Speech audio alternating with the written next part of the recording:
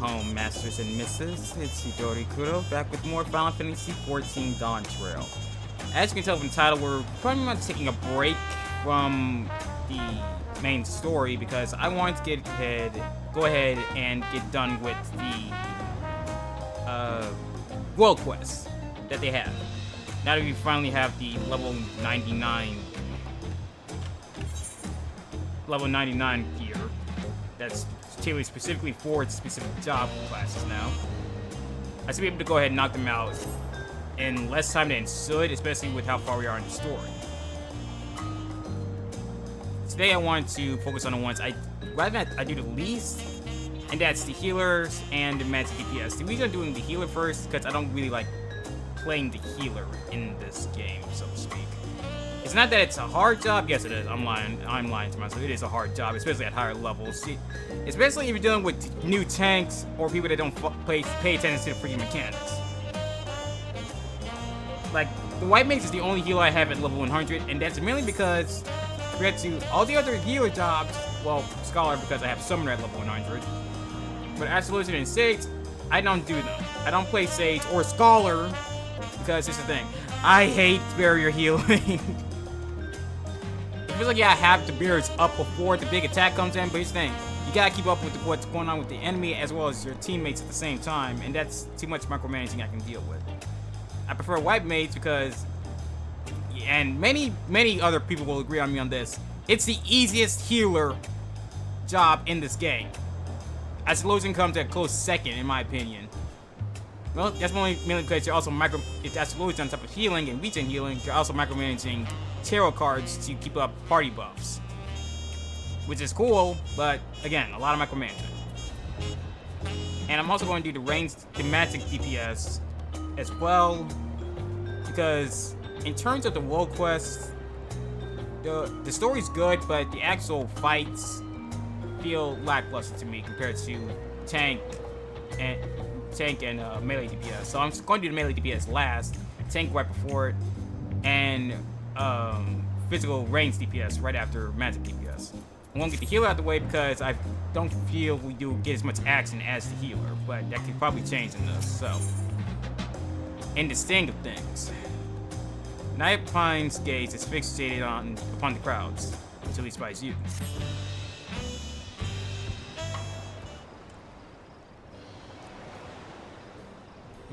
What business have you with me? My apologies. You were Baruch Vu's guest, were you not? I'm Nayapine, and I have journeyed far from the northern valleys of Jacques Tural to reach this grand city. Tell me, traveler, what is your name? Kokozan. Kokozan. Where's the sword? I shall remember it. The same day we must meet under these unfortunate circumstances. My village's prized possession was among the treasures stolen by the passage of the Unbound. Yeah, like somewhere near the beginning of Dawn Trail, we had this little flashback from the echo of these 6 villains who stealing prized possessions from different villages for some grand scheme. There were 6 of them, yet there's 5 world quests. I'm betting that the last ones, the 6th person is going to be like the leader, and we're going to have to deal with them after dealing with the other world quests, after having dealt with their cohorts. It is known as the Heartstring, and the soul of a dread scorpion. What the hell? One of the Tural Vigil is sealed within. Oh god. The creature once hunted its prey using an array of toxins produced within its body, and was a menace to all. Those granted the Heartstring's gifts may wield this fearsome power as they see fit. We believe the thieves have already taken across the ocean to Eorzea, and will doubtless wreak havoc in the wrong hands. Thus, I seek a healer to remedy any harm brought by their Heartstring's toxins in that faraway land. I won't mince words. You are precisely the sort of man I seek, and we must act quickly to avoid the worst. Will you lend us your aid? I do not expect any miracles. Getting those who need is what I do best. You have my gratitude. To the matter at hand, then. While I was making inquiries here in Tuliola regarding the thieves' whereabouts, some of yours merchants told me a rather intriguing tale. Specifically, those returning from La Minsa bring fell tidings. Tales of able-bodied men and women suddenly losing their vision. Well done. It's happening in Limsa? An ultra-familiar account, as the heartstring allows mastery over all manner of poisons, including those that inflict temporary blindness. A great deal of training is required to properly utilize the Scorpion's gifts, but the blinding toxin is one of the simplest to wield, so they're taking the easy spells first before going on to the harder stuff.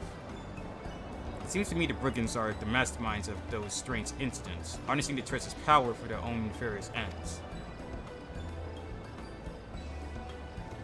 Loa Skana, the village's elder's daughter, makes for Limsa Laminsa in pursuit of the heartstring. I intended to set sail with her, but my foot was badly injured in a strange mechanical doll during the thieves' ambush. Loa Skana insisted I remain here to recover, and she would not take no for an answer. I must ask that you cross the sea in my stead, and provide Loa Skana your aid, considering that our enemy wields deadly poisons. The danger is too great for her to face alone. Based on when she departed, I presume she arrived at her destination by now. She boarded a merchantman captained by a woman named Wildbrida. That's definitely a Wogadon name, who is primarily based in Limsa Laminsa. She may be able to help you locate Loskana. Alright.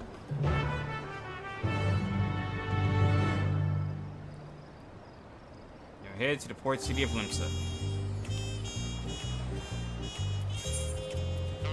At least it's taking me back home to all this instead of having it be done all around Tyrol.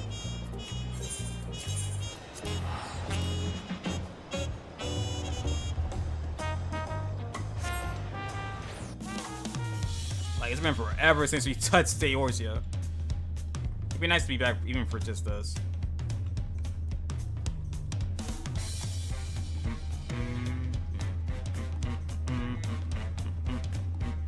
Unfortunately, that means leaving this jazzy beat from Tuliyola and just getting back to what we're used to in Eorzea. Sadly. Oh well. And I know I haven't been in Eorzea long, but why is it loading so long?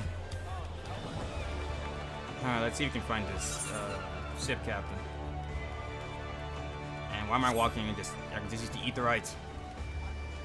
That's right, sometimes I keep forgetting that the Aetheryte is right here, and when I start walking, some area I've already been to.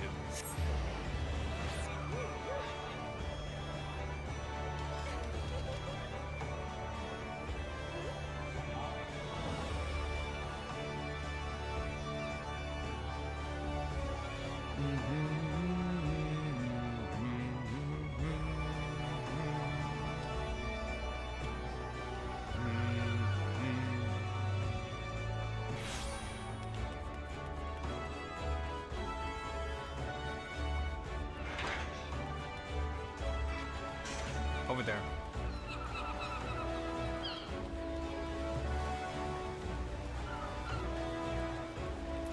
Wildbrida. Hi, I'm Wildbrida, and if you're planning to sell your healing service to me and my crew, don't. Me and me ship ain't setting sail for a short while. Actually, about that. Eh? Looking for a Tirali woman named Loaskana. Aye, she made the crossing with us, trying to retrieve some sort of treasure, as I recall. I told her Hawker's Alley was our best bet for the latest chatter, so you might find her wandering the thereabouts. Keep an eye out for a Hieran last in a red tunic carrying a spear on her back. She can't have gone too far. Hieran in red tunic with spear. Got it. For those who don't know, Hierans are humans. I don't know why does it say humans, but whatever. Said Hawker's Alley. Yeah, considering the amount of merchants there, both player and NPCs, there's definitely a lot of talk. You definitely find a lot of talk there.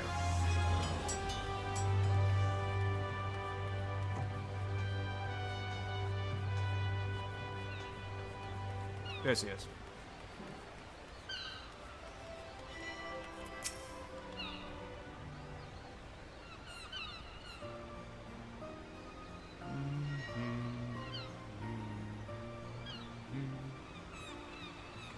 You have any Loaskana? Oh, hello there, stranger. Can I help you? Nayapine sent you to help me, did he? Seeing as I've hit something of a dead end. Your timing couldn't be better. I suppose proper introductions are in order, then. I am Lorskana of Zaktrel, and you are? Kokozan. A pleasure to meet you, Kokozan. With that, we're strangers no longer. I'm not sure how much Nyapine's already told you, but I assume you'll want to hear more about the date of the theft. A little more information would be helpful, yes. My father and Nyapine had just set a trap using one of the heartstrings toxins and were on their way to return the treasure to its resting place. But an evil presence stirred in the wilds that night. Mechanical dolls with great glowing eyes leapt from the shadows and gravely wounded them both. My father survived the encounter, thankfully, but he was unable to give chase, and conveyances now in my home village. The culprit's faces eluded him in the darkness, but he heard two voices, a man's and a woman's. He recognized neither, so we are certain that they aren't from our village. Whoever those two were, they must have been the ones controlling the dolls before making off with the heartstring. What dolls exactly? Because it couldn't be the mechanical soldiers from Alexandria, could they? Rookie View said they're part of the Passage of the Unbound, but I'm afraid that's all I know of the culprits. Still, they may change if I can ascertain the cause of the recent blinding incidents that have occurred here. Unfortunately, I haven't had much luck asking around. The thought of addressing even one person here is, well, overwhelming, when you're from a remote village like mine. The few I've attempted to speak with were too busy to even listen in the first place. You, on the other hand, look ready to take on the world, or at least the city. I'm sorry to ask this of you so soon after we've met, but could you help me gather the latest hearsay at the markets? Leave it to me. I've been in Limsa enough to know it like the back of my hand. Many thanks. I'll search the quieter districts for clues in the meantime, and hopefully not get myself lost along the way. Try not to. This place is easy to get lost in compared to the other cities. Alright, gather information around Hawker's Alley.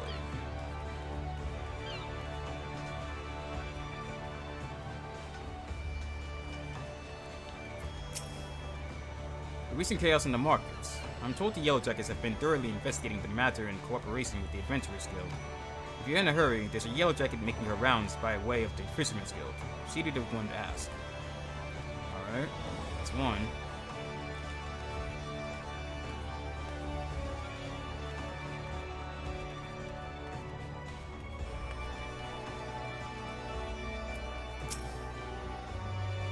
Why yes, I know about the blinding incidents. I experienced it firsthand. I was rather pecked, so I purchased some food from a local stall and took a few bites on my way home. Before I knew it, my vision went dark. I stood there shaking and crying, terrified of what would happen if the darkness never faded.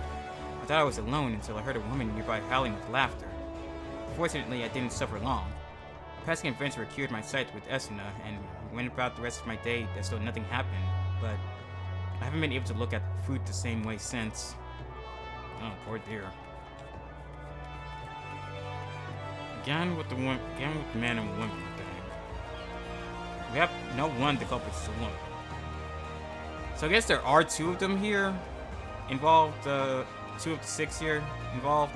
I guess that means the rest are the other 4 world quests. Blinding incidents. I know of them. Started with some bad fruits at a stall in Hawker's Alley. A few bites in and folks suddenly go writhing on the ground like beats sea serpents, claiming they can't see a bloody thing. So it starts with someone buying food and then it happens? I don't blame him for raising hells with the shopkeep either. Poor sods couldn't move an elm until the treatment came and they could see properly. The shopkeep was rightly furious about the whole ordeal and took it up with the long-time supplier. Escalated it to a real spectacle, it did. Turns out, the same problem was occurring at other stalls and with food from different suppliers. So it don't make sense to put the blame on an individual sellers for the whole supply chain tainted. Even now, nobody knows what's causing it. Grim business, I tell you. The investigation of Hawker's Alley has proven successful, but you sense there's more to be found. Seek out the Yellow Jacket on patrol who may have further details on the blinding incidents. Right. So it stems from a fruit, and then it happens? Maybe it's the fruit that's tainted with the toxin from the heartstring. Maybe that's what it is. And one said they heard a woman laughing. And it's from food from different stalls. So either it's the same food being sold by different people from the same supplier, or it's different food from different suppliers that's getting secretly tainted. 12 be good. You're Kokozan Lolazan, aren't you? The Kokozan Lolazan? It's an honor to meet the realm's vaunted hero up close. It's so hard to consist you with. I hear all sorts of on my rounds, so it's information you're after. You've come to the right person. Know anything about tainted food and blind incidents? Oh yes, the serial blindings. They're causing a terrible ruckus around here. You know, a woman in red came this way a few moments ago to ask about the very same. I take it you two are acquainted. That's right. I thought so. As I told her, another incident was reported yesterday morning. The victim bought food from a local vendor, took a few bites, then temporarily lost all vision, same as the rest. The vendor in question was last seen to the south of the Octant, so I'm headed there to follow their trail.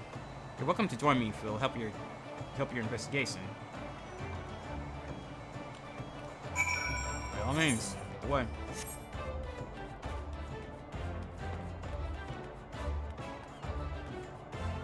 And again, is the food coming from the same seller and the same supplier, or is it food being sold from multiple sellers?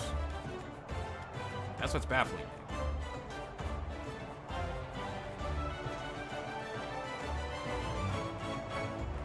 Oh dear. Koga-san, is this not going to be alright? Can't move. Oh, is it inflicting some paralysis too? He's paralyzed. I've got to do something. I have no talent for healing magics, and I don't have any spine drops on me either. Perhaps Esna might do the trick? Give it to me. And there.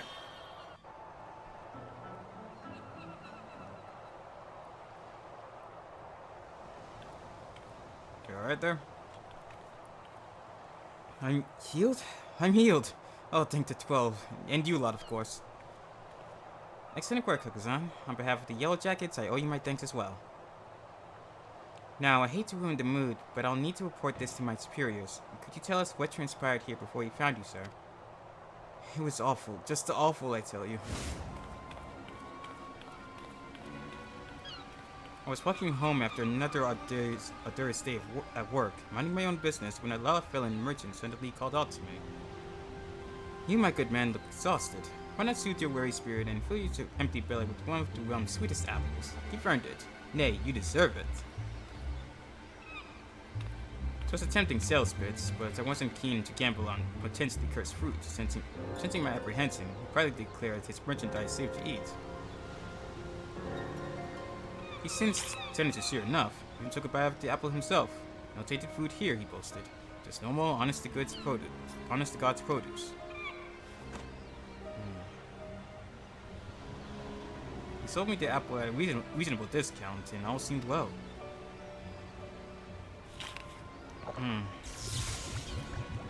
And then it hit you. That is, until I took my first bite. A numbness spread through my body like wildfire. I collapsed to the ground, struggling to speak a single word. The vendor and his food suddenly betrayed me, yet I knew not how. Right, if he took a bite and nothing was wrong with him, how did it affect him instead? As I fell, a woman's shrill laughter echoed from a few yalms away, and the vendor soon followed. I never saw the woman for myself, what with the whole not being able to move business, but between her laughing fits, she made a mention of a heartstring or some such. That's definitely our culprit. But his ailment was different from the rest. Instead of blindness, he got hit with paralysis. Oh, you poor dear. And this woman you mentioned, you're positive she said the word heartstring. As surely as the wind blows, for a mercy, neither she nor her vendor friend tried to steal my belongings, but they've certainly stolen my dignity. Though I hope those conniving charlatans get what's coming to them. This is dangerous food we're dealing in. First blindness, now paralysis? But first things first. I should escort this man home. If you mind to pursue the perpetrators further, then have care out there, alright? Will do. It seems their control over the heartstring is getting stronger by the minute. First blindness, then paralysis. Who knows what'll come after that?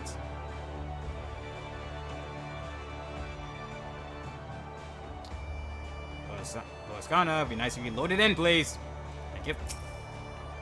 There's no doubt about it then. Our thieves are at large, right here in Limsa Laminsa. Blinding toxin is simple enough to master, but it's unsettling how quickly they've learned to inflict paralysis as well. I just don't see what purpose this all serves. Were we able to learn anything of their motives? Well... So they take pleasure in their victims' pain, but nothing more, at least. Nothing more that we know of. Whatever their true aim may be, we must discover it quickly, before more victims suffer at their hands. A hunter must adapt to their environment if they wish to snare their prey. And I have so much to learn about this place. Still, I've tracked them this far, which is a good start. For the time being, I'd like to petition those officers in yellow for any new information they acquire on the Heartstrings whereabouts. When we come across any promising leads, I hope I can count on your support again. Of course. I mean, these people are bringing this trouble to my place, to my territory that I've been trying to keep safe for who knows how many freaking years. I'm not gonna stand for that. Just because I'm on a technically vacation from saving the world doesn't mean I'm gonna allow this. Say, Kokozan, can you spare a moment? Sir? What's up? I'll try to start on a positive note then. The good news is that there have been no further incidents involving poisoned fruits. I should be happy about that, but it's not exactly conducive to tracking down our thieves. Despite my best attempts, my investigation's at a standstill. So what now then? Kokozan! Oh, you again. I bring news from the Coral Tower. A Lalafellan man matching the description of what that fruit vendor has been seen leaving the city with a Huron woman. It seems they're making for Airport. We've increased patrols of late, so if I had to guess, the culprits are finding it harder to operate within the city. Seems we forced them to withdraw for the time being. Airport, you say? That's on this island, isn't it? Yep. Yes, that's right. It's possible to go on foot, but the ferry by the Fisherman's Guild can take you straight there. While we Yellow Jackets must continue to keep an eye on things here, it's reassuring to know that an adventurer like of Kokozan's caliber is on the case. If you plan to pursue the suspects, Airport's your best bet. Airport, got it. That said, I should get back to work. It was an honor to meet you and your friend Kokozan. Safe travels to you both. And give those cooks a good thrashing for me. Oh, believe me, if I know how things are going to go, a thrashing is the bare minimum of what they'll get. City's protectors place so much trust in your abilities. I'm lucky to have you on my side. Well, when you still have to save this star multiple times, yeah, it makes sense they would. When I first set sail for Eorzea, I feared I'd never see the Heartstring again, but we're one step closer to bringing it home. In any event, we best find our way to Port Town before that pair of troublemakers defiles another food supply. I'll go on ahead and try and take the ferry. Maybe an Airport winter ready. Well done. I don't even think I read the description of this one. So let me.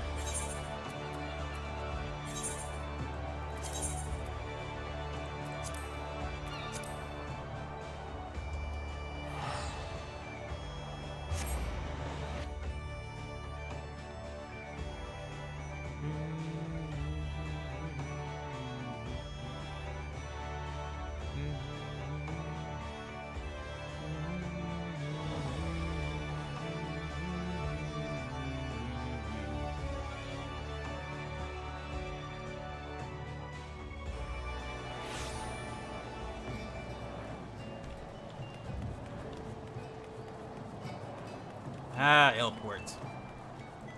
The only time you ever come here is just for hunting fates.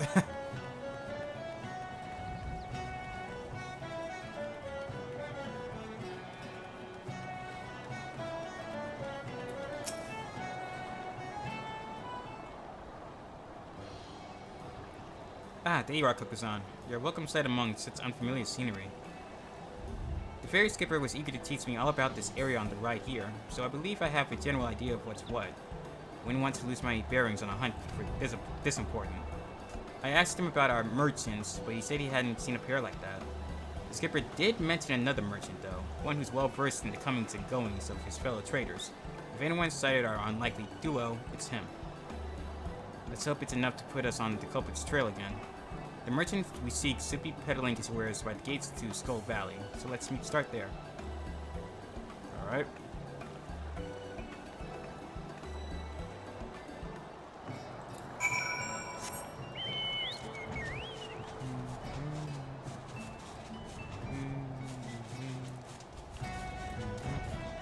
I didn't even need to fly, it's right here. Hey, can I help you? Looking for a couple of merchants. Lalafell and you're traveling together. Ah, I've spied them, though I've never seen them before. They certainly made an impression. They sold some potions and elixirs to a pair of fresh-faced adventurers on the sheet, from what I can tell. Those merchants really are culprits, and those potions are most likely tainted with toxins. Toxins, you say? That don't bode well. The adventurers who bought them, a marauder named Wislam and a conjurer named Zerig, already left there for the next job. Said they were escorting one of the local farmers over to Swiftpurge. They're good lads, the two of them. They've been making life easier for the small folk here ever since they arrived, and I'd hate to see something happen to them. Someone needs to warn them about those potions right quick. Leave that to us. Swiftpurge is southeast of here, yes? Let's find them before the poison takes hold. If they do, I'll be there with an Etsna and a few Cure Rockets. Or Cure 3s. Just use numbers instead of just the actual names in this game.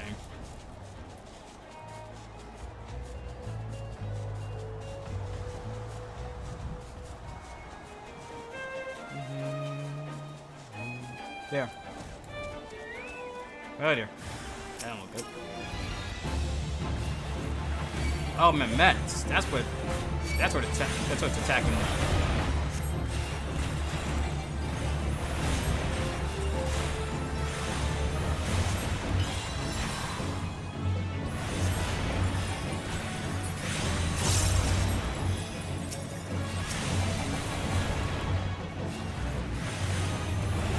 That's why I don't enjoy healer all that much. We don't have a lot of... Healer doesn't have a lot in the ways of actually dealing damage inside of, like, 3 attacks. And one of them is the damage over time of the spell.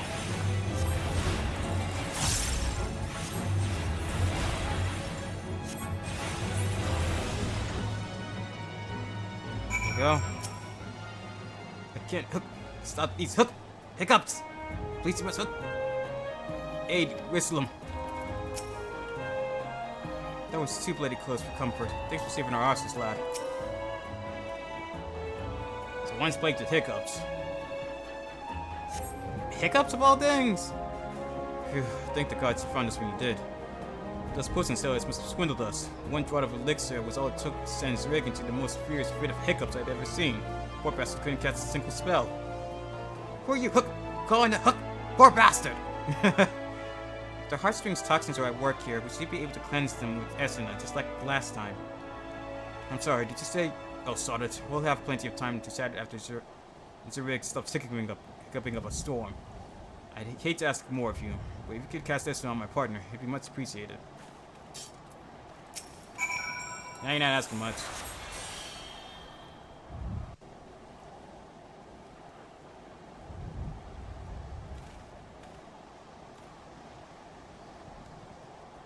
I can speak again.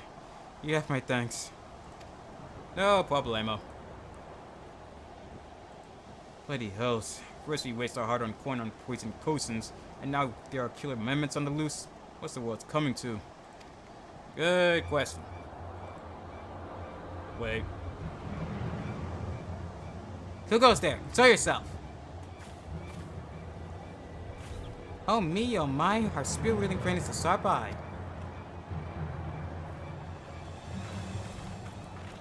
So you're the culprits. You're the frauds from Airport! Why yes, and watching your scrawny compatriot suffer was the highlight of our day. I admit the poison was meant to silence him, but hiccups? It was comedy at its finest. Perhaps the elixir reacted with the venom. Regardless of, we've had our fill of fun from the results, so I shan't complain. Venom? Then you must be the thieving cowards from the passes of the Unbound. Oh my, sweet fairy apple, you know us. I suppose that means you're famous. I can't believe it. Oh, who am I kidding? Yes, I can. Indeed, I am the passage of the Unbound's alchemist extraordinaire, the illustrious Eliret, and I'm so very, very pleased to make your acquaintance.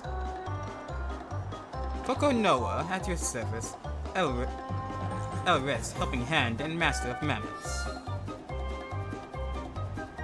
Your garb is ever so familiar to me, my dear. Ah, don't tell me. You hail from that little village in Tyrell, don't you? My goodness, you've come a long way. How was the voyage? Enjoying the sights? Enough! You've got a lot of explaining to do, starting with the reason you took this heartstring. Is this part of your organization's grand scheme? Well, well, the apple bites back. 'Tis true that my unbound compatriots harbor lofty ambitions, yes, but I have no interest in overthrowing nations. I merely crave the mires of chaos they've promised me. I aim to bring more laughter into this dreary world, one mischief and a few handy potions at a time. Coco Noah and I are having oodles of fun expanding our repertoire of toxic treats.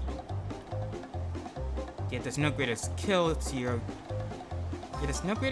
our thrills than a healer who can whisk our hard work away. Unless, of course, I master a toxin even he can't cure. Oh, I do love a challenge. Yep, she's great. Ah! Why do you have that? Why do you have that? Have you been meeting a certain cat-eared girl that works for an inspector? Now, I hate to leave you, my dears, but our work here is done, and we have a busy schedule ahead of us. Mimics to men, venomous misdeeds to master. That's all for now. No! Wait, damn you! Incoming!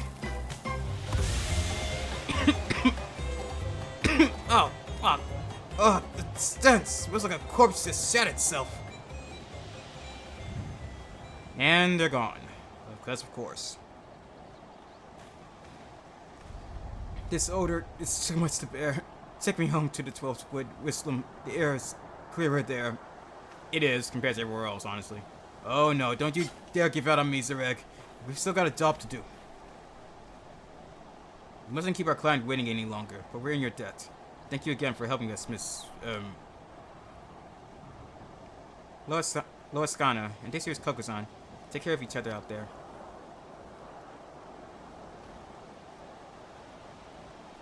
Take care of yourselves. And watch your backs on the road.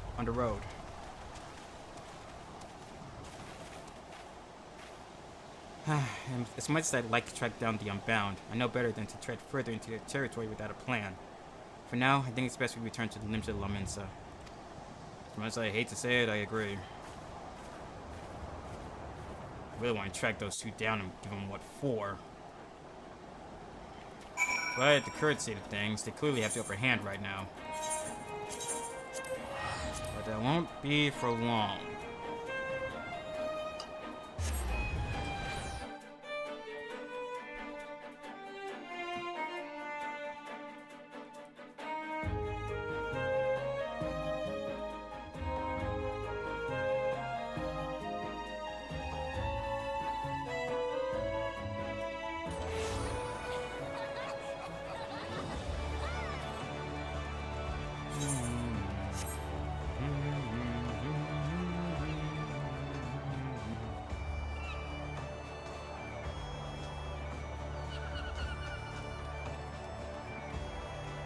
So Ellerette and Coco Noah, that's who we're dealing with.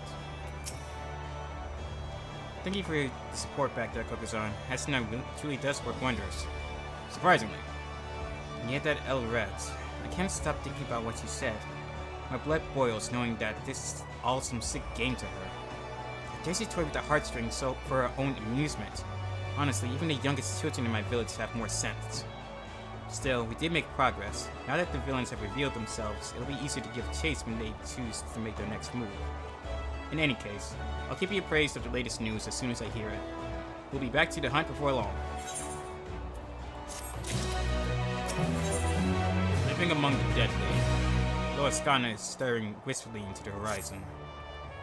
Oh, you too, Kokozan. You'll have to forgive the dour mood. I don't understand it. How is it that Elred and Coco Noah can so grandiosely reveal their names and identities, yet I remain unable to track them down? I've been following the latest hearsay, but I haven't had much luck. Not a soul seen them since the incident with Whistlam and Zurich. But that's not to say I've given up entirely. Not that they know I'm on their trail, I suspect they're using my unfamiliarity with this island to their advantage. I dare say they're lying low outside the city. That's why I proposed a trip to the Moorby dry docks. Folk there often speak of it, but I've yet to go there myself, so it seems a good place as any. If you're game, I'll meet you there. Yeah, alright.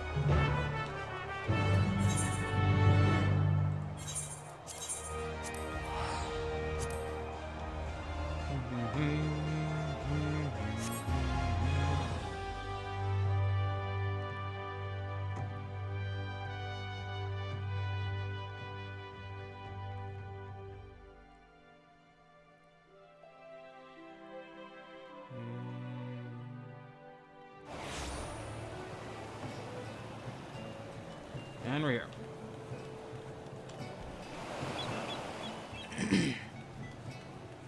Let's go around.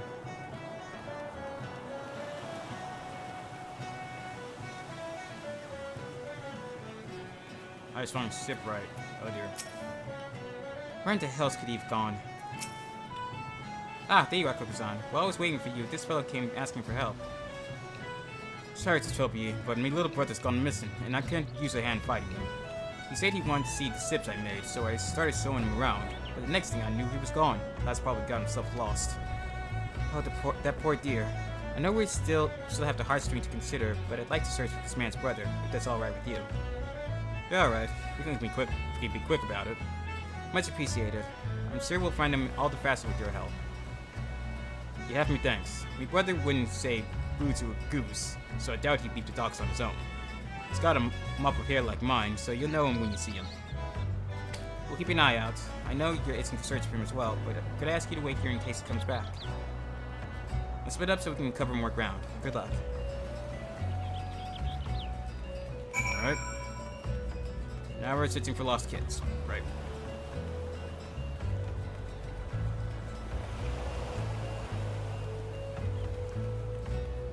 Having dealt with what we have in the past, this feels mundane even for me. I welcome change of pace, honestly. There you are.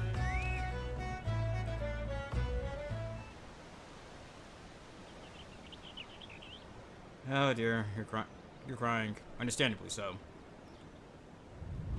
I'm scared. Where are you? Waiting back down the docks.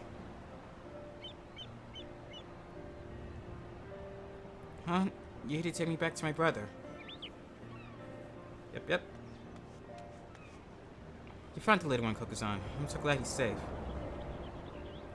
I just wanted to see the sips my brother was working on. I thought I could see him better from higher up, but I lost my way. Sounds like you had quite the adventure. But you were very brave today, so I'll tell you a secret. Even grown-ups get lost. I have an awful time learning my way around here, around somewhere new, even with a map. Really? Oh yeah, adults can get lost all the time, especially in unfamiliar places. I guess I'm not the only one. A smile. We like to see those. Now, your brother's very worried about you, so can you promise me you won't go wandering off on your own again? I promise. I should say sorry to my brother too. Well, let's get you back to him then. Let's take him back then.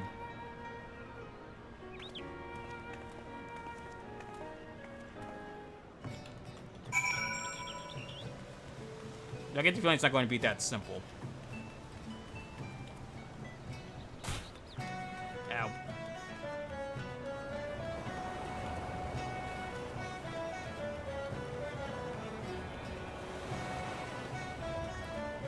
Oh, guess it was that simple. Surprising. Your lifesavers, both of you. You deserve a proper reward, but I ain't got much to offer at the moment. Now don't worry about it. Oh, we're in no need of coin, just some information, if you have it. Have you seen a hearing woman and a Lalafellin man around the docks in recent days? One is an alchemist and the other's a goldsmith. They'd likely have a few mammoths with them as well. If not, have you heard any rumors of food or drink that causes ailments when you consume them? Blindness or numbness, perhaps? But I haven't seen or heard anything before anyone like that, so I couldn't be of more help to you. That's alright, knowing they haven't been around the docks is equally helpful. Well, that's good at least. I'll be praying to the navigator you both find who you're looking for. Anyway, the two of us ought to be heading home. Thanks again for everything. Good fortune and safe travels to you both.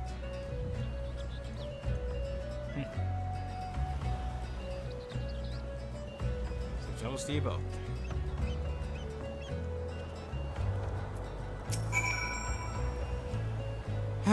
Still no word of the Unbound, but at least we could help those brothers.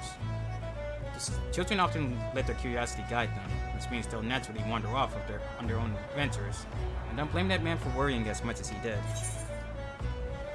Something tells me to speak from experience. I do, in fact. I'm the oldest sibling in my family. Can't tell you how many times I've had to search for my brothers and sisters when they were growing up. Now that I think on it, I barely even told you about my family, or my village, or anything, really. I'd be happy to share a few stories if you like. The ocean view here is beautiful, so we may as well enjoy the scenery and relax a bit. Yeah, alright, we got time. I think. I hope.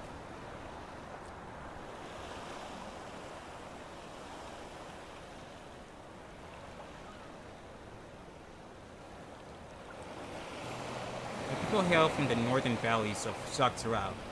We're a close-knit community of hunters for the most part. Children are given spears. Well, practice ones before they even learn to walk. Seriously? And we hone our trekking skills from a very young age. Is it that surprising? It seems second nature to me. But then again, I've encountered my fair share of surprises here as well. Our village rests on a veritable sea of poisonous plants and animals, so the slightest injury on a hunt could prove deadly. Thus, we leave it prudent to begin our training as early as possible. I guess that makes sense.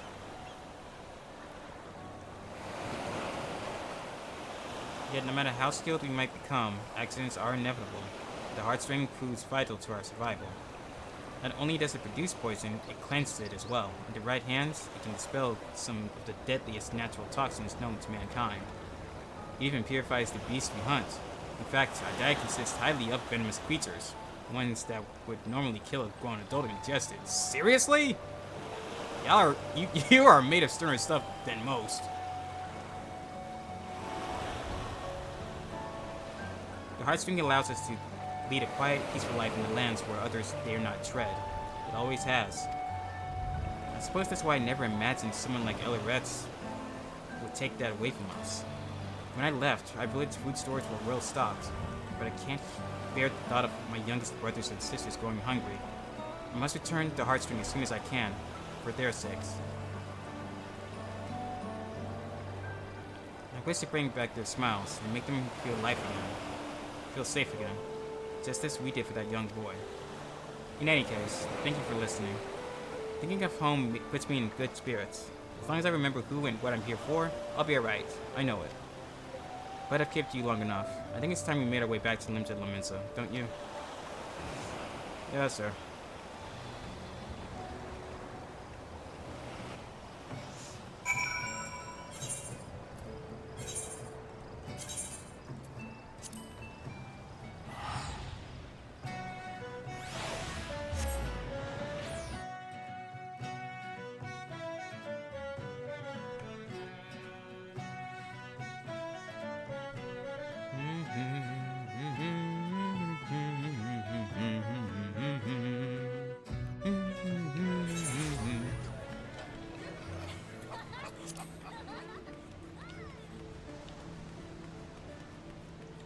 Okay, Lois Ghana, can you not have been placed somewhere closer to the freaking Aetheryte?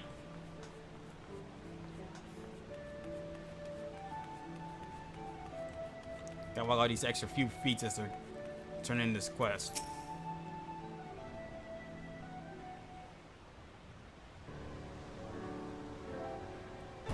That was a much needed reprieve, but we'll need to plan for our next destination, and soon.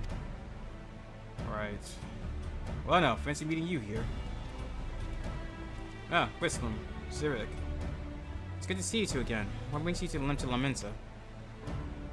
Nothing of import, really. Just a bit of restocking before our next job. But we happened to spot you along the way. Didn't want to miss the opportunity to greet our heroes. Our client arrived in Swift Person in one piece, thanks to your timely assistance. Indeed, while I regret that you had to see us in such a pitiable state, we're both grateful for your aid. When last we met, you spoke of pursuing those two charlatans, did you not? Yes, that's right. They've stolen the precious heirloom from my village, so I'm doing everything in my power to return it to its rightful place. So that's the way of it. Bombastic as those two were, I've not seen hide nor hair of them in Airport since, or word of any incidents like ours either. But I have a feeling they won't stay in the saddles for long. If we sniff out any suspicious incidents while we're out and about, we'll keep you informed. But that's good to know. Once they notice some extra pairs of eyes around the island. I've made my base of operations here in the city, so if you hear even a peep about a poisoning, you know where to find us. Appreciate the help.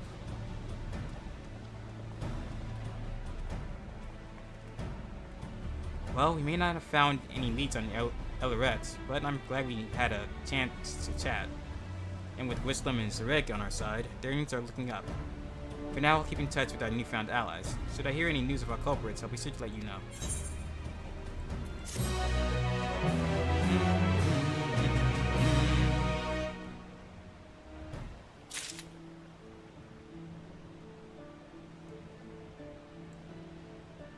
Waiting for this to change back to purple.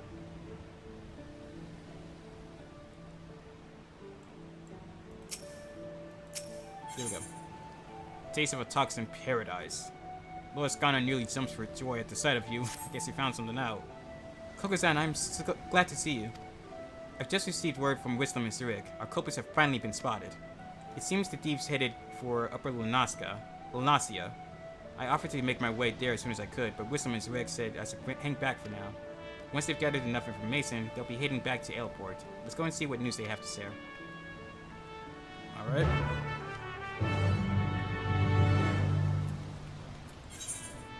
Back to Airport we go.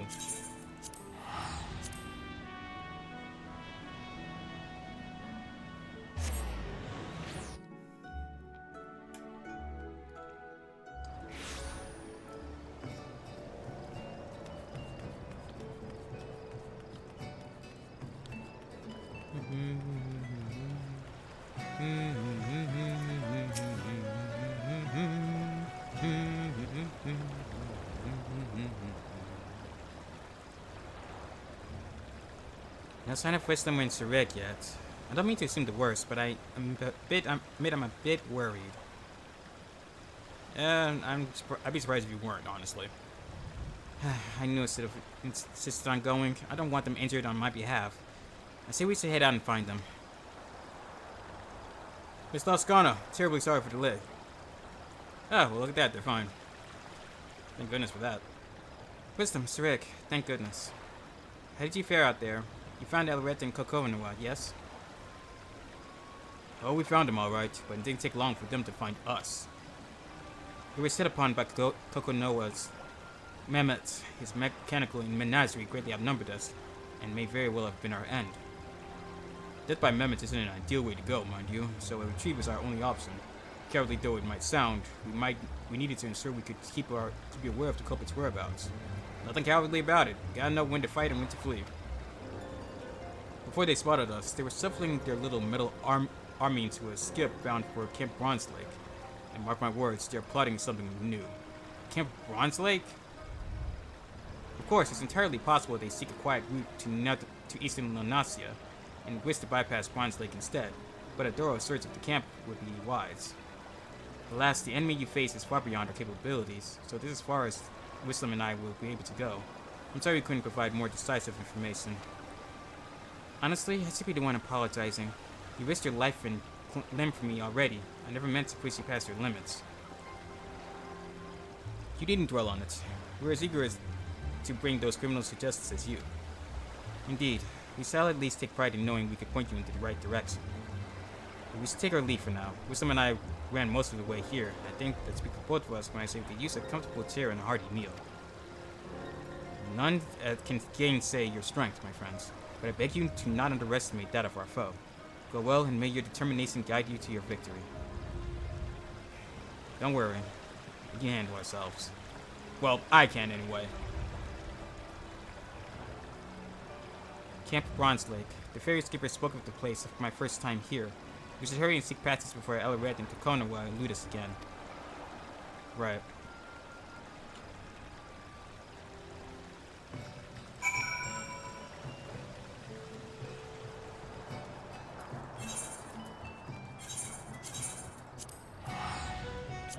I can just teleport there.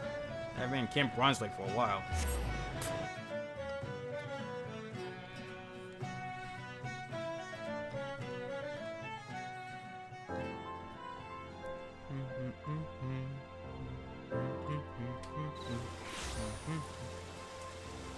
Yeah, the last time I was here was for a scholar job to help some tomberries.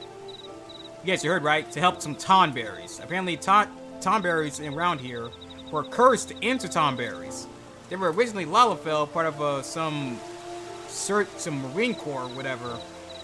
It was a whole crazy ordeal.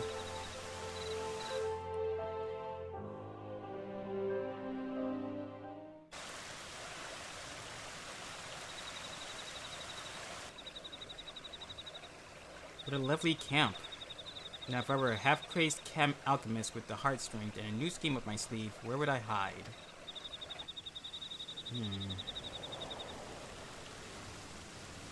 I want to say I know exactly where, but I'm not entirely sure.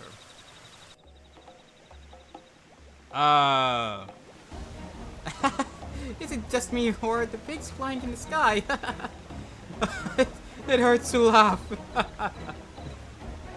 Oh dear. They've poisoned the water hole. Oh dear, that doesn't bode well. To the upper levels, Kokusan, quickly. You need to tell me twice.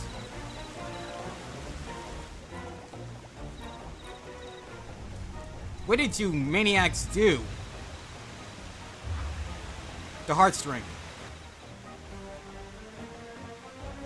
Poisoning the springs? You truly are the lowest of the low.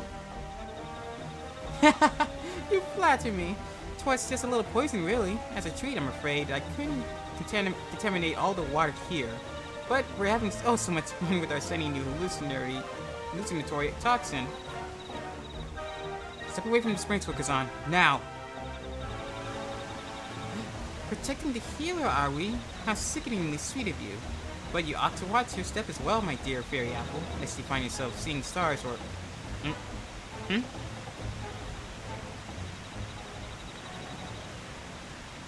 Hello, Rick. Salted Miss.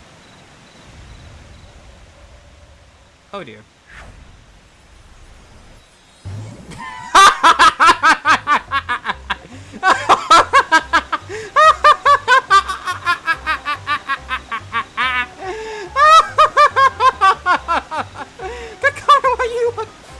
Absolutely hideous! Or should I say adorable? Your body is a porcelain doll!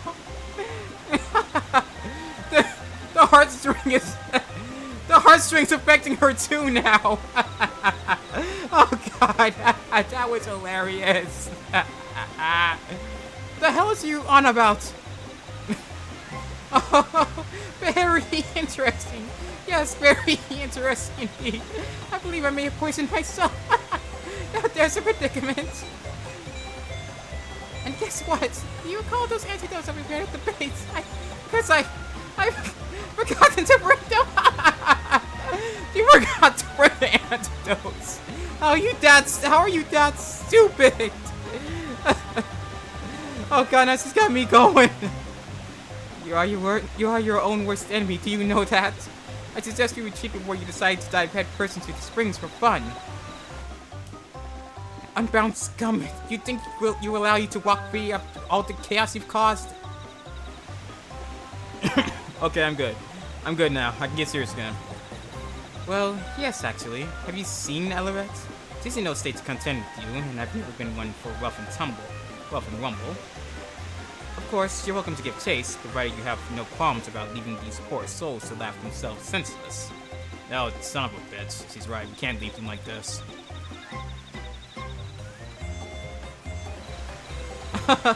Retreat though we must, I would call today a rousing success. But worry you not, my dearest vessel of pussy bodies. We've plenty more tricks in store for you, and the entire island.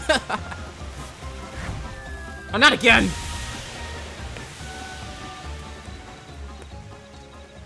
Ugh. At least they're not actual explosives.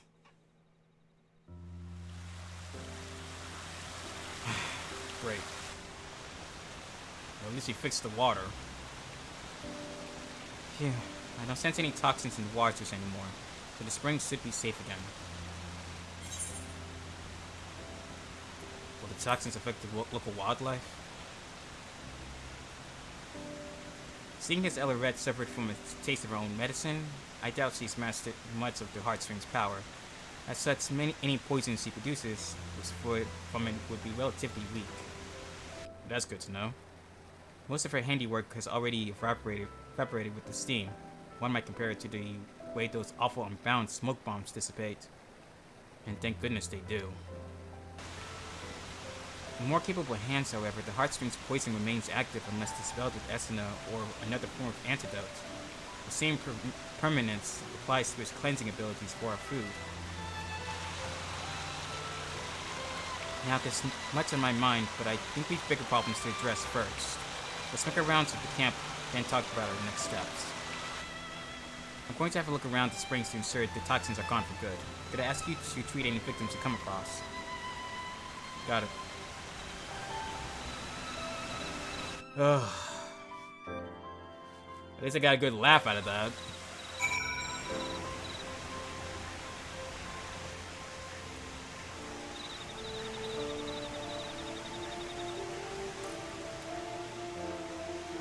The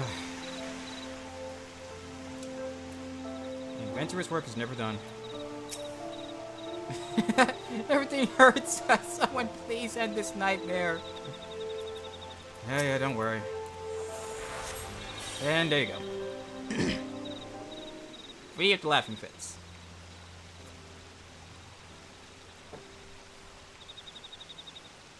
Much appreciated, sir.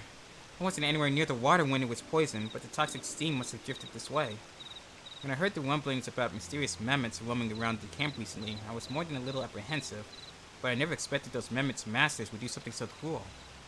Your efforts are helping us put this turmoil behind us, and for that, you have my thanks. But I can't simply let you administer this aid alone. I should tend to the remaining victims as well. I appreciate the helping hand.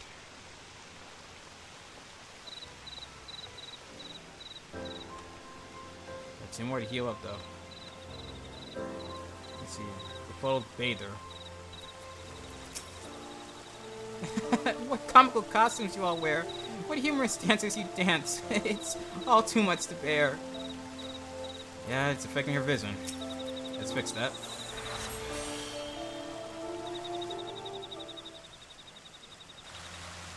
All better?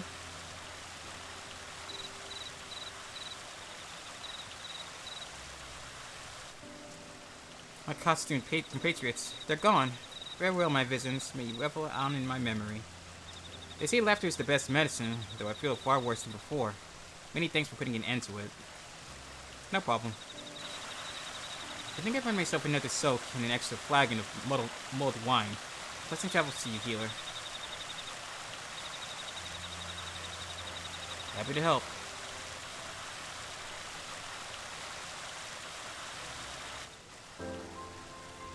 And just one more. Laugh worry, Lalafell. Please make it stop. I can't breathe. Don't worry, I got you. There you go.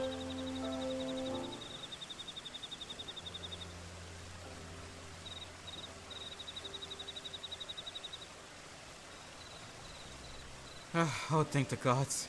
I wasn't expecting to nearly laugh myself to death at a place meant for healing, but at least I can breathe easy again. I hear you're chasing after the ones who did this. You're either very brave or very reckless, but I'm inclined to assume the former.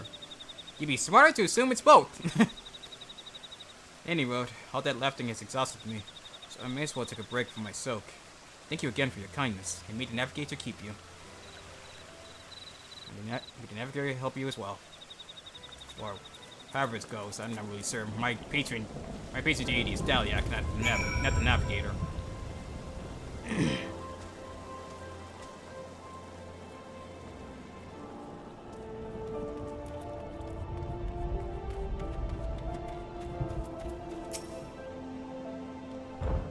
Then all good for now.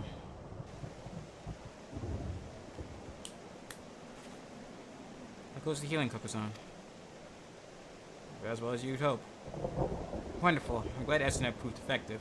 For my part, I've given the springs a thorough look. The toxins have dissipated completely, so the bathers should be safe from here on out. As for Elred's and Kokonawa's antics, I've had a moment to reflect on everything. Now that our work is done, do you have a moment to chat? Sure. I'm well versed in the numbing and blinding potions we use on our hunts at home, but something kept troubling me about Elred's toxin. I've never seen anything like it. I had no idea it even existed among the Scorpion's gifts. Elred may be inexperienced, but the fact that she's starting to inflict hallucinations is cause for concern. Still, we should try to look on the bright side. She's yet to discover the heartstrings cleansing properties, judging by the way she can cure her own ailments. Knowing her as we do, I reckon she only has a toxic trickery on her mind. Meaning, she can't abuse the toxin's full capabilities without risking herself. The Konoha, however, handled himself surprisingly well despite his exposure. Do you recall the man in Limsa La Mensa who ate the poison apple? That's right, he took a bite but wasn't effective, yet the victim did. He claimed that Konoha took a bite yet never suffered from its ill effects. He must have some manner of immunity. But how? This reminds me of the attendant of Sultana's life. Traditional Dunesfolk families often drink poison teas to build tolerance. That's right! The Dunesfolk all have a resistance to this stuff. It's quite a tale. So the real poison was switched with a sedative with similar properties. And as a Dunesfolk, she regularly ingested small amounts of toxins to build a resistance against such things, which allowed her to awaken from her coma. I didn't realize Kokonoha might have had that sort of upbringing, but it would explain why Elred's tricks don't seem to affect him. Few in my village would ever think to consume potentially lethal food or drink without drawing on the heartstrings' power. Yet the Dunesfolk do it gladly. The more I consider our differing approaches to poison, the more fascinating it becomes. Talk about culture shock, right? But I have a feeling the bathers won't want to overhear talk of poisons after what they've just been through. Why don't we continue our discussion in Limsa? Good idea. That's not to have that on their minds after such an ordeal.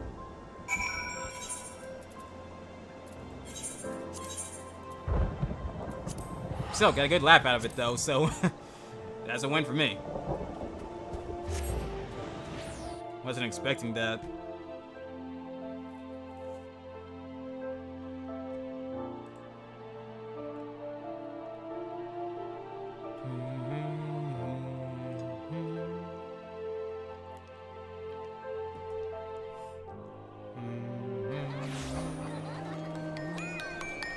Oh, what?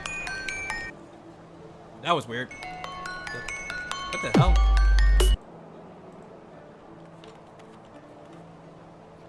That was weird. So that starting screen just switched for no reason. I don't know why I did that.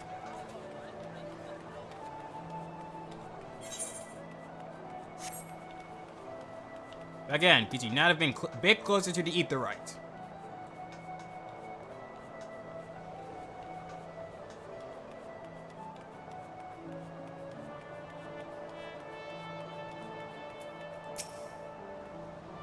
Phew, I know I've been anxious to ascertain our thieves' whereabouts, but things escalated far quicker than I thought. Their presence throughout the whole ordeal was a welcome on Koko's. What was not so welcome were Elred's parting words. Whatever she has planned for the whole island, it can't possibly be good. Her acts of mischief have only grown worse since I arrived in the city. We must take the heartstring back before she causes any lasting harm. Of course, it was Wissalam and Zarek's efforts that led us to Elred, so I'll have to thank them when I get the chance. In the meantime, I'll do what I can to track down our unruly thieves and report to you as soon as I'm able. So done. Downed by the Wyvern. Laoskana is carefully planning her next move. Mesquite juice. I don't know. Kokozan, I'm glad you're here. I'm on the cusp of a breakthrough in our search. Or I'd like to think so. This won't come as a surprise, but Elred and Kokonoha went back into hiding after the Bronze Lake incident. With all their grandstanding, I wasn't expecting them to lay low for so long, but I doubt they'll keep it that way. Fortunately, we have prior experience to guide us. Until now, our culprits have traveled all over Vilbrand, and they don't appear to be retracing their steps. I hear Costa del Sol attracts many visitors, so that seems the likely target. They say it's owned by an entrepreneur named Geguruju. Yeah, him. Perhaps you can ask if he spied anything out of the ordinary. I gotta deal with that guy again. How many times am I gonna have to deal with this pompous prick? Ugh.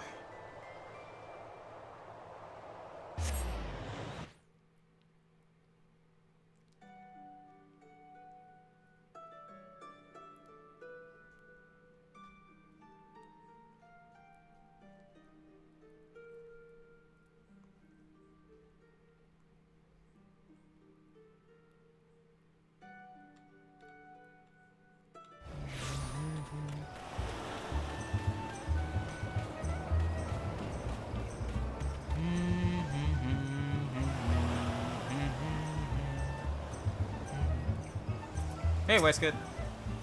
Time to pull me into another mess, have you? But if another blasphemy shows its face, you know where to find me. An old misspirit and I will be more than happy to drag you know who out of hiding as well. Yeah, I bet. What a picturesque scenery. I hadn't expected Costa del Sol to be so grand. Yeah, you get used to it after a while. From what I gather, Geguruju should be just up ahead. But I suppose you're already acquainted with him.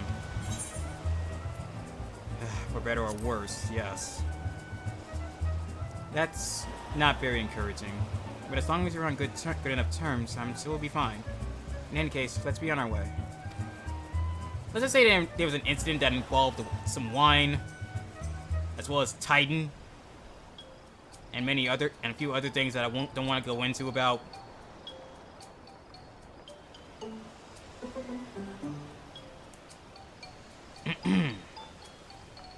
Well, if it isn't our favorite intrepid adventurer, what business brings you to my abode? Have you any word about some criminals who are hunting? Why, yes, I did spy that lovely specimen of a Hiyuri. Alas, I was so entranced by her feminine wiles that I cannot recall any such entourage of well-felon men or Mehmets. Would that I never drank that wine she so gracefully gifted me. A single sip, and I saw so many stars. I thought them wonderful in those first blissful moments. Oh, she swindled you too, huh? I partook of the drink amongst my retinue of kittens. Yet as the rest of stars subsided, I found myself surrounded by a flock of unfamiliar faces instead. At first, I presumed the wine caught up to me faster than I anticipated, but time passed and the unknown faces stubbornly remained. I dashed across the store in terror. In the midst of the mayhem, I could hear her, the wine-wielding beauty, maniacally laughing in the distance with some other chap. I feared these cackles could be the last thing I ever heard. Ah, so she got to you too, huh? Which is precisely why I found it appropriate to slap the sense back into him. Hey, Whisket! Judging by the way Master Geguruju were starting around at the time, I suspected he'd been in his cups. Like the whole bloody bottle too, so if you wish to investigate the wine itself, I'm afraid that won't be possible. You drank the whole damn thing? Why? Can you blame me? Questionably, of her wine aside, the woman was immaculate. A sight for sore eyes. Any gentleman of taste would have fallen for her tricks. You mean an absolute perverted buffoon? Yes, any gentleman would have. Lost cause he is. Though we may like the drink in question, we received reports of Mehmets roaming Raincatcher Gully not long after the incident. Have you now? If you intend to investigate this further, you'd certainly be doing us a favor. You have my thanks, Whisket. Any news of wayward Mehmets is promising for us. We'll give the gully a look and relay to you whatever we find. Godspeed out there. Then our next destination is clear, but before we depart, Luzon, might I have a word? Certainly. Thanks for the help. KuroZeraphimVT, lay off the sauce. Based on KuroZeraphimVT's account, it's safe to say Elred's discovered a new poison. While similar to the hallucinatory toxins he used at Bronze Lake, it strikes terror into the hearts of her victims instead. I have a bad feeling about this. She's gaining proficiency with the heartstring at an alarming rate, so we must tread carefully when we next cross paths with her. As for the mammoths, the Konawag doesn't seem to be the type to send them wandering around aimlessly. That's why I think they're bound to have some clues on them. If we can track down those mammoths down Wayne-Catcher Gully, we may be able to discern what those two are planning next. Then to Wayne-Catcher Gully it is.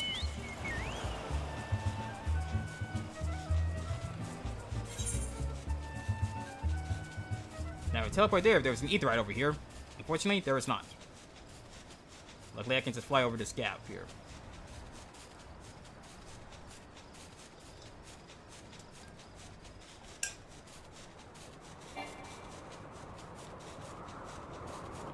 It's been a long while since I've been over this side of Limsa. Or Lunasia, I mean.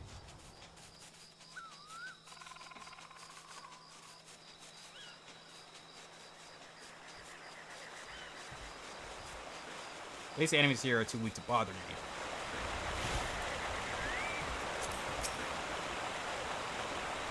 Let's see. Where are you, little mammoths? Aha!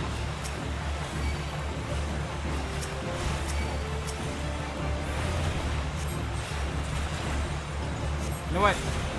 I might choke out here to back me up.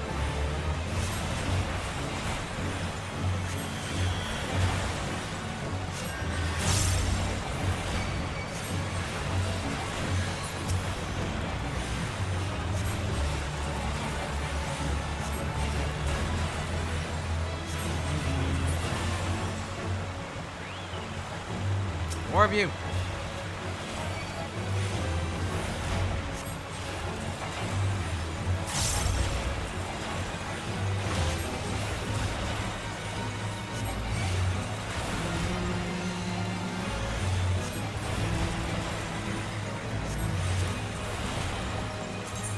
Let me take you on the tackle stance.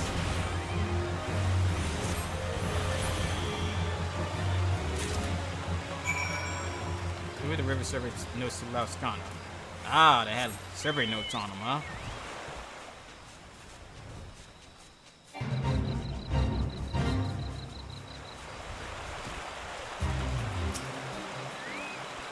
So you had mammoths of your own to deal with, too. Phew, I think we've cleared out the mammoths. How fared on your hunt? River survey notes. A comprehensive report detailing Vilbrin's every waterway. They really are trying to poison the water. They've been keeping a record of the island's rivers. Oddly enough, the mammoths I came across were patrolling the river as well. Now that they've tasted their poisons on Bronze Lake Springs, do they mean to take the river to the rivers next? I wouldn't put it past them if they did.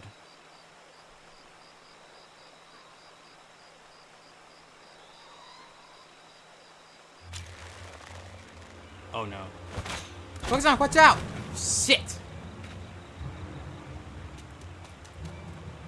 Little.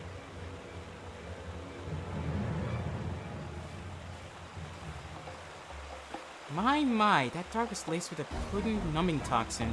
But nothing boosts our favorite fairy apple, it seems. It never ceases to amaze and annoy me in equal measure. I'm getting well sick of you two.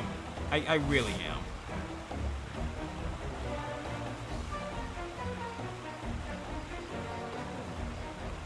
She's like to have the same manner of immunity as I. Her village was positively brimming with poisonous flora and fauna after all. I have a request for you, my dears. Would you please give up on your little trinket? Pretty please. I don't know, will you please stop being an annoying lout? I was only to revel in the fruits of my devilry. Yet you continue spoiling my every attempt, and trust me, I despise our conflict as much as you do. If you did, you'd give up the damn heartstring and get the hell out of my island! Indeed, do you think we enjoy watching my finest mammoth suffer at your hands? Enough! If you truly wanted to end this, you'd hand over the heartstring. The Scorpion's gifts weren't meant to be for petulant, childish criminal like you. Fine then. No more Miss Nice, Ellerette. But answer me this. Who have my antics killed, No, who? No one, I remind you. So why must you refuse me? Why must the world refuse me? Because while it hasn't actually killed anyone, it can eventually cause something worse. There are fates worse than death, you crazy woman. Our blighted society has never looked fondly upon my love of mischief. For years I despaired, until my unbound family and its leader granted me the gifts of all, love and understanding. So long as I remain unbound, I care not what the wretched masses think. I shall play my tricks as my heart desires, and all who stand in defiance will know my wrath. That includes you, my dears. My next game will finally plunge this island into the chaos I so desperately crave, and I will stop at nothing to see it realized.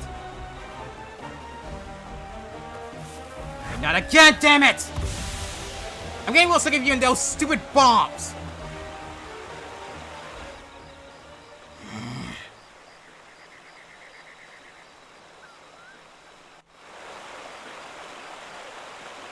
You sure you're fine? That arrow did graze you. Sorry to worry you, Kurosan. I'm feeling much better now.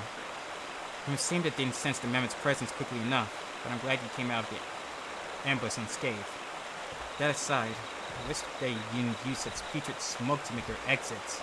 I don't know if my nose or stomach can take any more of those awful bombs. With Ellerette and Kokunawa gone, I doubt we'll be able to find much else here. Let's return to Kosa del Sol and inform them of the latest.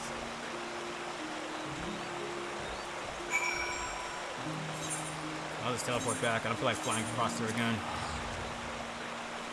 Oh, I'm going to enjoy knocking their lights out.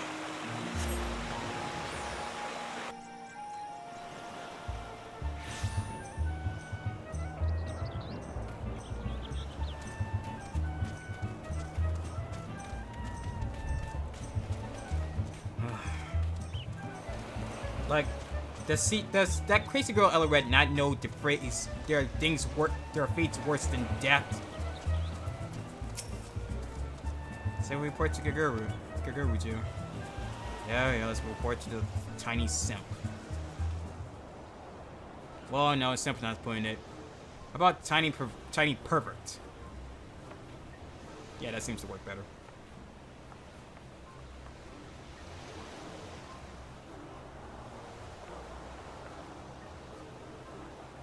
Back. Back already? How fortuitous. Or ominous. Or both even. I take it you found those wayward mammoths? We found more than just them. Surveying Vilburn's waterways, are there? After the recent poisoning at Camp Bronze Lake, we have reason to believe the culprits are planning to make Vilburn's rivers their next target. So the culprits are one and the same, then. I had my suspicions since I caught wind of the incident at Warm Rime Springs. Regardless, this bodes ill. We may not know which of these rivers they'll strike until it's too late. Well, I shall not stand for any more preposterous poisonings. It will be prudent to inform the Maelstrom of these potential horrors. The one who poisoned you, her name is Ellerette. She stole something precious from my village, and I must recover it, no matter the cost. If you learn anything of her whereabouts or her plans in the coming days, anything at all, I'd like to hear of it as well. Well, it's been on fun, eh? A brave one you are. Oh, I couldn't possibly deprive a lovely lady of the information she requires. Worry not, for my servant self sally forth in your general direction the moment they hear of Ellerette's newest misdeeds. Thank you. That'd be much appreciated. It's going to be an uphill battle, but if we can't afford to let Ellerette and Kokunawa elude us any further. Come, Kokusan, it's back to Limsa La Mensa with us. Right. Good to see you again, Whiskep. And you, I guess, too. Guguruju. I cannot pronounce his name. Some LFL names are just hard to pronounce.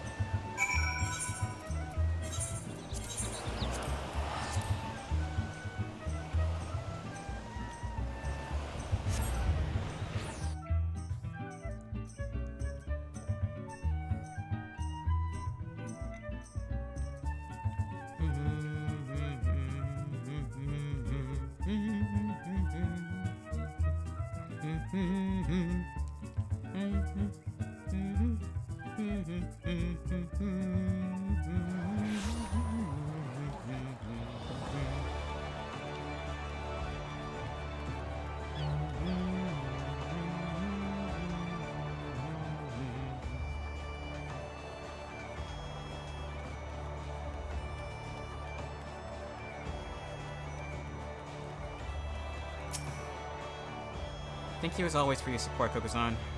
Kaguraju was interesting, to say the least, but I'm glad we obtained the information we needed. I don't know why I allowed Eleret to say her piece. Instead of swallowed my pain and taken my spear, I could have apprehended her right then and there, and yet... no point in dwelling on it. There's no more room for mistakes.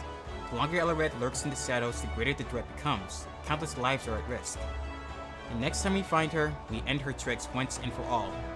For now, I'll remain here and await news from Costa del Sol. Let's go ahead and finish this. An antidote for anarchy. Lorascana is anxiously awaiting word from Costa del Sol. Let's finish this ordeal already. Hello there, Kokozan. I've been on the lookout for anyone from Costa del Sol, but nothing yet. Perhaps we should travel over there ourselves, just in case. Master Kokozan, Mistress Lorascana. Forgive me to sudden entrance, but I bring a message from Master Kaguraju. The quarry has been sighted in eastern Lunasia. Oh, well, I'm glad I didn't leave early. Thank you for bringing word. Where in eastern Lunasia were they last seen? Master Westgate, but recently received a report from Mistress Brayflox, a trusted associate of his. Ah, Brayflox. Good to hear she's doing well.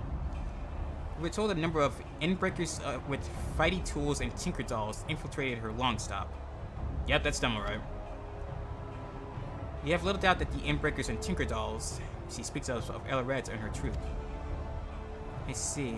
Then we'd best find this Brayflox and soon. Indeed, you're like to find her by the entrance to our long stop in Raincatcher Gully. My master and his associates wish you good hunting.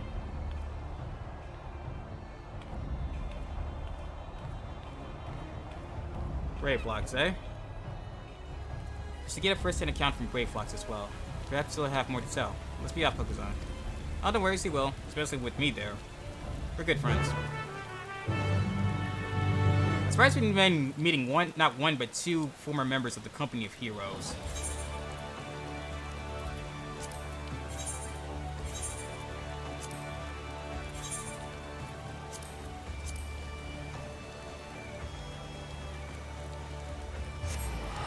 Which is funny, considering that we needed the help of the Company of Heroes for the melee DPS world quest in Endwalker. Got to hear a little bit of insight on them. Even got to meet the original leader too, which is really fun. And got to fight alongside him too, which is even better.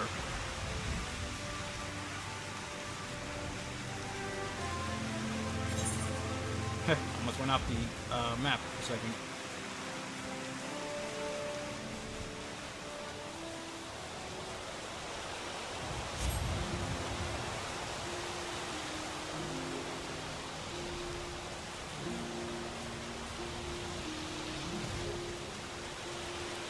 Well, I'll take Brayflox Longstop.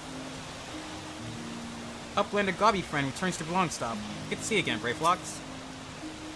So this is Brayflox. I told her she reminded me of a moblin, but I got a bit of a scolding for that. Not mobbies. She said gobbies.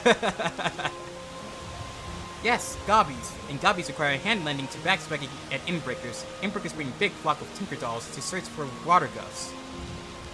Water gusts. Assuming Eleret mean to poison the island's water source? This must be why they were resurging the rivers. If toxins are strong enough, anyone or anything that draws near the river would grow terribly ill. All of Vilbrin would fall into disarray. Poison makes no good for Gobbyflock, no good for Vilbrin. Narrowheart's in need of many punishings. This goes far beyond trickery. We must end Eleret's ambitions here and now. But they also come quietly. She has the heartstring at her disposal. But with your aid, Kokozan, I know we can take it back. As soon as you're ready, we'll storm the Longstop. Oh, I'm all but ready. Hold on. Chase Narrowheart Endbreakers and take Longstop. You got it, Brayflox. What is this? Ready to storm the Longstop, Kokozan? More than ready. I got the gear for it too. Let's put these troublemakers down.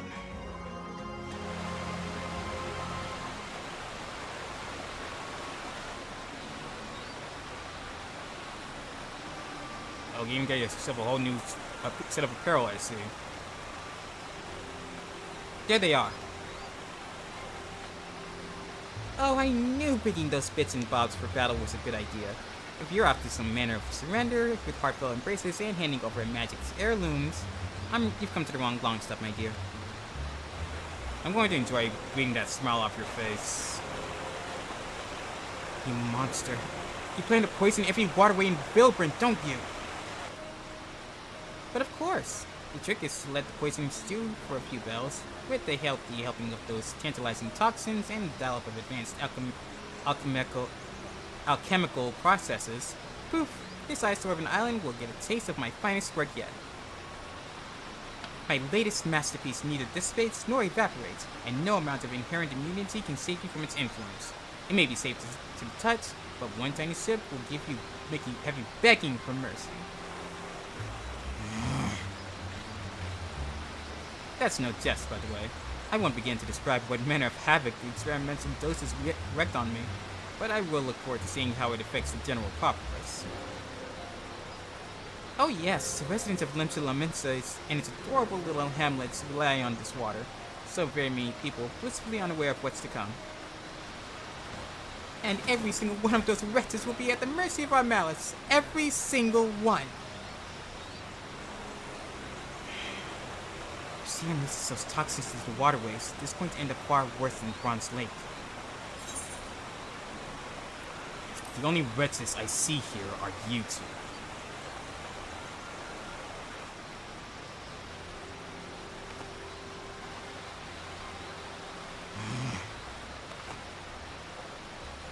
Your precious scorpion once hunted prey with these poisons, yes? Perhaps I should learn from its example and revel in the thrill of the chase. Oh dear. That's going to be a problem.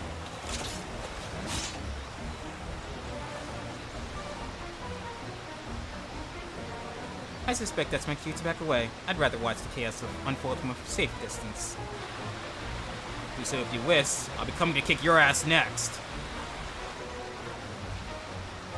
These venomous gifts keep on giving. My very ether is infused with their essence. So now, my dears. Unbound, Red Venomheart. It's time I hunt you for a change. Oh please, anything. You're stuck being the prey. Let's finish this already.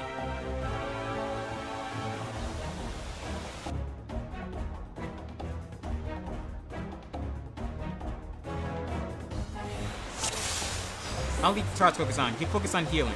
Duty commenced.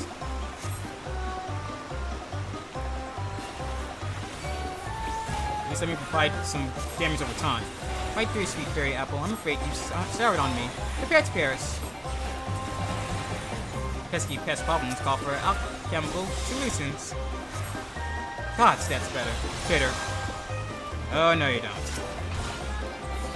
Holy crap, what did she do to herself?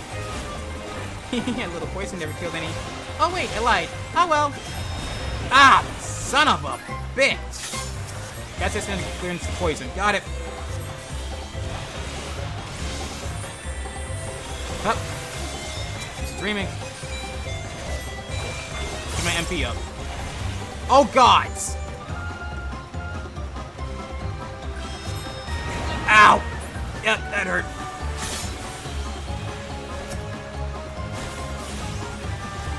That's terrible power. Why did you go the other way? I wasn't prepared for that. Time to break out Elret's special. The Elret, what now?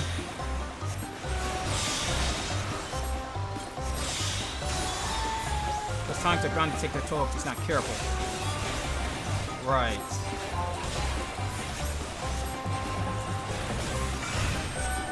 Withering Blight. Uh-oh. Oh, I know. Oh, not this crap. I hate when they do this. What a marvelous mess you're in. If you don't hurry, you'll get messier. Ugh, everything's spinning. Yeah, I'm not gonna be able to make it. Ow! Bitch!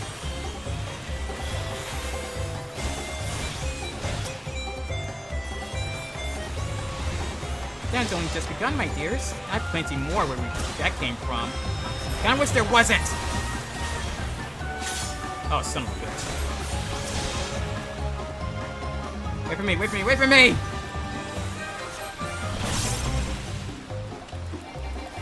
Bitch, I'm getting real tired of you.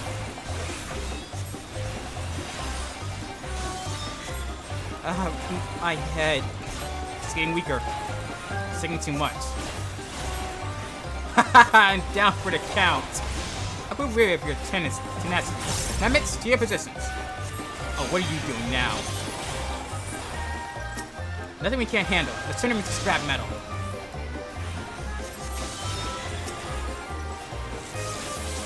Oh, they're going to self-destruct now. That's a problem.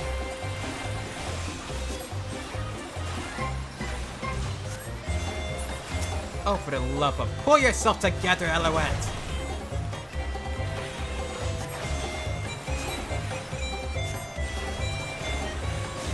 I'll be fine. Just a few more drops. Oh, man. She's got 6 stacks to this. 7 stacks now? 8!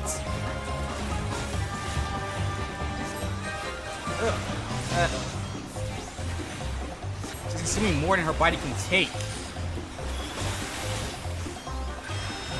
Ah, son of a bitch.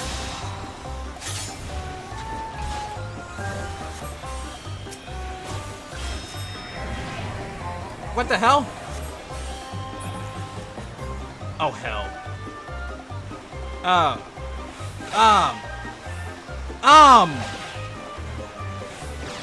Wait, I think I know which one it is. That one. I think. No. This one. Yep, called it. Gonna do better than that.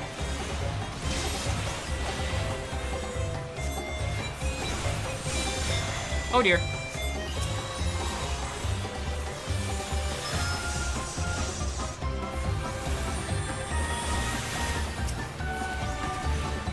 There's been times, as they say, while someone needed defective Mehmets.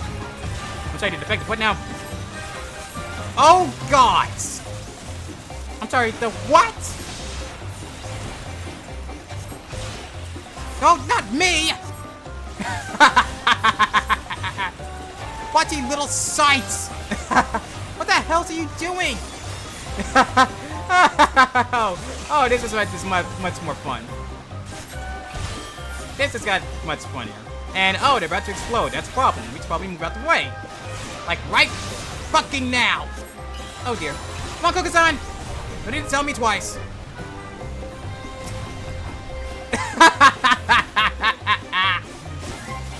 Okay.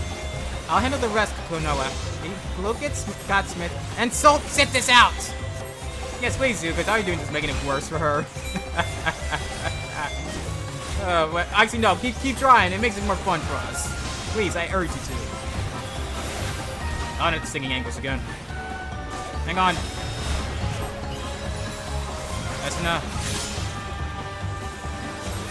There. Good. Nice, then get a regen on there.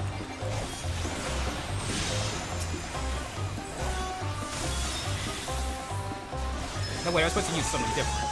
What was it? Aquaveil, I think. Whatever. He's still alive. How about this? Blaze this misery! Oh, I love using that spell. Oh, down again.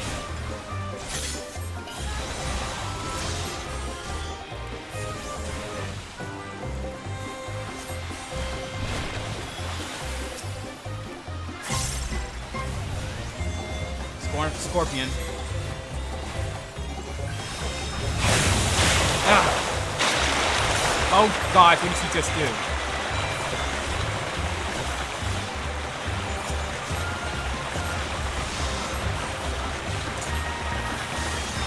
Hang in there.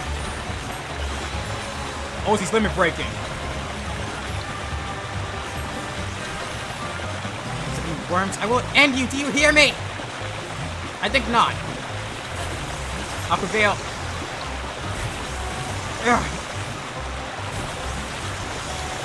Hold out, hold out. He's a freaking heal tech, isn't it?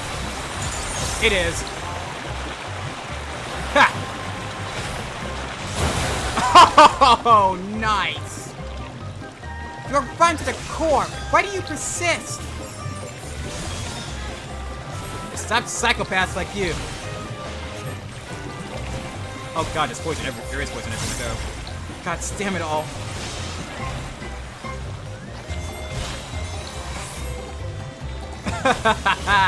No, no, no, my tonics! They betrayed me! As you keep taking so many of them. This fight's over with. Return to heartstrings. Now. I don't feel so good. Duty complete. Oh, that was satisfying. And the goofy music in the background kind of ruined the mood, but actually, it felt appropriate. Are you done?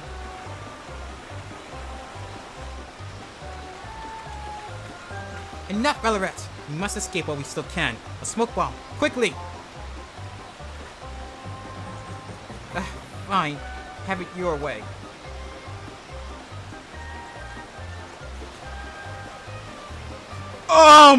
Wait, that's a goblin maid!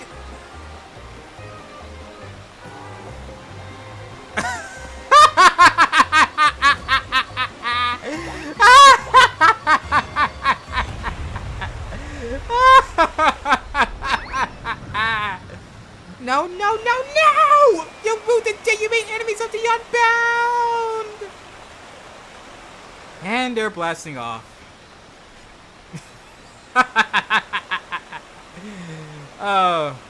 Oh, wait a minute. What about the heartstring? Oh, thank goodness he dropped it. I was worried for a second there.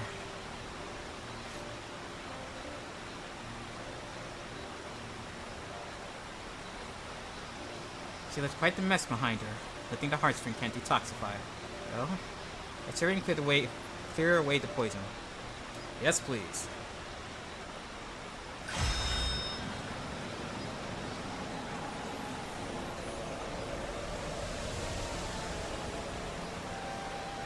Bye-bye, poison.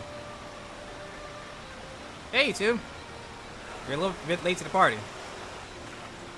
There you are, KuroZeraphim. You came running once you heard the explosion, but I'm pleased to see you're none the worse for wear. Nothing to worry about.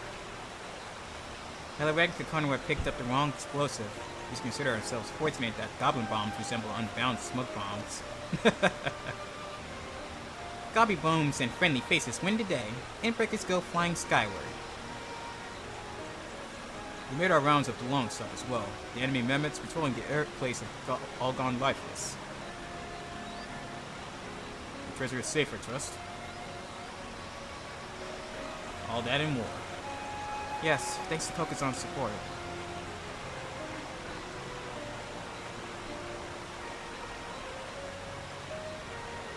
Very good. If those troublemakers survive the impending fall, they won't post the same threat without her. They do happen to show their sorry faces around her again. I've notified the Yellow Jackets to be on the lookout for them. They send their regards, and their deepest gratitude, of course.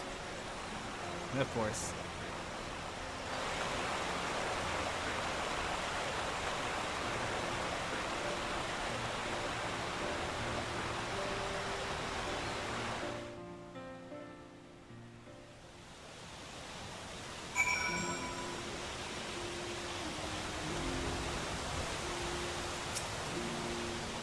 The heartstring is safe again. Thank you for everything, KuroZeraphim.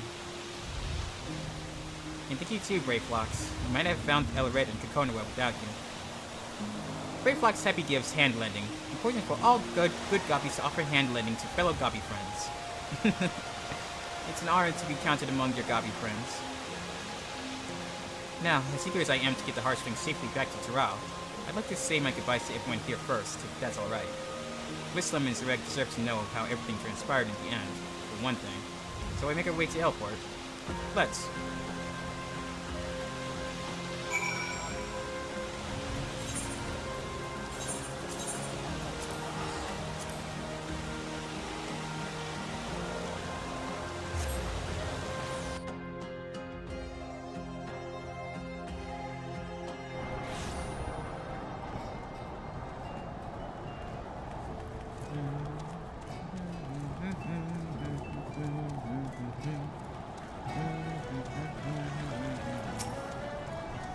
Koga-san, it's good to see you, Miss Loscano.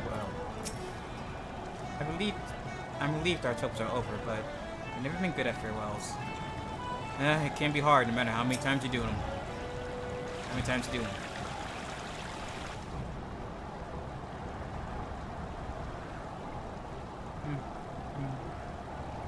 Well met, you two. How fares the hunt for Lorette?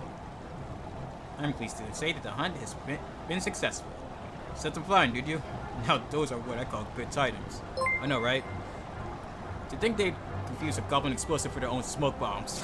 Serves them right, I say. Hey, Fraxer, thanks for the raid. Welcome, everyone. Welcome, raiders. How you doing? How was stream? Actually, what were you playing again? Hang on, let me set you up real quick.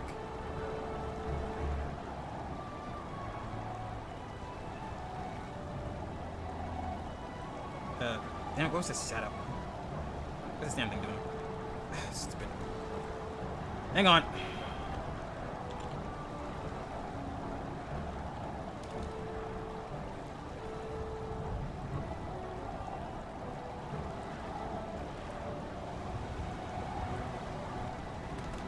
One quick second.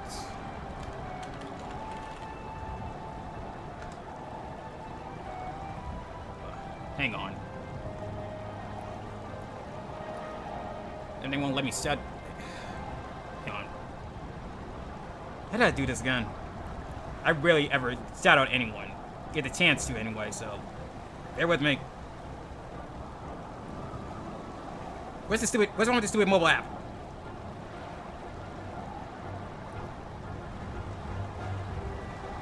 Hang on. I'll figure it out. I'll figure it out. Shit. I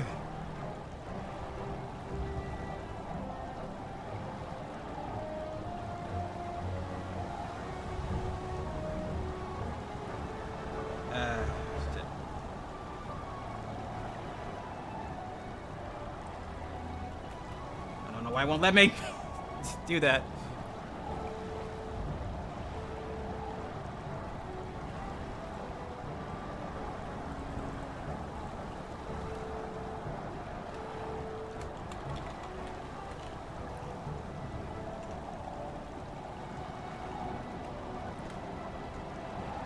There we go. Please do give Refraxer a follow. He's a very fun and very gremlin mutual of mine, among others. But again, thank you for the raid. Hope you had a good stream. What were you playing again? I legitimately cannot remember.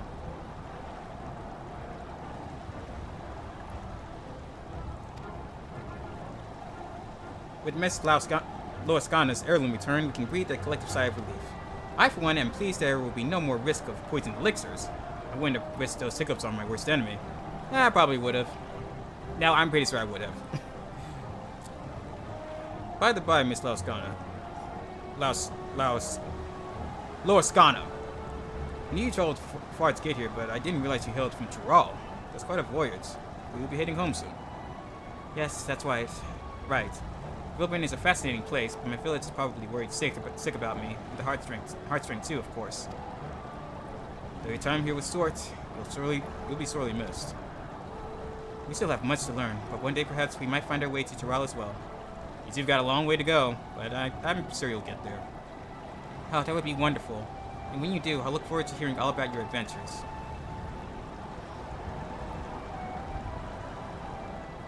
And you? We had a feeling you were no ordinary adventurer. Imagine our surprise when we learned you were the savior of the realm himself. One of our Yellow Jacket acquaintances posted about meeting the Warrior of Light while investigating the cereal poisonings, and that's when it dawned on us. She sends her regards, by the way. We've moms to go before we reach your lofty heights, but God's willing, we'll try to rise to the challenge. I'd like to see you try. You wouldn't be the first to try either, but I'd be happy to see others try to go for the challenge. Indeed, you've given me much to aspire to as a fellow healer, and I shall do my utmost to follow your shining example. I really recommend checking out the Conjurers Guild in Gridania then. They got a lot to teach you. Be well, you two, and may we meet again on distant shores. Thank both of you for your help. I'll never forget it. It's time we return to Tuliyola.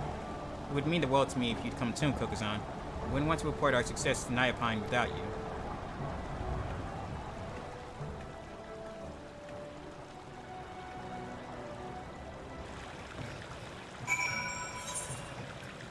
Just like that, we're already headed back to Tuliyola.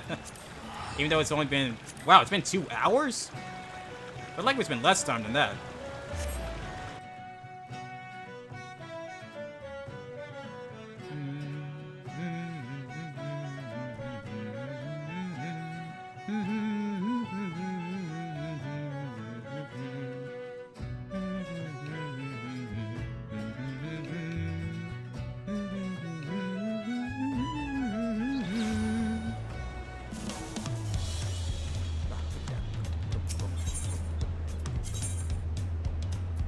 We're back to that good old swing jazz.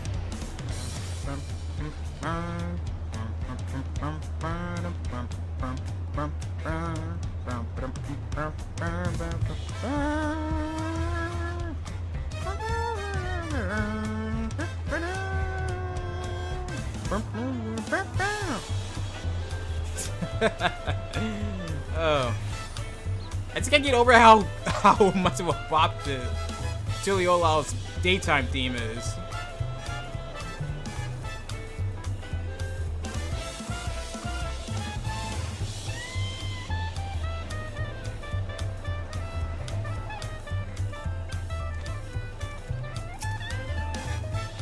Anyway, he finally came back with the heartstring.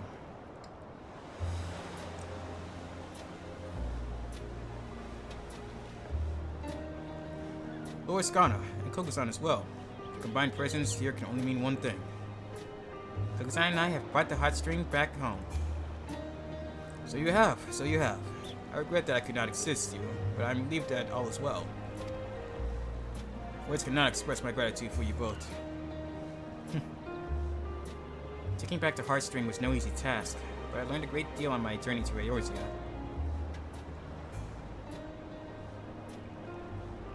One of the Unbound, a man named Kokonoa, possessed an inherent immunity to poison, built up by years of regularly ingesting small amounts. Rather than relying solely on the scorpion's gifts to detoxify us, perhaps we might learn from those traditions and build up a stronger immunity of our own. It would be a good idea in case something like this happens again. It would be prudent to prepare ourselves in case something like this ever happens again. What did I just say? If we're to continue living among the deadly, perhaps it's time we found new ways to overcome the challenges we face.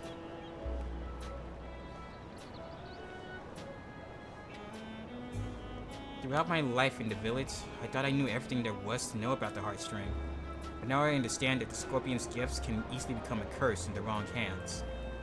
Its power can poison a single water source, threaten countless lives on a whim. Yet at the same time... Thank you, Frexer. Though, as you can see, my mouth tracking, it still leaves little to be desired. Especially when I try to smile, or frown, or what have you. I am tempted to just pass this model over to someone who knows more about AR kit tracking. I don't know. It depends on how things go in the future. Yet at the same time, its detoxifying powers can save just as many.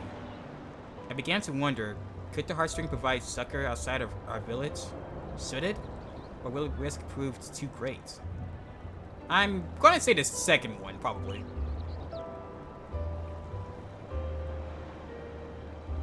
Your model, Papa?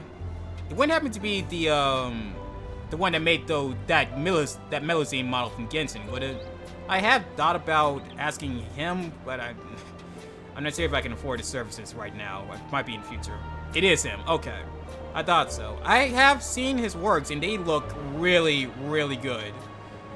I have thought about getting that Melazine model for if I ever do a Genshin stream.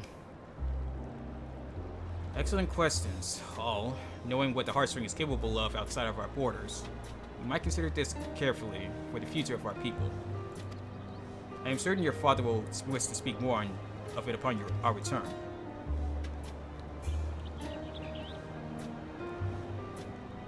My full model costs like $350. If he's rigging, I'm sure he'll cut you a deal. I'll consider it. Good. Normally I'd be cautious about this type of thing, but considering it's coming from you, I'm sure he's legit. Or maybe even help you just rig. Probably help me with the rigging, though honestly, I really hate messing with Unity, so I might just leave it to someone else, because trying to get it... Is this DLC? It's an MMO, so not really a DLC, just the latest expansion, Dawn Trail. You're still in the free trial, so it's not... This area is not really available to you. In fact, the only place you can get to is up to Stormblood. Only up to Stormblood. Where I am, you would need to buy the full game, unfortunately. As you can see, our community has much to consider if we keep driving. But for the moment, I'm simply glad the Heartstring is back in Tyrol. And I can't thank you enough for your help. Until I met you, I'd never hunted alongside a healer. But knowing I had your support filled me with courage. Yours is a heartening presence, one I'm going to miss dearly. You have my gratitude and my trust, Kokozan, now and forever. Think nothing of it. But as much as I'd like to, I won't keep you any longer. Nayapine and I have a long trek home. If you wish, I wish you all the best, and I know we'll meet again someday. If I know how these world quests go, we probably will.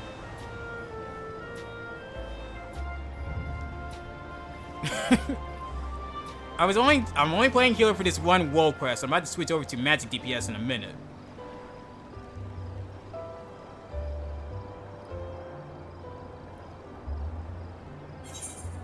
Antidote for the Anarchy. Complete. Like, this is the first of 5 world quests to deal with. I only took care of this one first because I don't really like playing healer. It's so daunting for me. I don't know how others can do this so easily. Oh, this place is pretty. Looks warm but pretty. Yes, it is warm. Like, this... Hold on, let me teleport somewhere so you can get a good view.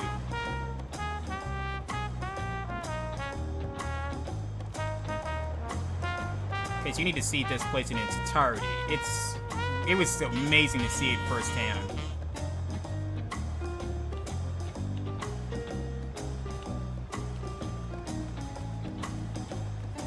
I need to play zoomed out because when in combat, so much shit happens that I need to have a full view of what's going on. So I have it zoomed out for combat purposes.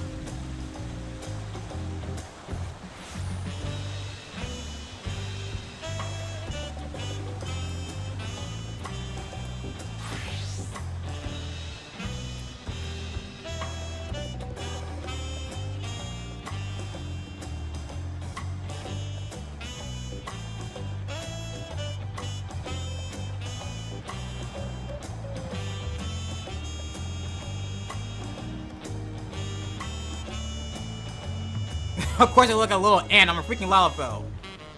Now see, this is like a good chunk of the capital city itself. There's this long ass bridge over there that was built by giants.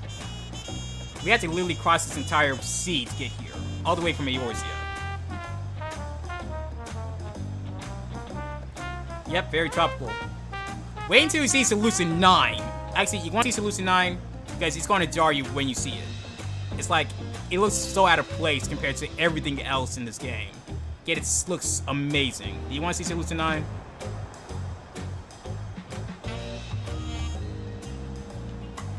Before I start this next world quest. Okay, because when I first saw it, it's amazing. You would think that it was you would think like you transported to another world having seen it.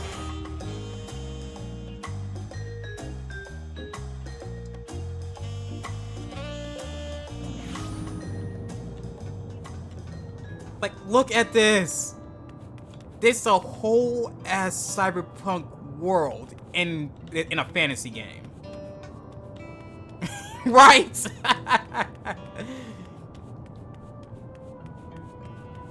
It's insane. You think I want to live here too? And look, and here's the crazy part. Yes, it is. Ulysses, hey! I didn't know you were in chat. And here's the thing, this is a chunk of one place, part of a whole world. Unfortunately, we're here after the aftermath of a very bad attack. There's a lot of debris here, a lot of dead people. Well, sort of dead. Some people came back to life because of some complicated stuff that I won't get into right now. But yeah, this place is amazing. Was amazing when I saw it the first time, and it still is. They even got modern food in this place. They got chocolate bars, they got steak, they got freaking pouches full of juice. You look like from there. Yes, I know. Yeah, I was thinking to myself, you would lose your mind as soon as you saw this place. This makes me hope that you would play far enough into the game to actually experience Dawn Trail yourself. Because just reaching this was worth the long wait. Like, when I say this was like a whole cyberpunk era, I see you not. They have motorcycles here. Like, legit motorcycles. And cars. Like, where's the area that's still... Right there. See, over here. You got these whole cells full of drinks and food over here. Look at this. Motorcycles. 4-wheeled motorcycles over here. And check out this car. 6-wheel drive. Oh, but here's the worst part about it. Here's the worst part. They cost 7 million gil. Do you know how many raids and how many items I would have to sell to reach that much? Yes, they cost 7 million gil. I don't know if there's another way to get these motorcycles, and it annoys me to no end.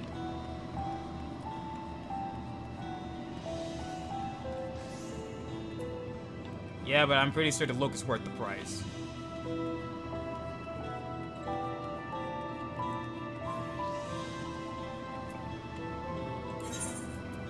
But yeah, I hope you get far enough into the game. I hope you get far enough to the game to actually get a subscription and see it for yourself. You would love this place, and the insane lore behind it too. But back to Tuliyola because I gotta do the magic DPS world quest. I gotta get that out the way before we end things. I'm pretty sure that's gonna take a while too because so insane. Okay, at least these don't need to be bragging. Okay. I don't know what you got up to in this game to get that much, and frankly, I don't want to know. Probably did a lot of crafting and cooking and whatever to get that much, because that's how most people in this game get their money.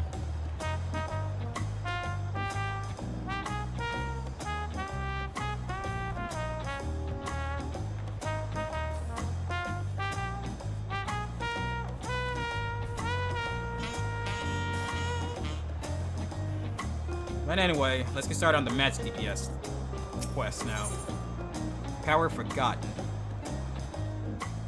Silhi seeks an adventurer with a penchant for the magic. That's me! Craft old gear, slowly trying to create one of every craftable item for achievements. You sell 50 to 70 gear? No wonder you're making a lot. Oh, hello.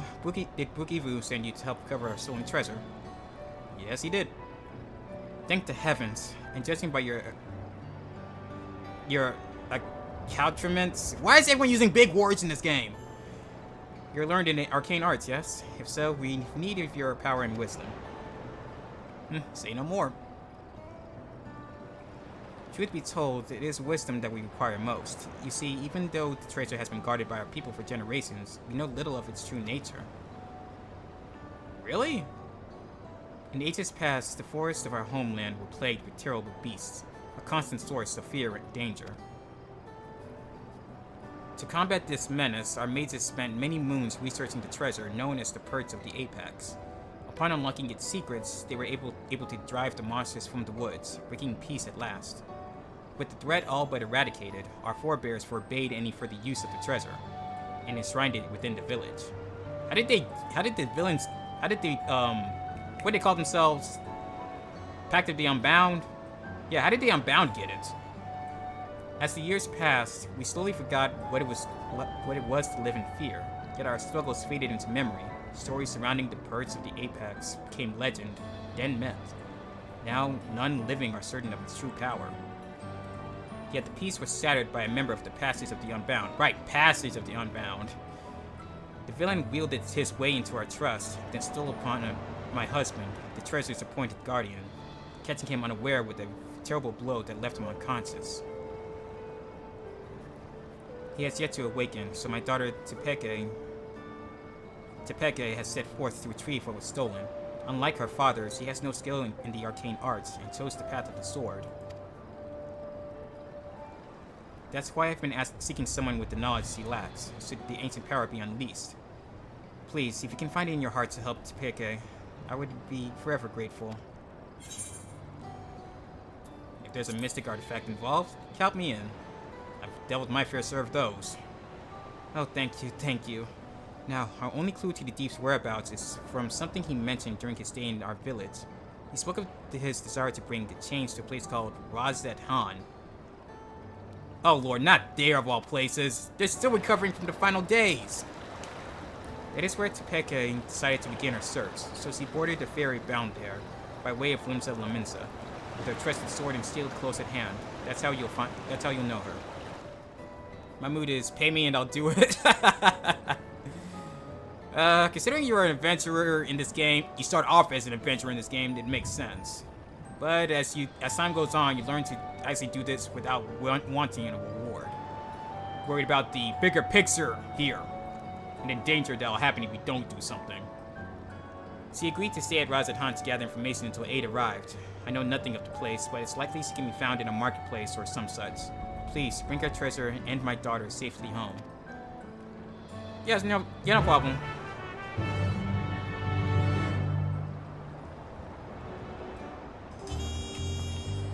So KuroZeraphimVT. Last time I've been there was to make my Manderville relic weapons. A very, very long-winded process, especially having to deal with the Manderville family. They're good people, just very, very exhausting. And thank you for the hydrates. Then again, I'm not sure if you can consider Powerade hydrating, because that's what I'm drinking.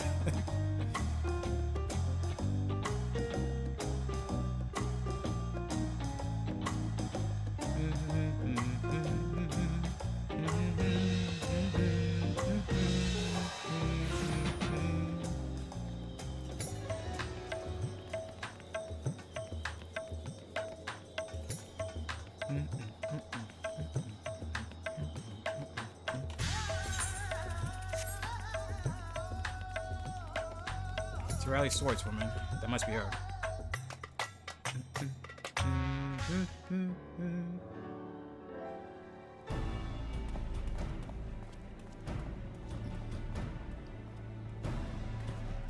Oh, are you looking for me?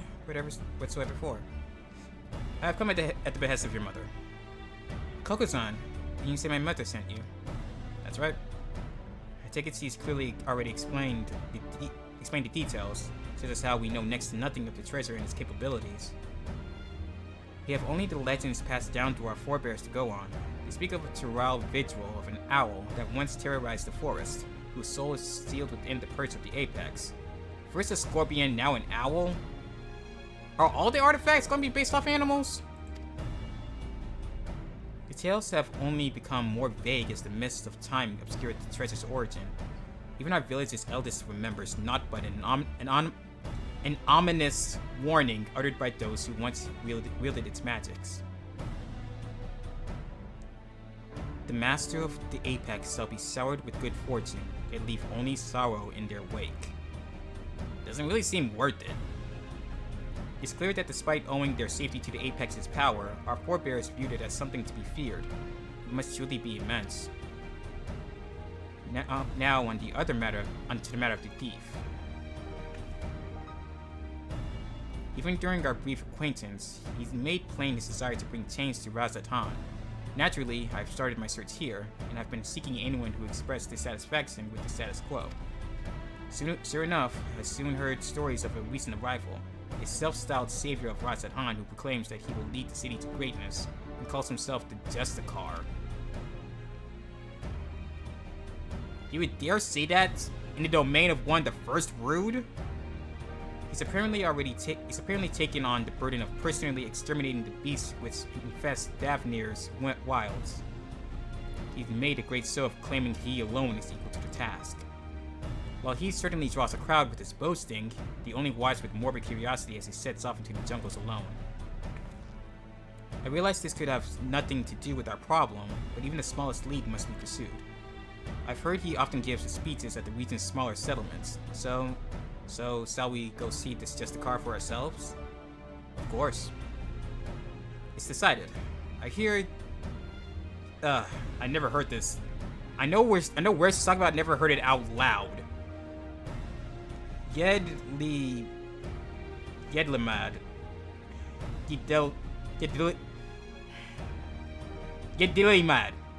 That's what I'm gonna say. Yedlimad. That's all I'm gonna call it.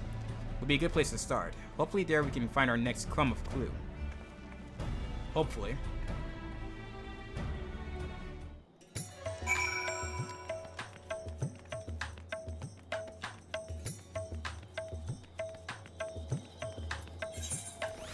Look, wait, there's an aetheryte right next to it. Right next to where she is.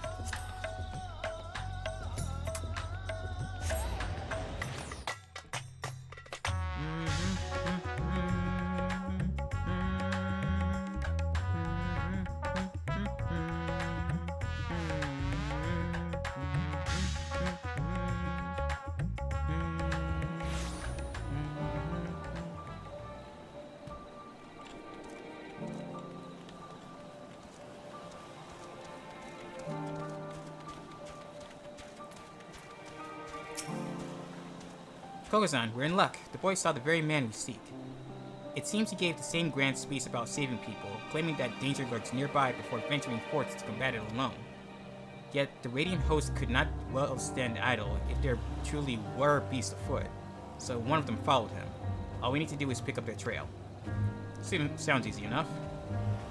He ran towards the shroud, but you might be able to spot him from Kajaya's footsteps. You can see the whole forest from there. Thanks, you've been very helpful. So, Koga-san, shall we head there and see what we can see?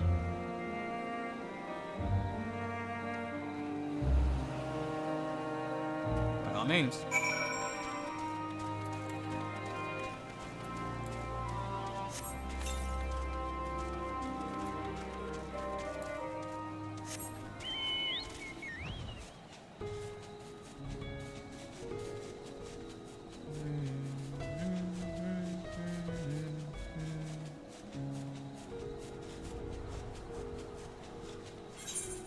How far are we at again? Over here. Got it.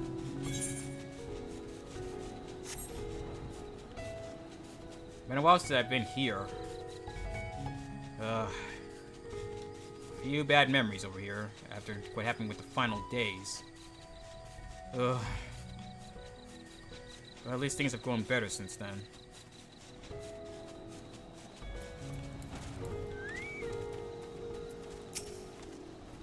Now then, let us begin our search. Since I've never really seen the Justicar, I suggest we find the Radiant Host soldier first.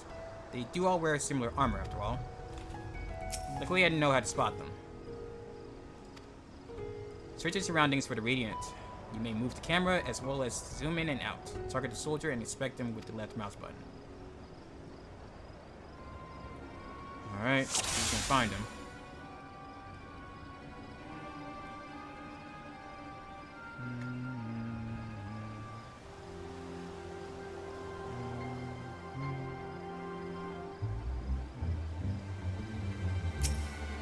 Oh, I need to zoom in. Let me. This little monkey. Oh, wait. Press footprints. Footprints, but whose? There's no way to tell if they were left by the Radiant Host soldier or the Justicar. Huh? What the hell? Oh, that doesn't look good. That must be him. But what happened? We better get down there quickly. That doesn't look good. Maybe the Justicar caught on to him following him.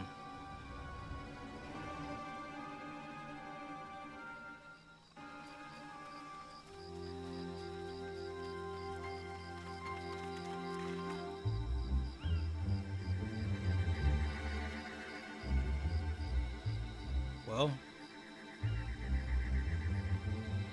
not to worry, Kokuzan. He's unconscious, but otherwise appears unharmed. So that's good.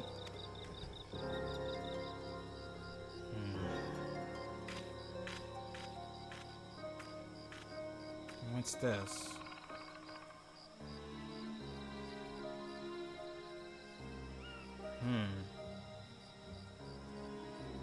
A beast. And a couple of boulders.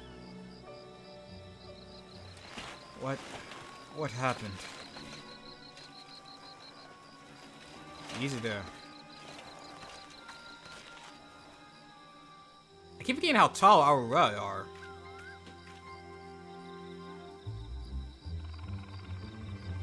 We heard you came here in pursuit of the Justicar. Do you remember anything? Yes, I eventually found him. He was confronting that fiend that now lies dead. Was he?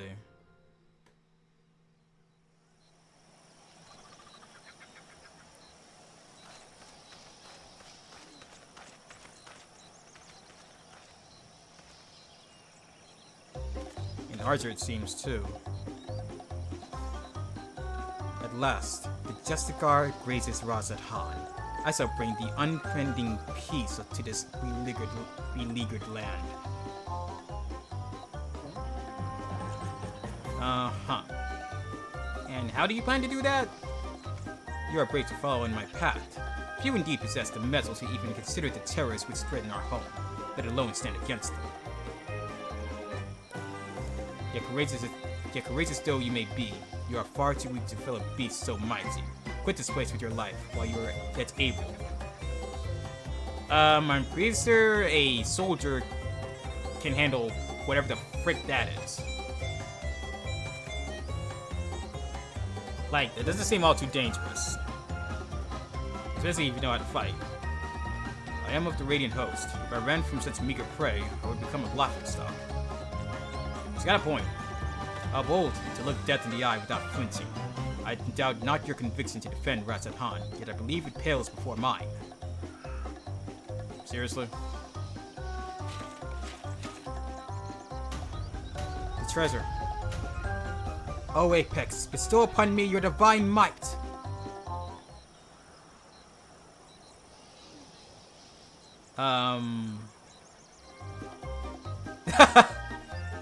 Do you not heed my call? I require your power more than ever! Is something supposed to happen? He doesn't know how to work it. He doesn't know how to use it. Why? Am I yet unworthy? Or mayhap there's a button I must press. It's a stone relic. Where would there be a button?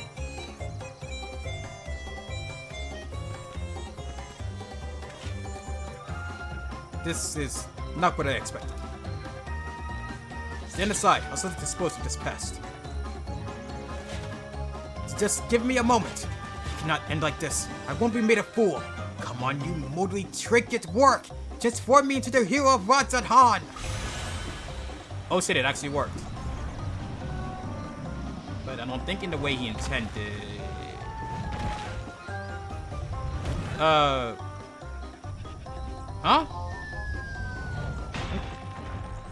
Oh. I see what happened now.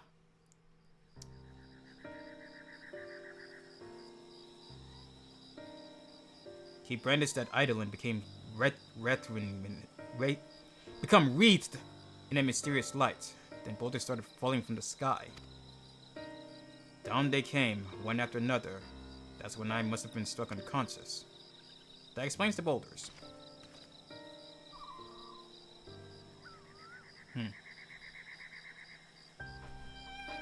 I recall only faintly, but I think I heard the man mumbling, quite excitedly, as if he had come upon a sudden revelation, or as if he was overtaken by madness. My money's on the latter.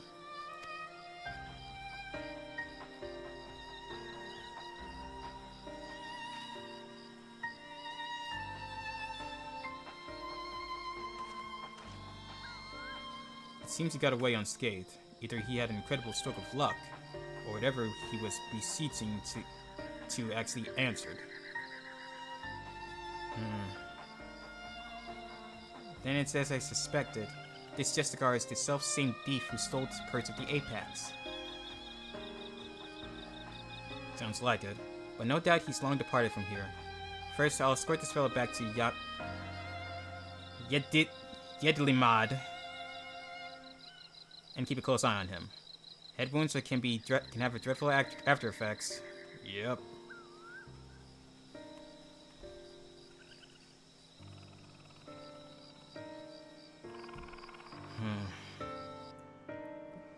Where did the bolters come from? I don't think the Purge of the Apex really had much to do with that. And it was just probably just luck. But still, there's left to be seen.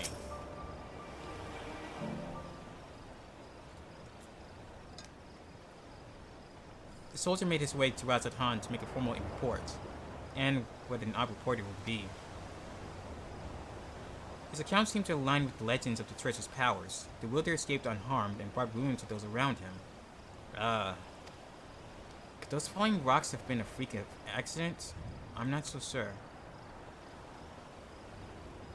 You won't believe it! He came back! He did?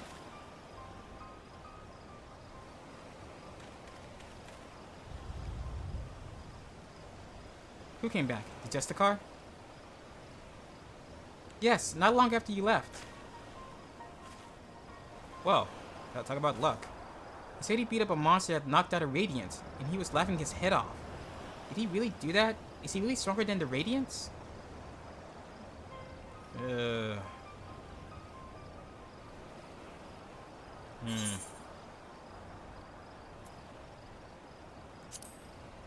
Maybe he is, maybe he isn't.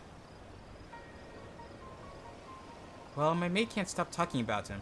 He wants to be just like the Justicar. His mom and dad weren't happy about that, though.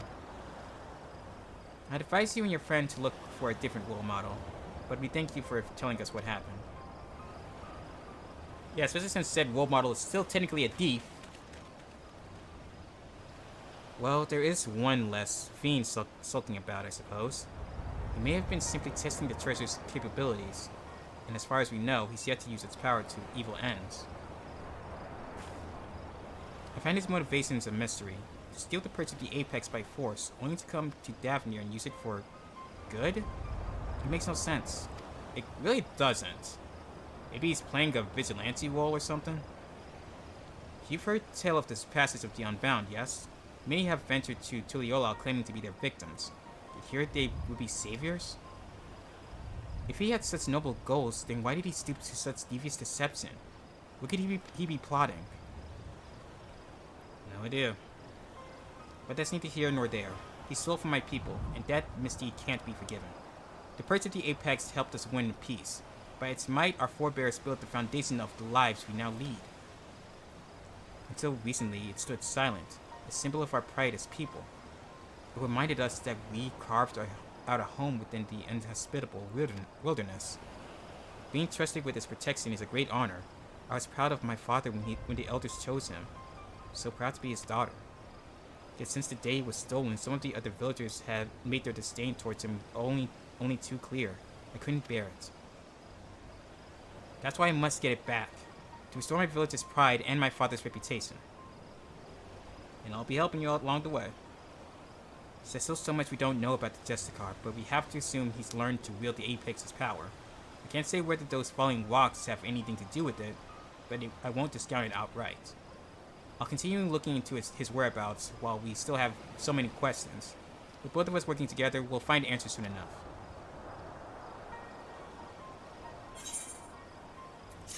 Certainly will.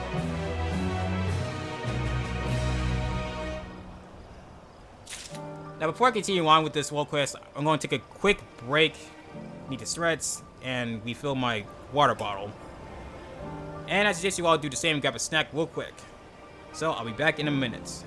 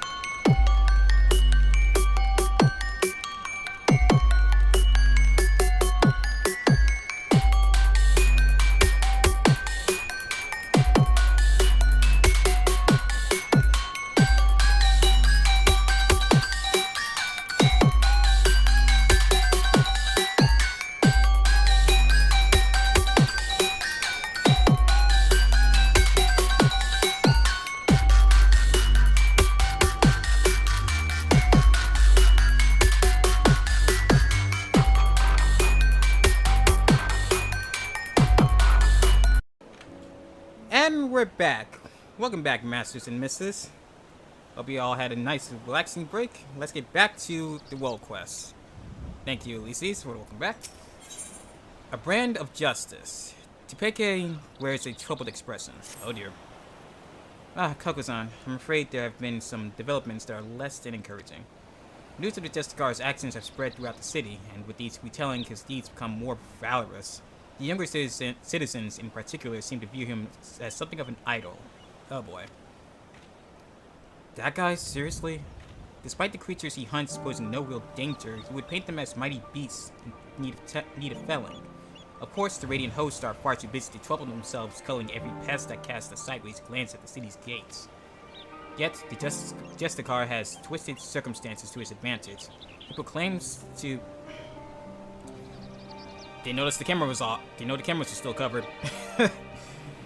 Yet the Justicar has twisted circumstances to his advantage. He proclaims to anyone who will listen that the Radiant hosts circle with terror before these beasts, and that he's the only one who can eradicate them. Lies! All lies! Though you might expect such claims to be dismissed as wild ramblings, it seems no few people have fallen for his ploy. The whispers of his exploits among the youth have practically grown into a clamor. That's a problem. Yet we mustn't be discouraged, for his increasing fame only makes it easier for us to sniff out his trail. And we're better to start than Razadhan. I'll see you there, Kokozan. Alright.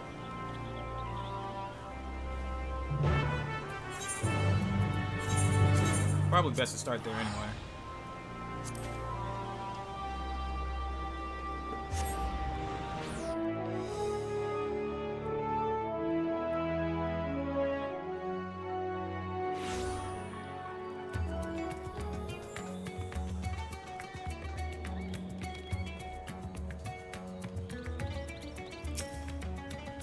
Given how large the city is, let's split up to cover more ground. I already have a destination in mind, the High Crucible. I hear the alchemists there can concoct all manner of tin cures and powders, including those of which help in detecting traces of energies left behind by magics and enchanted tools. Fallen rocks have invariably marked locations where the Justicar has performed one of his feats, and I believe an alchemical mixture can help us determine if their presence is the work of the treasure.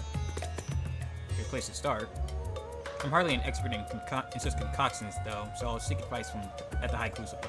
While I'm doing that, I would ask you to go to the Hall of the Radiant Host and see if they have any information on the Justicar's whereabouts. Does that plan sound agreeable to you? Yep. Great. Now that we both have our tasks, let's get to them. I'll meet you back here once my business is done. Alright, to the Radiant Host. Or Hall of the Radiant Host.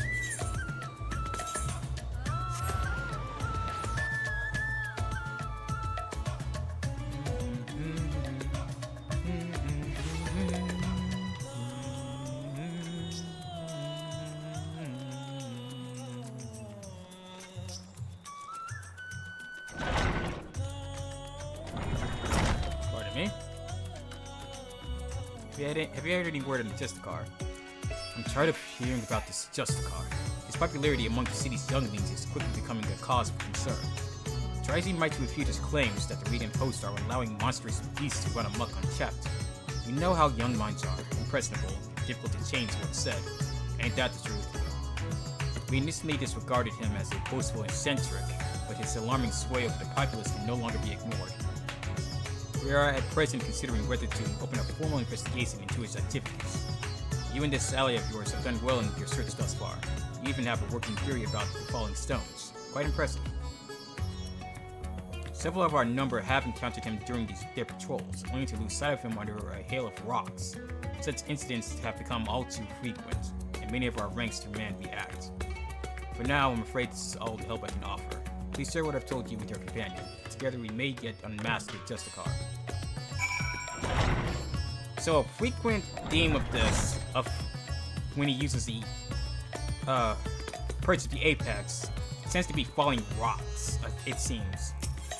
Why rocks of all things, I'm not sure I understand, hopefully we will. Though, then again, we probably won't.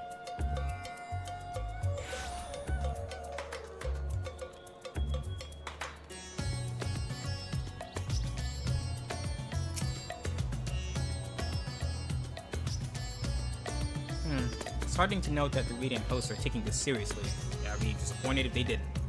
Thank you for speaking with them, Kokuzan. I have good tidings as well, I explained the situation to the alchemist, and they provided a powder that should help detect traces of magic in the surrounding environment. I say help because the powder reacts only faintly on its own. Oh. To function properly, it requires the skills of one practicing the arcane arts. Luckily, I have you. Yeah, you do. I've committed the locations of all sightings of the Justicar to memory, and the closest to us was at the Perfumed Rise. Let's hope this powder works as intended. Alright.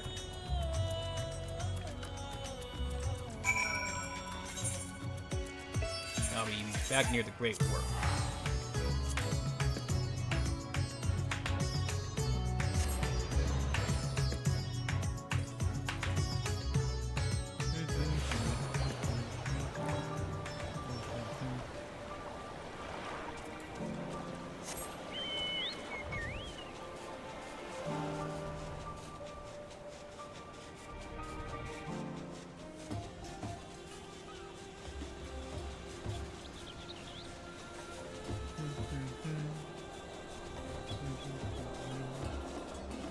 Oops, over here.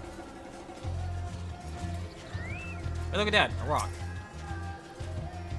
The Justicar was sighted near here, and I didn't see any other conspicuous stones around, so I sprinkled the powder over this one. Now, concentrate your focus, or inner eye, or whatever it is that the locus of your power, and see if you can detect any unnatural forces. Will do.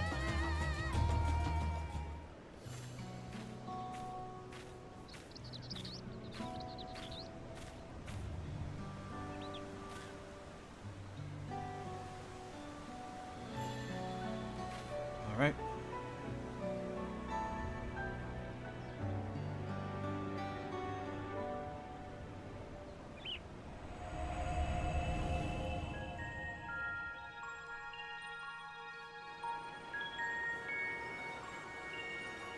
Let's see now. Definitely something there.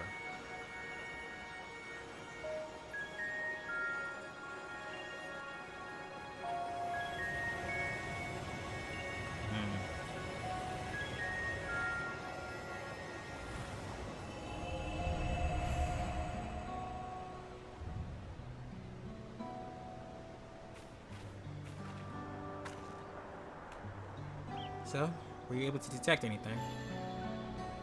Certainly. I knew you could do it. So because there's no crystals in the rock, the energy you detected must be the remains of some kind of spell. Is that right? And taking the story of the Radiant we rescued previously into account, we can conclude that the Justicar uses the treasure to call those stones down from the sky. So they're just appearing out of thin air. Maybe like a form of stone magic? At least we now have an inkling of its true nature. Even so, not every question has been answered.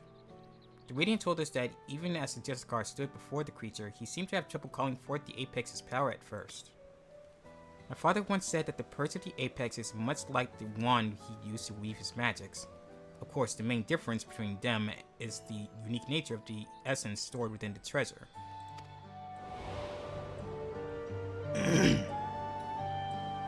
I know little of such arcane instruments, but you must be quite familiar with them. How do you use yours?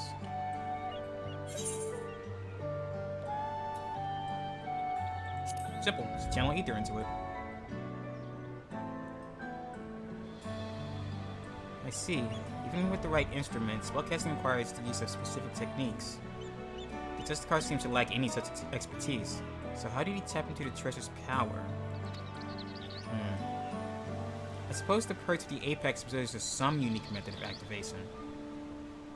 When I spoke to the representatives of the other tribes about their treasures, no one mentioned special techniques being required. Not that the relics should have so much in common to begin with. Huh?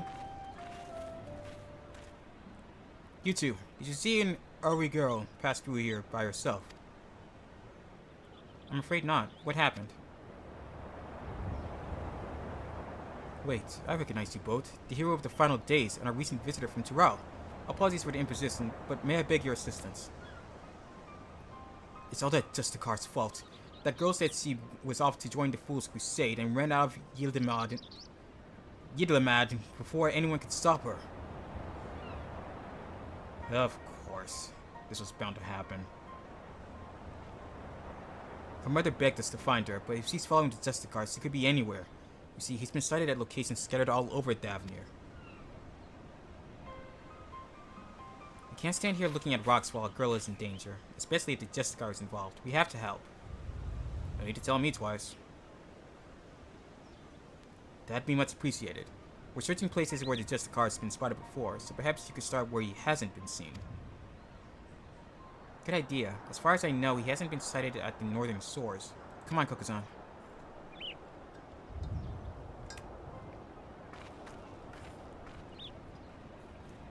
The northern shores we go.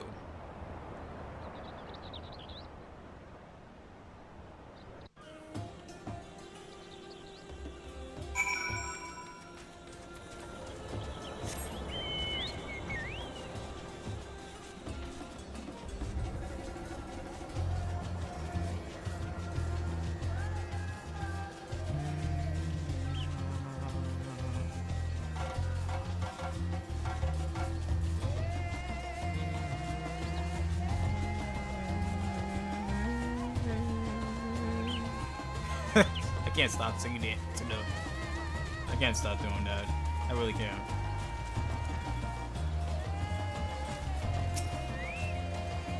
I don't see her anywhere. I hope she's safe.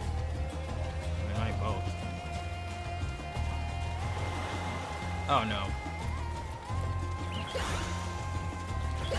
He's prepared beforehand.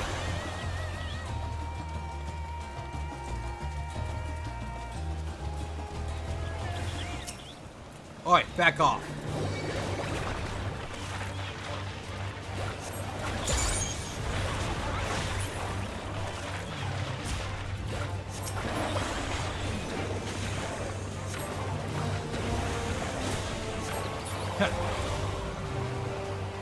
That didn't last long, did that? You alright?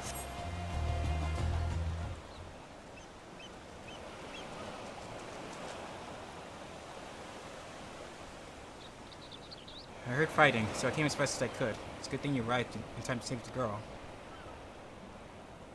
Thank you, mister. Thank you.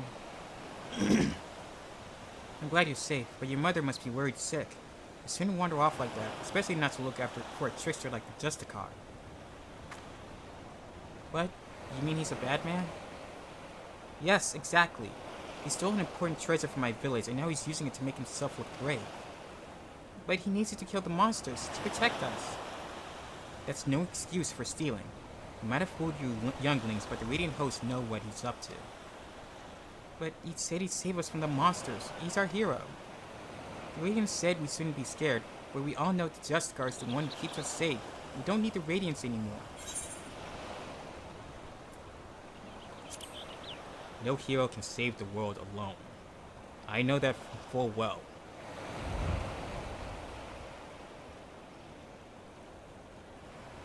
I'm sorry. I shouldn't say bad things about the Radiants. They protected everyone in the final days. I guess I forgot how much they cared about us.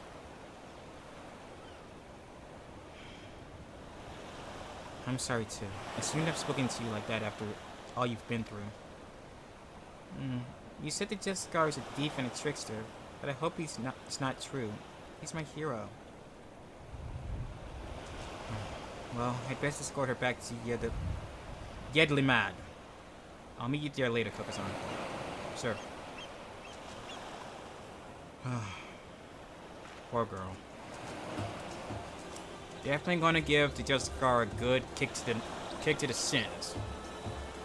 Oh wait, I'm a Lullaby. I can just punch his shins. That'd be more effective.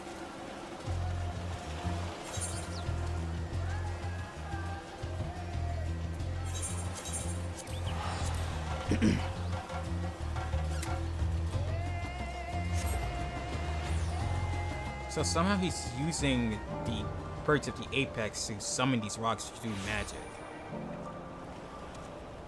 But it seems that's all he can do because he's not really using any any actual arcane technique.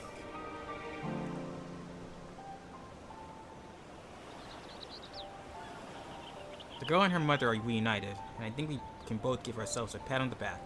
They're on their way now to inform the Radiant host that all is well. I would like to apologize for before. I let my emotions get the better of me, and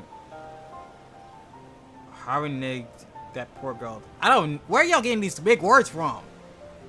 When she was hardly to blame for anything. I really should have been scolding myself.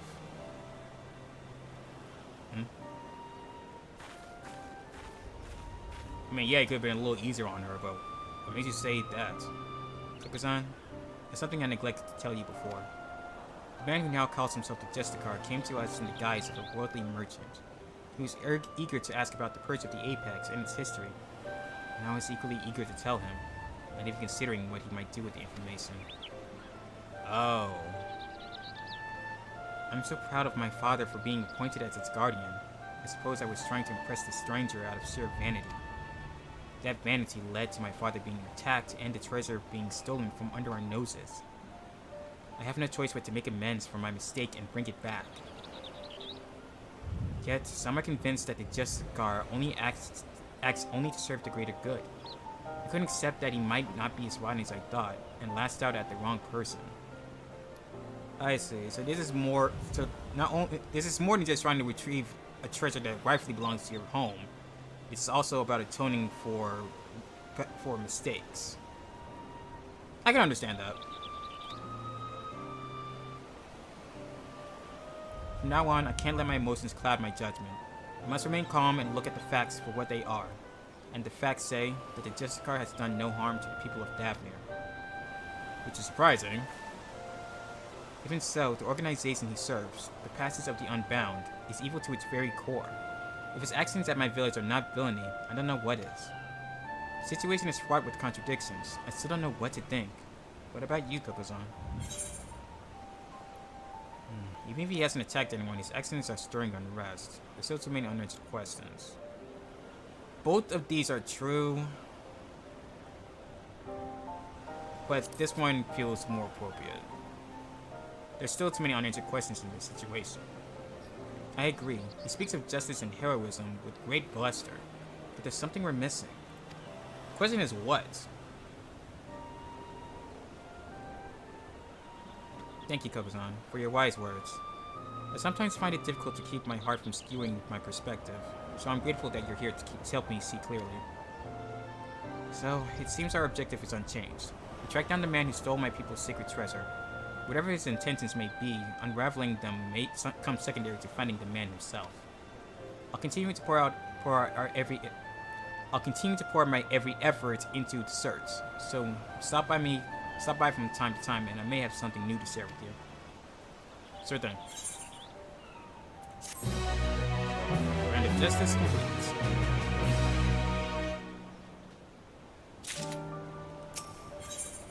The seeds of popularity. Topeke is eager to share new developments in the search for the Justicar. Kukuzan, I hope you've been well. Since last we spoke, the Justicar has been busy felling fiends all across Davenir, leaving a trail of witnesses behind in his wake. More than a few have reported seeing stones falling from the sky, which all but confirms our theory that the treasure is causing the phenomenon. The stories share one peculiar commonality. It seems the pests he hunts have all been the seedkin variety. Why he avoids beasts of flesh and blood is yet a mystery. Only seedkin? Okay, I have a theory on that. What if the Purge of the Apex won't allow you to attack beasts? Won't allow you to attack beasts of flesh and blood. In doing so could cause some kind of punishment or curse in the process. No, that doesn't make much sense either. That doesn't really make much sense. I don't know. Just spitballing here. It bears mentioning that each of these eyewitnesses accounts came from people who were rescued by the Justicar, who invariably appears just as these creatures attack. In fact, the Justicar has been there to save the day in every single instance of the Seedkin-related mischief. Awfully suspicious if you ask me, and I'm not the only one who thinks so. Some among the Meridian hosts have suggested that the Justicar is planning these assaults somehow, so he alone can reap the glory from thwarting them. I agree, and think this should be our next avenue of investigation. Right. Because if he was planning this, then that means he would have to have some control over other beasts as well. But the Seedkin seem to be the one thing that's he's fighting against. What if it's the same Seedkin each time, too? Many of these incidents occurred near Giant Skull grounds, so we should start our search there. If we can find one of these monstrous plants before it finds hapless prey, we may be able to shed light upon the Justicar's methods. Time is of the essence, so let's leave at once.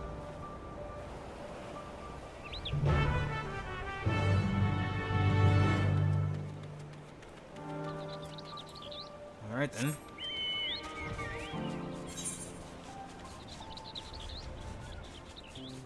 That's over straight ahead.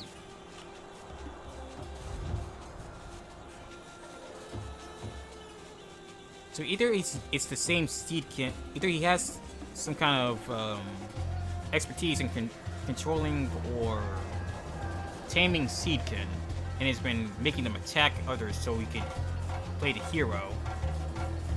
That which would explain why he hasn't been fighting anything other than Seedkin. He hasn't been fighting any other monsters, no beasts, no fiends, any other variety aside of that.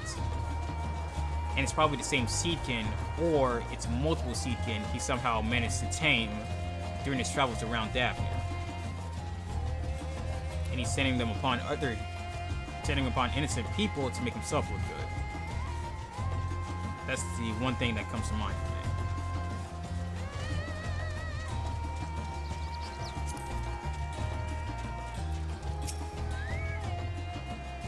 Any moving vistas? Slithering vines? Not here, in any case. Focus on, I'll search the western path. Why don't you search the east? Got it. If you see something, don't strike to kill. Weaken it, then capture it with this rope. We'll learn much more from a live specimen. Got it. Don't kill it, just capture it.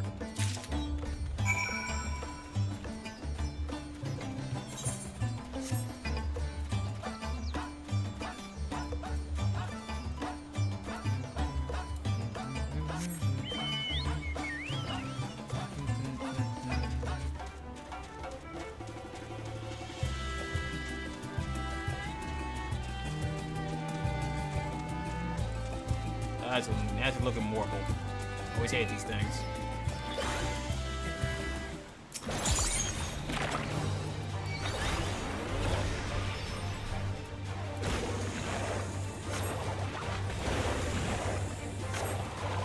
That's to do it. What? It's not weakened enough? Another attempt will kill it.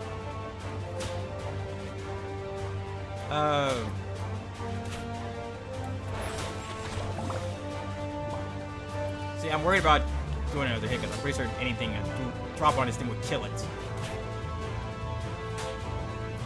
Water and blue, or 2 and blue. Yeah, that'll be enough. Seriously?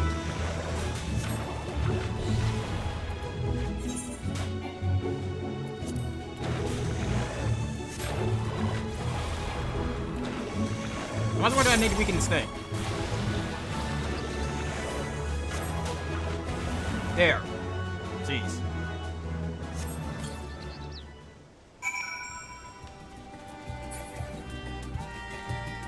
That was a tad annoying, not gonna lie.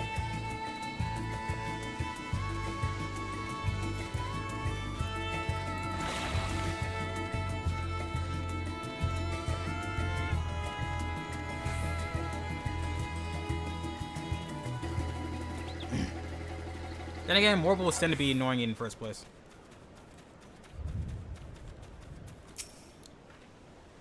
See plenty of fauna roaming about, but the flora all seems to be of the rooted to the ground variety. Perhaps my hunch was incorrect. Think again.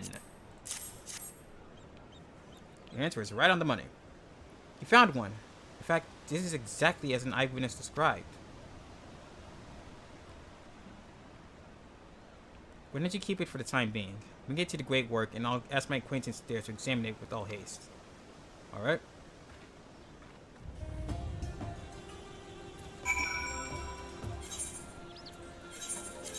onto the Great Warp Blast.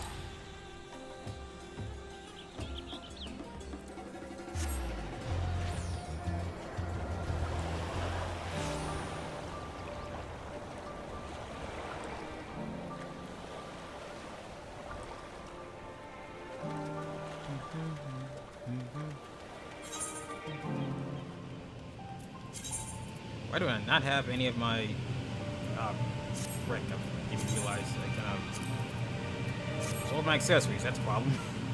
Hey Nidana, the mission is complete. There's so much I wish to learn of the void. Naturally, I thought to see God as Daya. Then I remembered how, when speaking with Distilla and first, my enthusiasm carried us well into the early hours of the morning. I hope not to make that same mistake again. Good idea. Mrs. Topeke told me what to expect. Well then, let's see the thing. Here you go. Don't worry, it's weekend, so it shouldn't be too dangerous. Oh, I didn't expect it to be so diminutive. If Mistress Topeke's intuition is correct, then I expect some interesting discoveries are in store. Probably.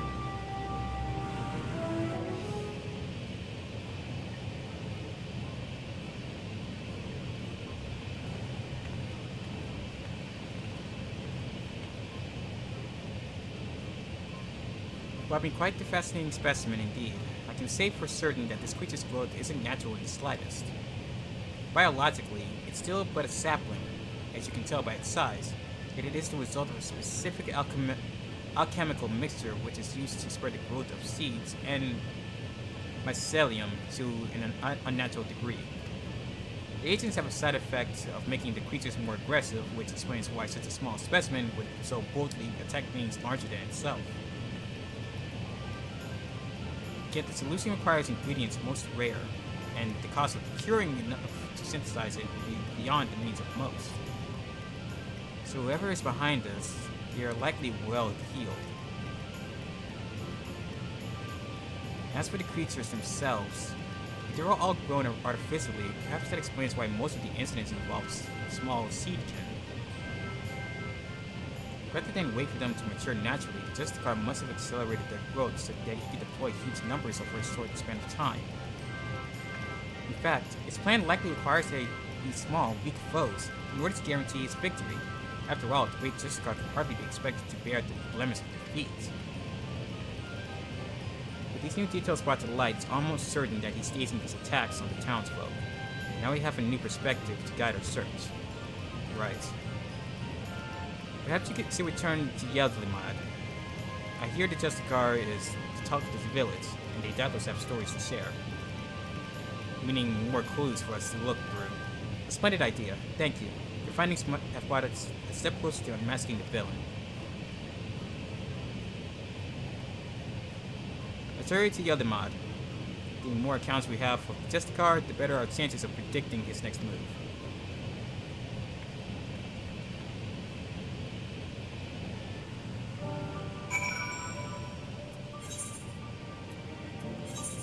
Alright, so we'll look back there then. Get to investigating.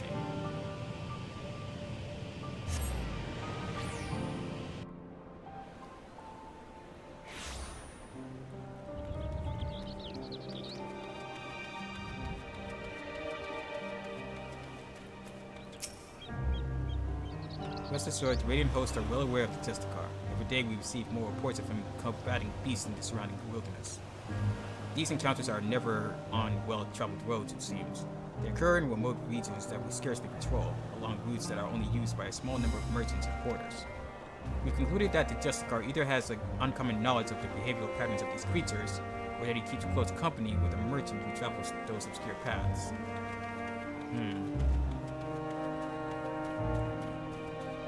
I did not notice. I kind of accidentally sold all my accessories that I wasn't using, trying to clear out inventory space. I'm a dumbass. I'll need to buy some of that back from merchants in other areas. Might have to head back to Living Memory for a bit.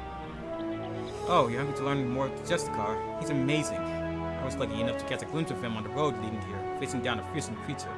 I don't know how he did it, but he called down rocks from the sky to knock that thing flat. The radiant hosts were away on patrol, so if he hadn't come to our rescue, that brood would have marched right into our homes. He shouted that he was the savior of Razat Han. He even waved at me. No, he looked so impressive with the sun setting behind him. Great.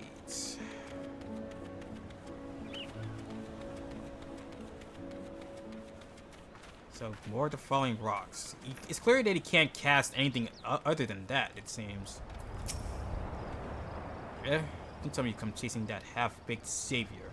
The younglings might be checking with his honeyed words, but anyone with experience can see that he's nothing but a charlatan, and I have a story to prove it. A merchant I know took a tumble as he was transporting his goods. Not long after comes the Justicar, looking silverous as you please in his shining armor. But did he offer a helping hand? No! He ran off with nary a glance backwards. He may go on about slaying beasts, but a real hero would never ignore someone in need, even if they were just suffering from scraped knees and a bruised ego. Huh. Interesting. Interesting.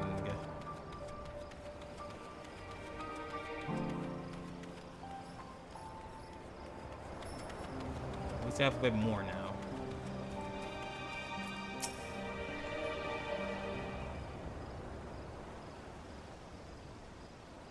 Koga-san, do you have a moment? I'm having a little trouble here. Oh dear. I sought this merchant out because I was told he dealt with the alchemists in the great work. I thought he might know something about the Justicar, but when I asked, he's been like this ever since. Apologies, I was just surprised that you would ask me about that madman. What connection could he possibly have with me? The fiends he fights are grown with the rare alchemical materials, and we think he may be staging these encounters. Since you deal with such wares, I wondered if you might know how he came into their possession. I don't know what you're talking about. I've never spoken to that man. You caught that slip of the tongue, right? I very much doubt that. Perhaps you'll be more receptive to questioning from you, Koga-san. He seems to have intimate knowledge of trade routes and alchemy. Spit it out. You're working with him. Who taught him, I wonder? Come now, any merchant with a nose for profit has good relations with the alchemists. By your way of thinking, any one of us could be in league with Verazon. We never said his name. Verazon, you said. Who is that, may I ask? Huh? What? Did I... No, that's my name. You refer to yourself in the third person? Just spit it out. I'd be a fool to continue this charade any longer. My son Verazon is the one you know as the Justicar. To be suddenly confronted with this litany of misdeeds, I quite lost my composure. Wait, you're his dad? You're his father? Then, do you know how he came into possession of such rare materials and knowledge? Aye, he stole them from me. My most valuable materials and my precious maps. Yet I was the one who chose to hide that fact, and I bear the blame for the consequences. What can you tell us about him as a person? Verazon was obsessed with tales of legendary heroes even from a young age. I paid a great deal of money to have him tutored in the art of the bow. He became quite skilled at it, in fact, but not quite as skilled as his arrogance led him to believe. Due to this, and perhaps a lack of ambition, he never aspired to true greatness. Instead, he came to rely upon fanciful equipment and exotic potions, rather than honing what skill he had. But that was his first mistake. It pained me to see him fall into dissoluteness, but he would broke no counsel. So several years ago, I gave him enough coin to support his lavish lifestyle and told him never to speak with me again. He didn't, until but recently when he darkened my doorstep once more. And that was when he stole your goods. Although I would have willingly given them if he had but asked. He was rambling almost incoherently, something about this heroic deeds as a Justicar. I caught the eye of someone named Appii. I'm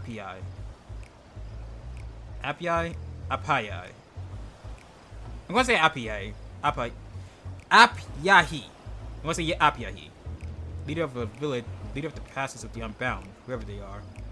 He claimed that under the guidance of his newfound allies, he had obtained a great power. Power enough to eclipse all heroes who have come before and shall come after, as he put it. It seems he gives what money he still has to these people. To think that for all his fanciful words, he had only deigned to grasp a hollow victory, all at all at the expense of Razat Han.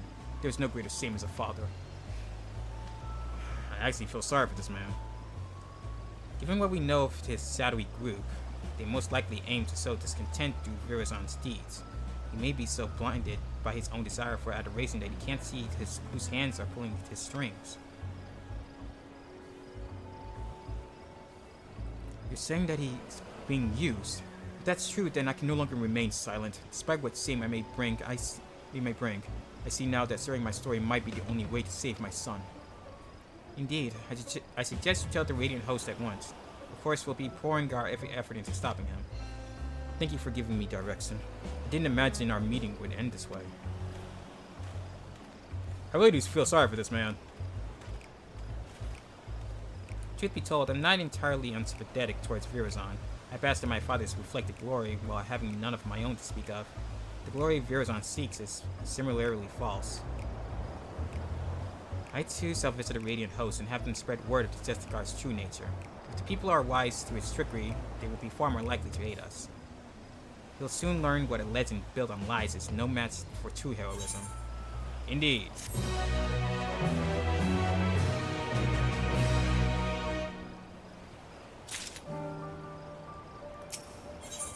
Floundering fame. Tipike appears pleased with the blow dealt to Justicar's credibility. I'd be too. Greetings, Kokuzan. Virazan's father has been as good as his word, and has confessed the truth of his son's actions to whomever will listen. Among the younglings, far fewer sing the Justicar's praises. The tide is turning in our favor at last, and the Radiant Hosts are making ready to tighten the net. Speaking of which, they had curious news to share. They've been examining the stones left behind by the Justicar and noticed a pattern. They were all varieties of rock commonly found near the side of each other. For instance, near the Giant Skull grounds, the Justicar seems to have called down a hail of what else but Giant Skull. I have my own theories about what this means, but I'd like to hear your thoughts, Kokuzan. Oh, the rocks aren't summoned, they're just moved. Indeed. The bird at the apex likely lifts whatever stones are nearby and brings them crashing down to the earth. If our suspicions are correct, we're one step closer to unraveling its mysteries. And to come to blows with him, we'll have to find him somewhere where there won't be any rocks to drop on us. But despite these favorable developments, the Justicar's popularity remains a problem. Even with the recent blow to his credibility, his most ardent followers still idolize him. In fact, I hear he's handing letters to the youth of Razat Han, though their contents are a closely guarded secret. All the more reason to investigate, don't you think? Once you get to Razat Han, if I question people around the marketplace, could you cover the city's western quarter? That's where his younger followers tend to gather. After we've collected enough information, let's meet to share our findings. See you again in Razat Han. Got it. We've just been going back and forth between here and Razat Han. I fear how this will be like with the other world quests.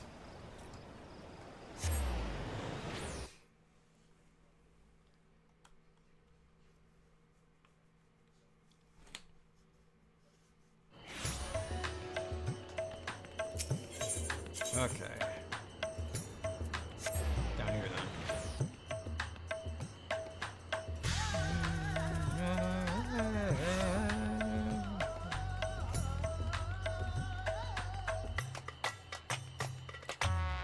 Sulking youth. Justicar gave me that invitation himself, only for some thief to snatch it right out of my hand. Huh?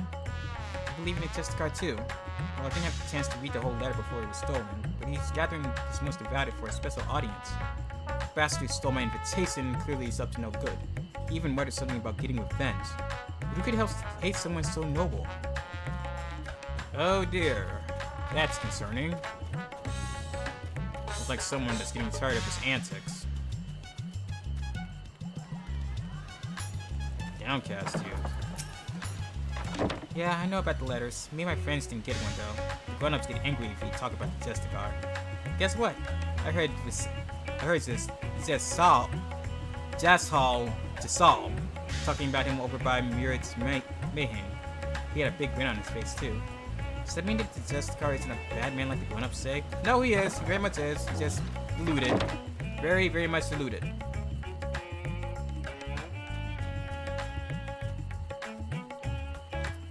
Surely you. Oh, you're the one who's following Topeka around. I heard she's spreading rumors about the city's savior.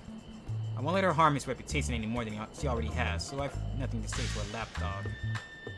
The most useful clue points to the merchant Zasal having some connection to Virazon. He was last seen near Mirai's Meheni. Alright then.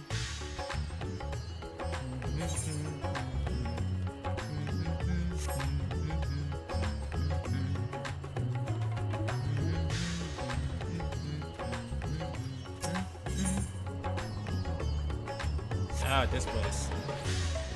Last time I remember this place, I was trying down on some spicy food with Zero. Man, a lot of people were falling on their backs, looking like they were going to catch their death. They could not take the heat.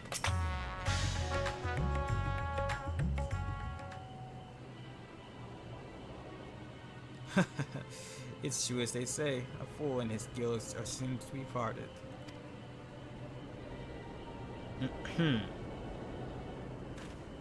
Huh? Why, if it isn't one of the heroes of the final days. This isn't about that map I sold your companion, is it? Oh, now I remember you. You did sell us that map. You're lucky that it was actually real, or otherwise, woohoo. You'll find it points the way to the vaults of Al-Zadal III. Exactly as described. I may have employed a few creative methods to entice my customers, but what merchant doesn't? I see you're as scrupulous as ever. Now, a man can't fill his belly on virtue and honesty. Anyway, something tells me that's not why you're here. You'd be correct in that. I'm looking for Virazon. You're after the Justicar.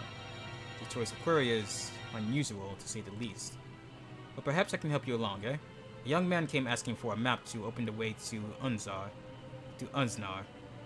or Unsnair, however it's pronounced. I sold him every map I had, assuring him the one he needed was among them. I suppose he found it, as I hear these letters that were handed out contain a copy of a map. I dare say that young fellow was the Justicar himself. He's planning a clandestine meeting in the Uzar canals. Mind you, it appears he has no shortage of enemies. No doubt they'll try to interfere. Yeah. Thankfully, Razadhan isn't known for large-scale criminal organizations, but it hasn't kept the less scrupulous citizens from dirtying their hands when times are desperate. From what I hear, bandits seeking to rob trade caravans keep running into the Justicar during his fiend-felling exploits, causing their raids to end in failure. Like as not, they'll try to infiltrate his group of followers and settle the score. And that's where my knowledge of the matter ends. If you're wondering where the meeting place is, all I remember is that the spot marked on the copied maps is somewhere in the shroud of the Samga. So, does that answer your queries? It does. You're off the hook.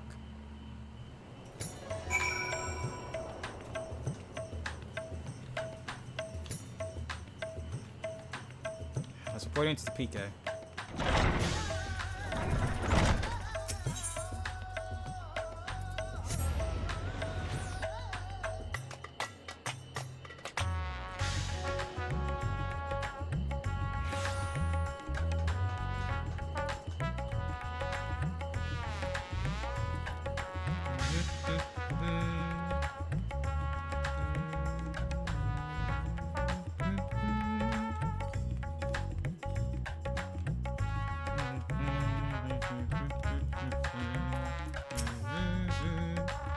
Those in support of the Justicar didn't seem surprised when I told them of his misdeeds, but they still were reluctant to betray him. In short, I've had no luck. What about you, Kokosan? Luckily, I did have luck. Your investigative abilities never cease to amaze me. As for this gathering Virazon is planning, I expected some scheme to prop up his flagging popularity.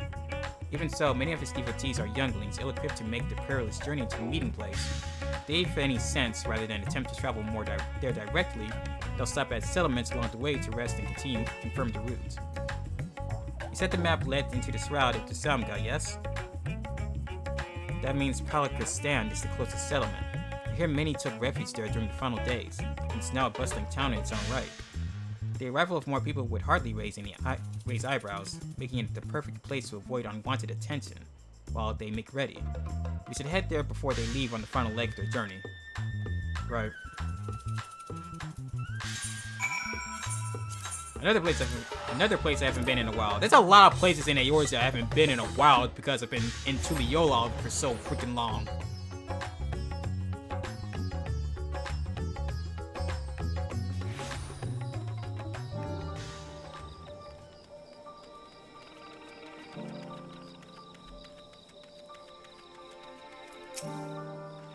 I was right, Kokuzan. Many of the youths are carrying pieces of parchment. Those must be the letters. Yet it seems my reputation has preceded me. Our suspect followers clearly avoid me whenever I try to approach them. Still, we can use this to our advantage. None of them would dare leave Palakistan while there's risk I might follow after. I'll keep watch over their comings and goings, but I will make sure to leave obvious blind spots. If one of the Justicar's followers attempts to escape the village, I need you to go after them. Now, find a vantage point that affords a good view while keeping you hidden. Once you've started pursuing our unwitting target, I won't be far behind. Got it.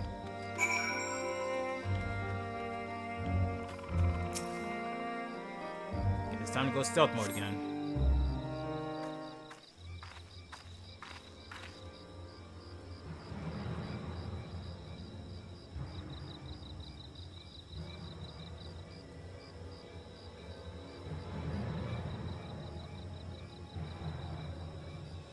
There's one now.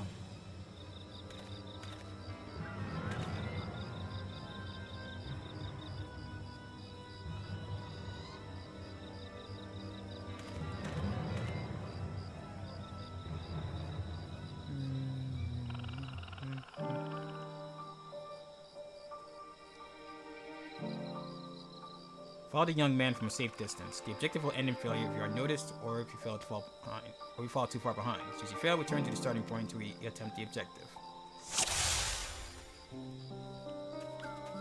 There it goes.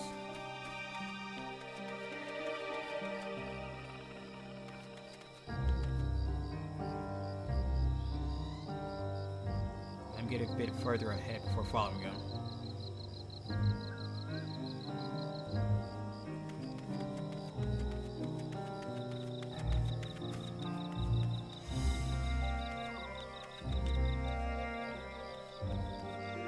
Following. So you think. Someone there. Nope, no one's here. Especially not hiding by the stairs. I'm in the clear. I need to hurry. Oh, don't start running. And he's running.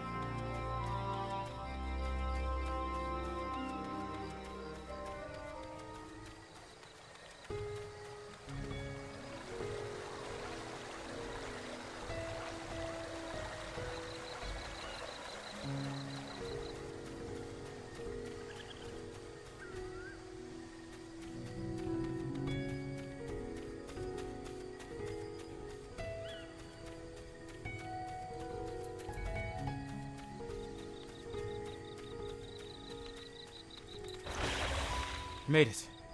So you did. You dare start with me, monkey. Did something move? Nope, just a big monkey. Or, no, a gorilla. Just a gorilla. It's just my imagination. Yep, totally just your imagination.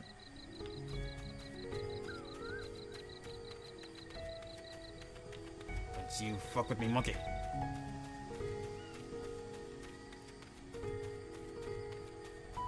Map points here. Made it. Duty complete. Huh, that was easy.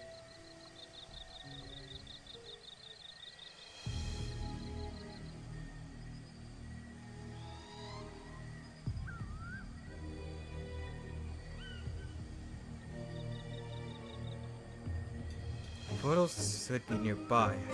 Then I'll finally meet him. Portal?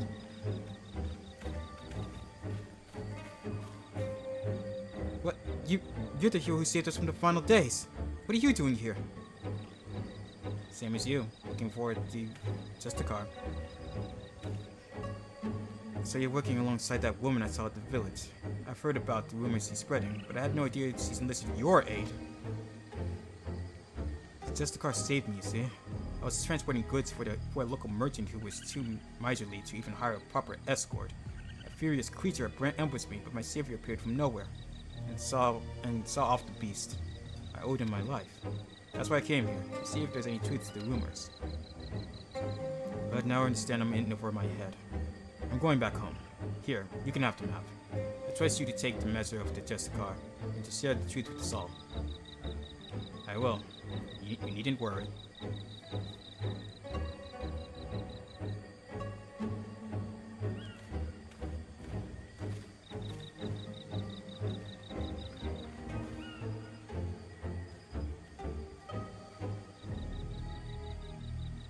Apologies for rising from the shadows, but I was afraid my presence might have startled the lad. I was able to hear what he said, though, and his gratitude towards Justicar seems genuine. I dare say the other followers feel similarly. Well, now that we have a map of our own, let's open the portal and confront Virazon. Right.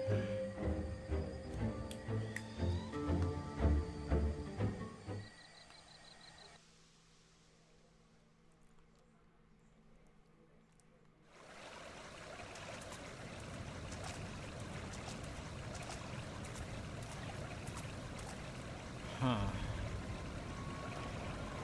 What in the hell? There's rocks everywhere. What happened here?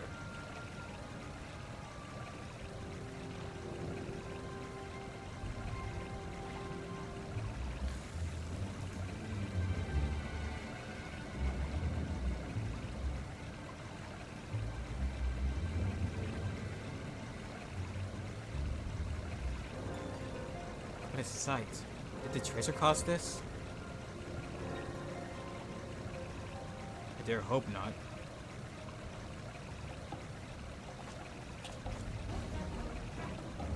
Oh my, if it isn't the hero who saved Razathan. Nay, the world itself.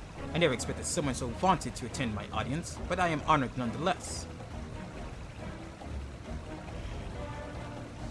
Big talk from a fraud. Enough of your games, Virazon. Stop this madness at once. After giving you such a warm welcome, these are the things I get? Well, 'tis true that I was once known by that name. It was merely a guise I wore until I discovered my true self. So long as I am the masked hero of Razathan, I shall not suffer any to call me Virazon. But that is your name, isn't it? Heroes should take pride in their name. Game's up. Expose your true identity. We need to drop the act and try being a true hero. Heroes should take pride in their name. It would seem that Justicar's meager alter ego has been brought to light. But will he shrink once more into the shadows of mundane obscurity, or embark on the next chapter of his legend? Are you really narrating your own life right now?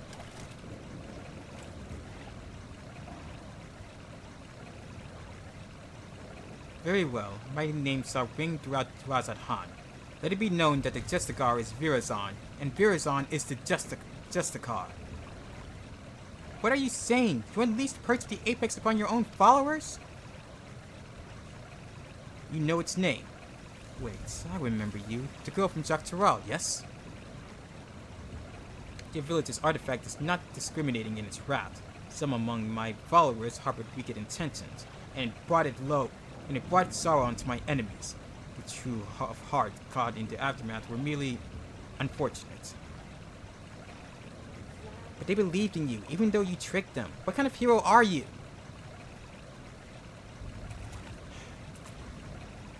I'm not letting this stand any longer.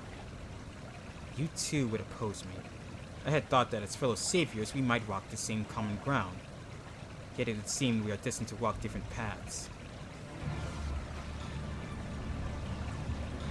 Now faced with unknown peril, a great fervor rages within me. I don't like that smile. Oh, shit! Don't tell me he's gone. However, here is not where we saw Matt's wits. No, a more fitting battleground is in order. We will meet again soon. You have my word. Great. He flees as soon as I draw my weapon, no less. Shut up! God! Wait, what? He didn't disappear?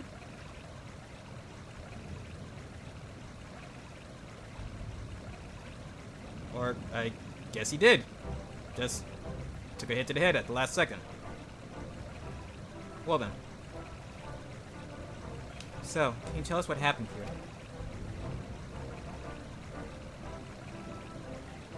At this point, you know what he's like. He gathered us all around and made a grand speech. Claimed he was the hero that would drive back the flood of fiends threatening Daphne. Then he spoke of his anger at the recent rumors. He told us to go forth and repair his damaged reputation so that people would love him again. He became quite impassive, in fact.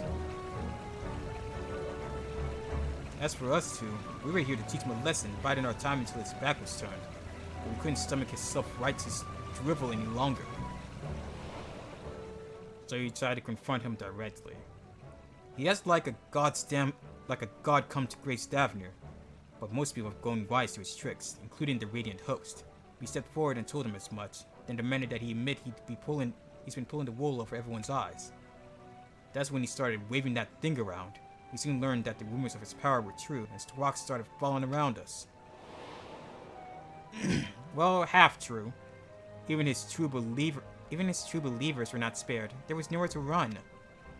The Justicar had such power cannot be fettered, and that sacrifices are unavoidable. And all the while, he was laughing.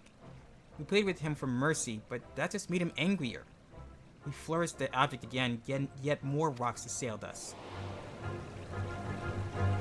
It was horrible. Stones big and small raining down endlessly, until you two appeared, that is. Thank you for telling us what happened. I only wish we could have arrived sooner. Now, just to set things straight, it was you two that brandished your weapons first, yes? Well, I won't deny that, but we were only trying to bring the truth of his misdeeds to light. Though we might have some personal scores to settle on top of that. Before I let the Palicus stand, I asked the Radiant Host there to look out for anyone returning from the wilderness. I suggest you head there and seek their aid. While you're there, share with them what you just told us. And as for the pair of you, don't even think about running away, or you'll have us to deal with. Sorry, but that's the way of it. Someone's certainly learning from this experience.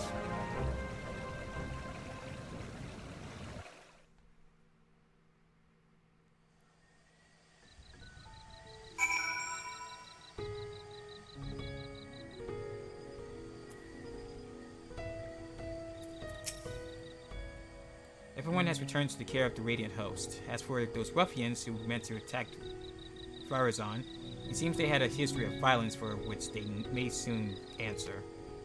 Several among Virazan's followers were dealt serious wounds, but we can be grateful that none lost their lives. It's exactly as the old saying describes: the master of the apex shall be soured with good fortune, yet leave only sorrow in their wake. The part about sorrow certainly seems true, at least. We can but hope that Virazan's spell over the people will be broken at last when word of what transpired here becomes common knowledge.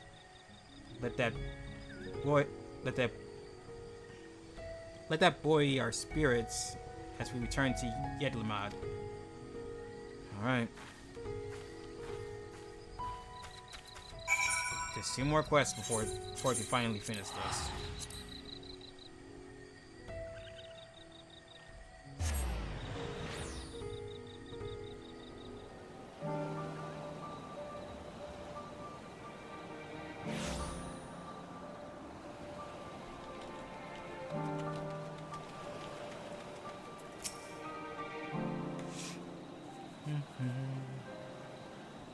Well, that was certainly an ordeal. Although Virazan got away, we can look back upon what transpired to plan our next course of action. It appears that the treasure takes stones from the surrounding environment and makes them rain down upon the wielder's surroundings. However, the power seems to be somewhat haphazard. While Virazon himself wasn't struck, the boulders assailed friend and foe alike. Something else had been nagging at me as well. The stones we saw in the canal seemed quite a bit larger than the others. I don't know what to make of it, but I will give it some thought. Were they? Actually, now think about it, they were. They were a bit bigger than what we've been seeing. We still don't know exactly how he controls the Apex's abilities either. We must focus on these mysteries as we continue our investigation. As for Virazon himself, he was just as his father said, wasn't he? His so-called heroism is but an empty charade. Like a child playing at being hero from their storybooks.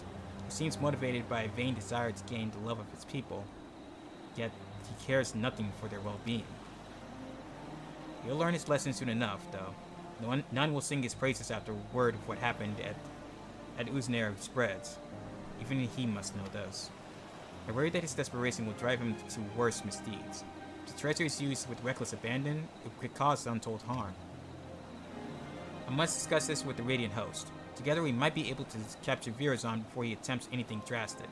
Stand by for now, KuroZan. I'll be in touch the moment I have something to share. Right.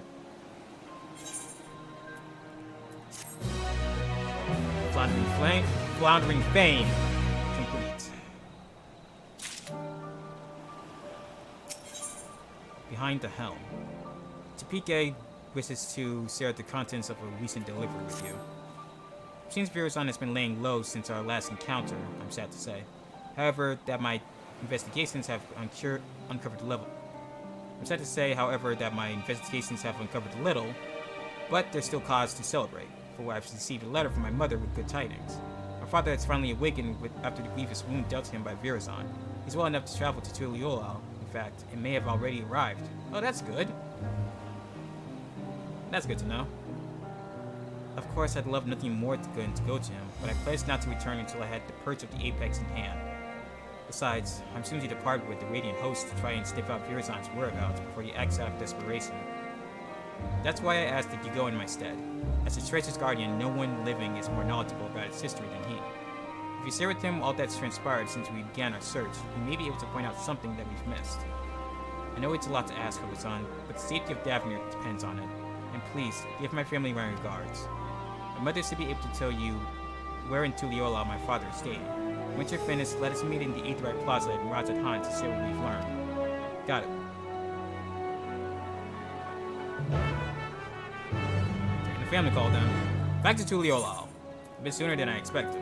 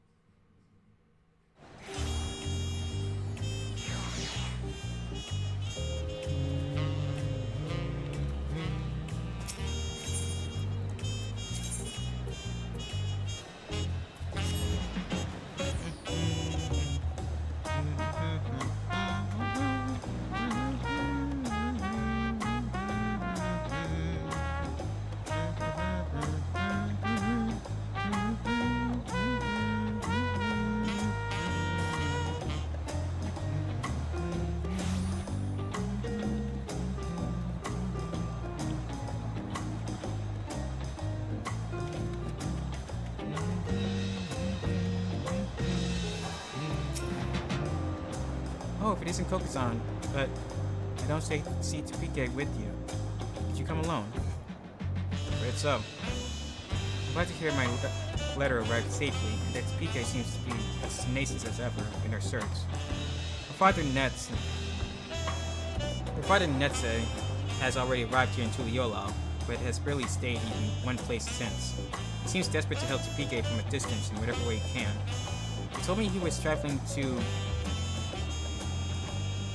the plane. I never even tried to say that whole thing, just gonna call it the plane. In search of information he assured me was quite vital. If you wish to speak with him, he'll doubtless be in the area. Alright, that's somewhere in South Tyrol.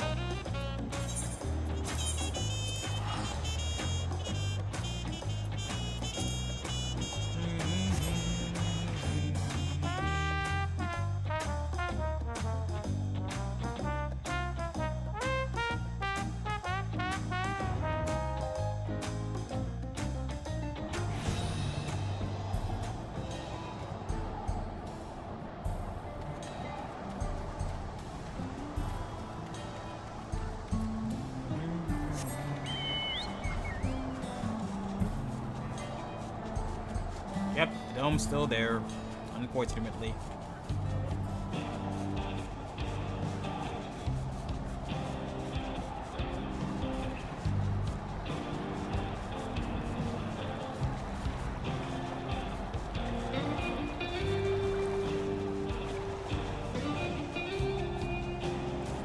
Oh dear.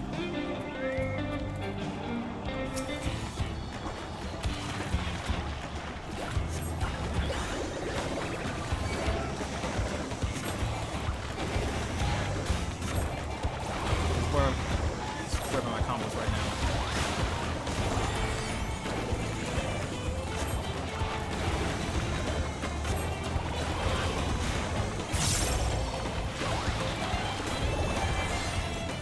So now puts it in Cayenne.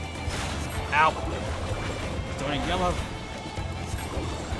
Render to magenta. I need to get some accessories. Let's stop by Living Memory and see if there's a vendor.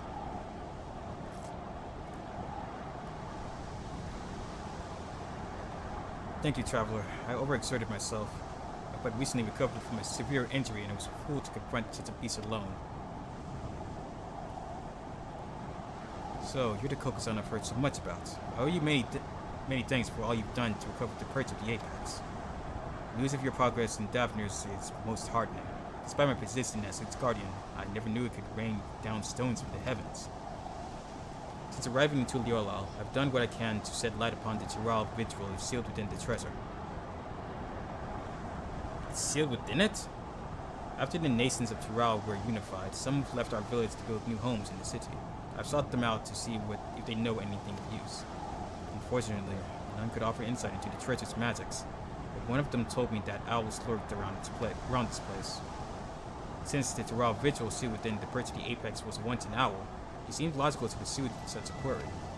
I thought perhaps I could glean something about the ancient beasts from their behavior. Like as not, some fundamental aspects remain the same even after the transformation. But having heard your account, there is one fundamental difference that stands out. As far as I'm aware, no owl native to these lands possesses the ability to hurl rocks, large or otherwise. No doubt the Tyrol ritual gained this power following its metamorphosis. Did really? I do believe, however, that a good would retain an owl's core instincts. That one you fought didn't strike unprovoked. Instead, it watched me from afar with fear in its eyes.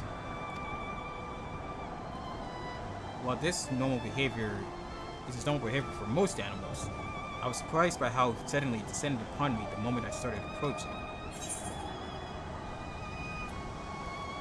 It sensed danger and attacked preemptively. I had the same thoughts. The owl sensed the threat and chose to confront it rather than run from it. But this same impulse may have driven the Tyrol vigil. Indeed, that correlates with something I heard from one of my countrymen who had relocated to Tuliolal. He spoke of a continuation to the tales passed down from the elders. No hunter's arrow could fail the Apex. It was struck down in a storm of its own wrath. Made wild by a heart of fright, thus was sealed away at last. Now, judging from the owl's behavior, I can theorize that the treasure is activated when its bearer senses danger. And according to the theory, this power can easily get out of hand if the bearer is panicked. Of course, this theory must be tested first. KuroZan will certainly use the perch of the Apex again. When he does, I ask that you and Tipika pay special attention to the circumstances leading to its activation. Will do. You have my thanks. Low though I am to admit it. I've had to recover from my long convalescence, and I would only be burdens to you. I wish I could aid my daughter another way, but you more than make up for my absence. Please, lend her every bit of knowledge you have, Kuro-san. I pray that my daughter will soon return home, treasure in hand. You've nothing to worry about, sir.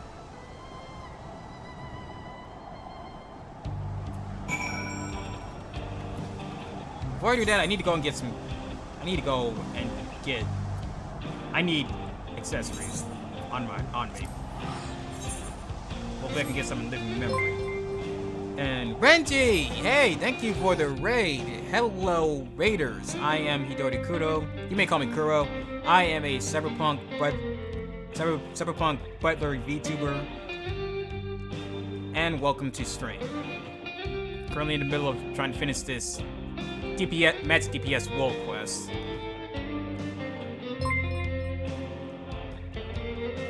And Mastermind, thank you for the follow. Ayo Renji. And where's my mouse? There it is. Because I need to get some accessories for my gear. I'm running low on them. There we go, can't be picky. Casting. Bracelet of casting. And 2 rings of casting.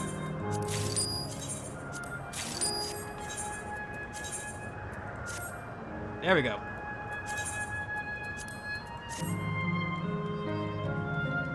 Yeah, no problem. Thanks for the raid and hope you had a good stream. Hopefully the Pokemon and the Hisui region weren't too bad for you. Oh, let me set you out real quick before you get gone too quickly.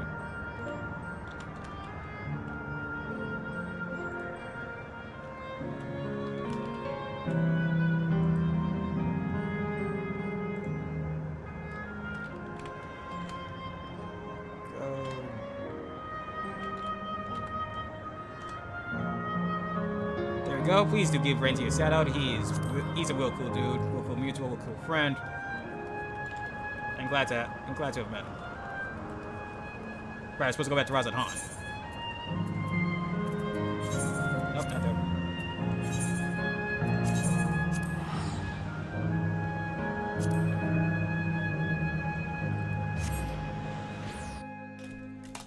Ah. I'm gonna drop my glasses. Don't say that while I slap my glasses on my face.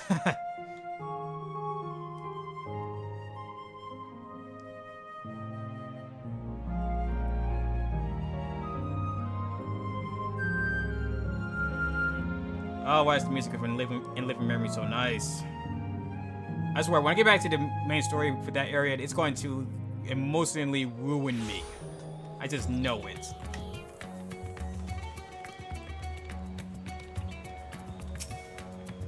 Koga-san, you came just in time. Yuri-san has shown his face in Razat Han. You can tell me about your journey to fill you all out later. For now, come with me. Well, actually, at the end, and we're going anyway. Okay, then.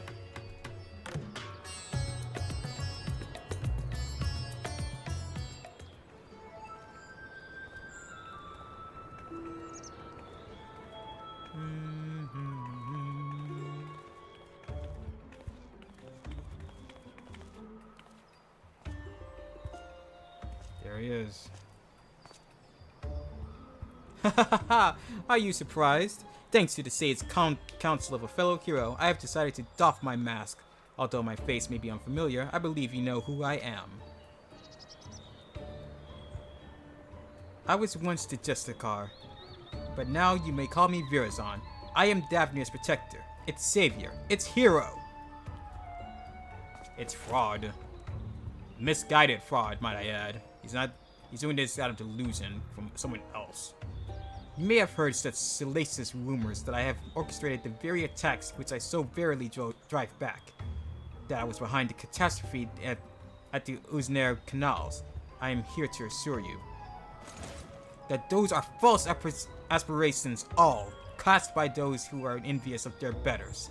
I give my life for this fair city and its people, and I would give more still if I could. What should we do? It might be best to lock him up before this gets out of hand. Wait, we don't want him raining down rocks with all these bystanders around. For now, keep a careful eye on him. All I ask is for your respect, your adoration, a dream held by all, but realized only by the few. And I would be one of those few. I have proven myself worthy of being your savior, and now, with an entire city watching with bated breath, I shall declare my intent to reach even higher.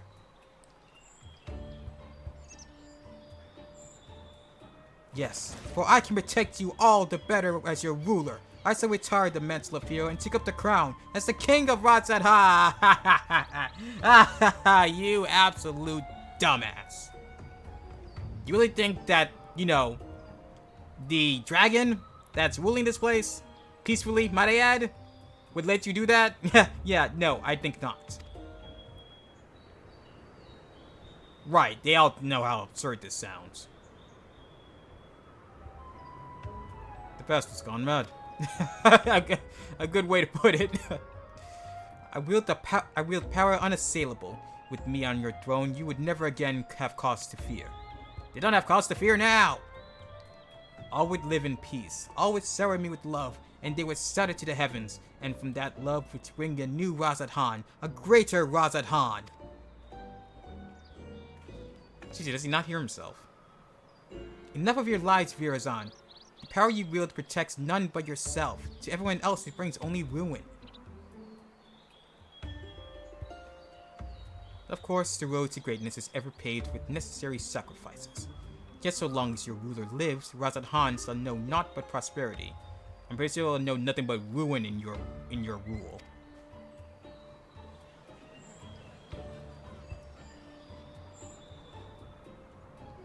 You think you're better than Master Vitra. He bore the city and its people on his back, while you looked fit to collapse under the weight of your own armor. You're no leader, you're a damned joke. Does this man speak for you all? Is there not one among you who would follow me into a brighter future? Anyone that would is out of their mind. Ah, but I am nothing if not magnanimous. Until you find the wisdom to accept me as your ruler, I shall continue to stand vigilant as your eternal shield. Stop this, Virazan. You're only making it worse for yourself. And here's the man himself, his father. Can't you see you've become a laughingstock? Give up this facade and answer for your sins. Do so now, and the Radiant Host may grant you mercy. My sins? Are you not the one poisoning the people against me? Do your worst. I dare you. It will only make me more powerful. I know not what is in your heart, but please end this madness. End it and return to me, my son.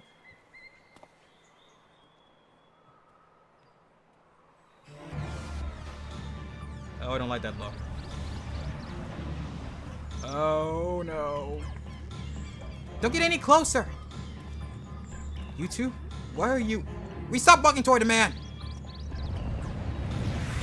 Oh!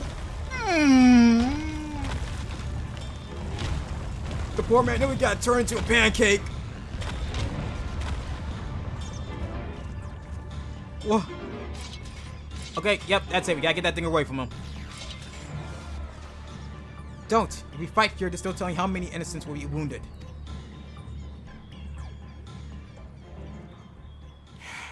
Pathetic as ever. I tire of this farce. I have declared my intent to become King of Ratzat Han. As for you two, this is no place for a battle between heroes. We shall meet again, mark my words, and then we shall decide who is the mightier. Hopefully somewhere without innocents in the way to get hurt. Don't.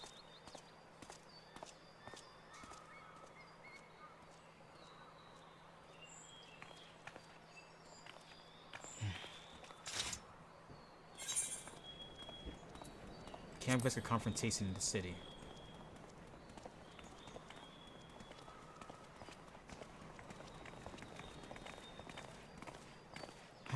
You're right, of course. As much as I hate to see Virazan walk free, we've yet to ascertain the extent of his power. For now, we must bide our time. I noticed that despite all his proclaimed love for its people, he didn't even look back at them as he retreated. Perhaps he couldn't bear to look them in the eyes. Or one of them, at least. His father. He damn near crushed the man in front of him. He really is far gone. God. We definitely need to put a stop to this. As quickly as possible.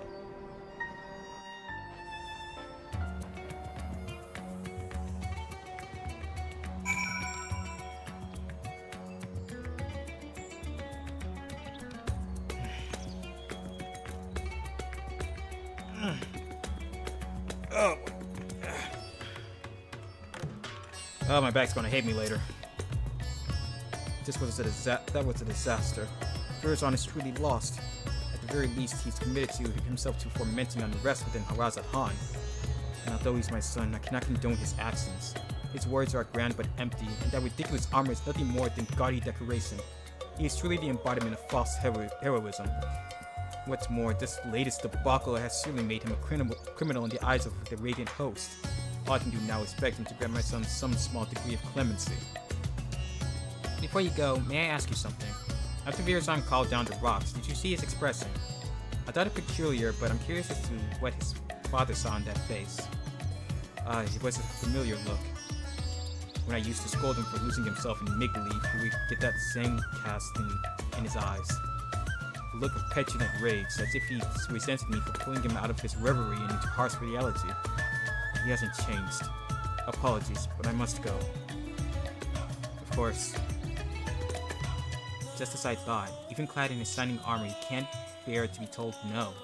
And now his childish games have taken a malevolent turn. But for now, we should return to Yedlamad. I still have yet to hear what you learned at Tuliyollal after all. And what I've learned and what we just saw might end up being what we can use to stop him in the end.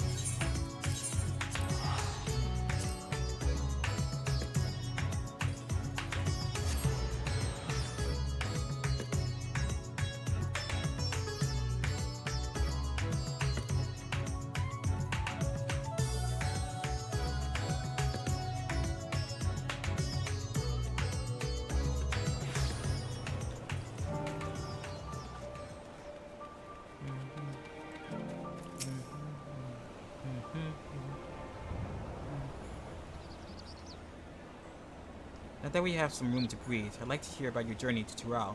Did my father have anything to share? Quite a bit, actually.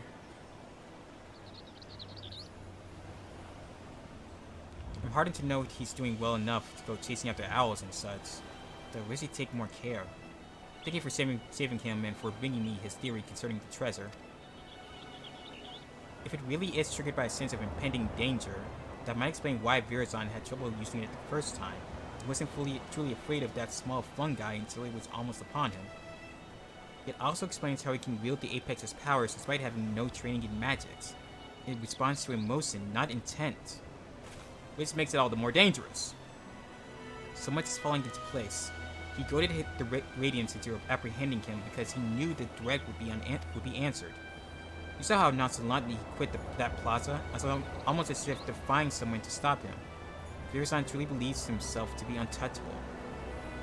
I think his words and deeds align with the theory well enough. As for that curious fragment of a story... It seemed to imply that the Tural Vigil lost control in a panic. Perhaps its strength grows in proportion to the danger it senses, and when that danger is too great, well... You saw what happened to that at the Unzar Canals, and at Razat-Han. We were present both times, as were others who wished to rid Virazon ill, and both times we saw stones much larger than we've seen before. Now I understand why he's so eager to face you. An opponent of your caliber will strike fear into Virazon's very core, and that fear will summon a power greater than any he's ever known. Power enough to bring a hero to his knees. Or so he thinks. But we know better. We'll use that arrogance to our advantage and bring him crashing down to the earth. Although we may have to contend with falling rocks for a time, in a straight fight, he'll be outmatched. So we strike fast and we strike hard, until that fancy armor is nothing more than mangled steel. Although you may prefer to put your foes to sleep and whatnot, you know he has an arsenal of alchemical concoctions at his disposal. That's why I suggest a bit of good old-fashioned brute force. Oh, you don't need to tell me that. I wasn't planning on putting him to sleep. Well, I did, but with more of a knock to the head. While you unleash your most fearsome destructive spells, I'll be your shield. Don't even think of holding back. Oh, I never hold back. I look forward to fighting by your side. I would simply have to find a suitable arena. I shall consult the Radiant Hostess to the location. Once that's decided, we'll confront Virazon for the final time. Right. Behind the helm, complete. Alright, let's finish this. Heroes and pretenders. Tapike is ready to tear down a false hero. As am I. You'd be pleased to note that the Radiant hosts were most helpful in finding a place fit for a duel. When I saw it, even I began to believe our encounter would be one for the songs. Speaking of which, it seems your name is on the lips of all and sundry. People already consider you the true savior Razan Han, and believe you will bring Virazon to the deceitful to justice. We apologize for putting so much weight on your shoulders, but something tells me you're used to it. Oh, you don't know the half of it. You don't know the half of it. The final showdown shall take place in the mountain pass leading to Khadga, where great crystals will stand as a witness in its conclusion, suitably romantic and suitably isolated. The Radiant hosts have spread word throughout Davner that a hero has arisen to challenge Virazon, and his pride will force him to answer. The entrance to the pass is at Giant Skull grounds. Let's head there once to await his arrival. Let's do this.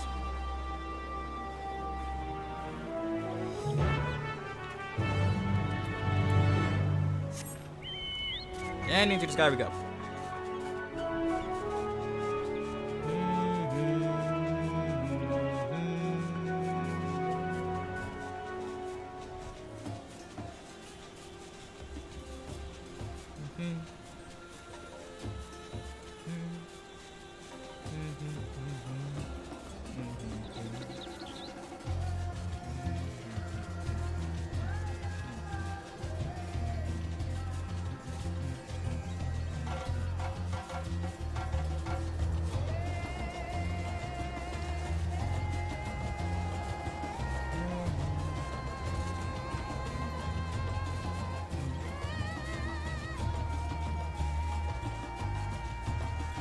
Up so higher. Even by air, it's a long flight. It's a long way to our destination.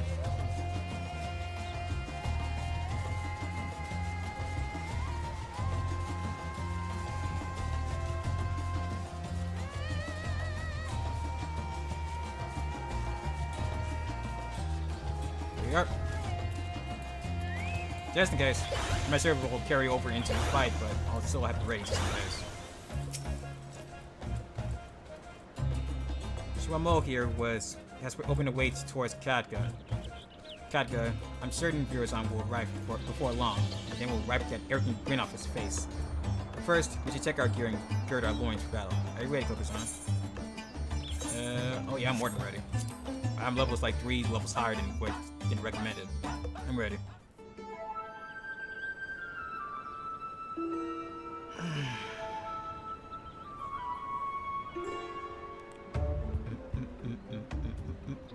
There he is.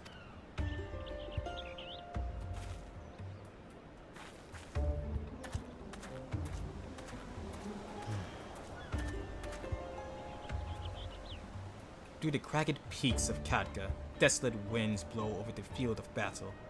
Oh, what a fitting location you have chosen for the conclusion of this legendary rivalry. Are you actually going to use that bow for once?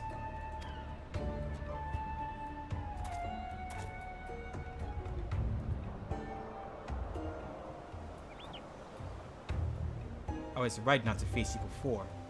In environments unsuited to a struggle between titans. Now my patience has been rewarded, and my heart races in anticipation. I'm going to be glad to tear you down. I knew you would answer our challenge. You would never be able to stomach the people calling you craven.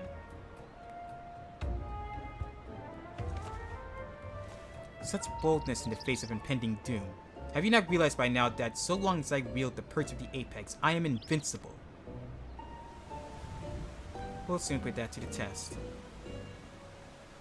You rely too much upon stolen power. It deludes you. You claim to be a savior to the people, but they have seen through your lies. Even your own father can scarcely bear to look at you.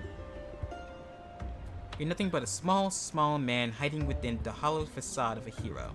And today, we tear that facade down. Will you now? You may have the metal, but have you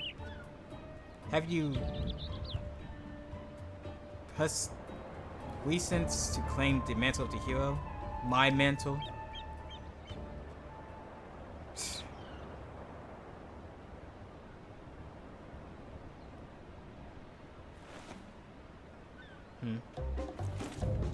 Unbound. Here is on the Deceiver. Really? Are all the boss fights gonna have this music? Because I'm expecting something more epic. It's time for words that's past. Follow my lead. Right.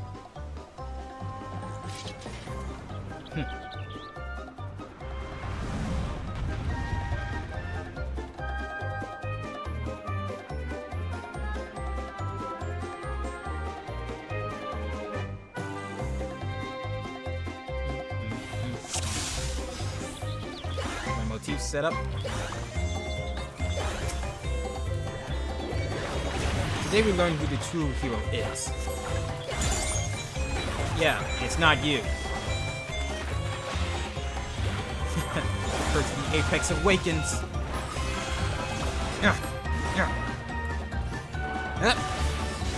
Oh dear. Run! Water be crushed under a hail of stones. Oh dear. Hammer time! Impressive footwork, but all legs must tire in time. I'm already doing this much to you alone. And, oh dear, Tank Buster, look out!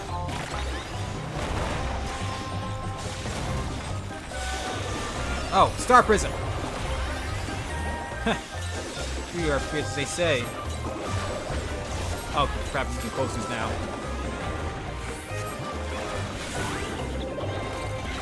Rainbow Drip! When the hell? That's just cheating. Uh-oh.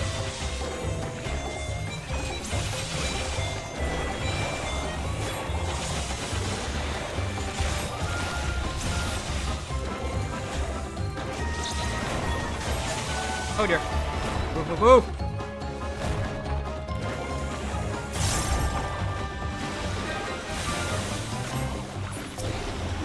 Come on, rid of these things already.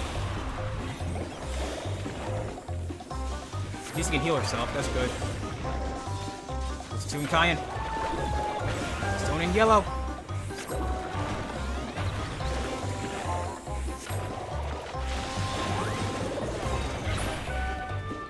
Is that all you got? You defeated him already. But of course, who would wish this duel to end so quickly? I would, quite frankly. I'm getting real sick and tired of you. Don't you ever shut up? My thoughts exactly.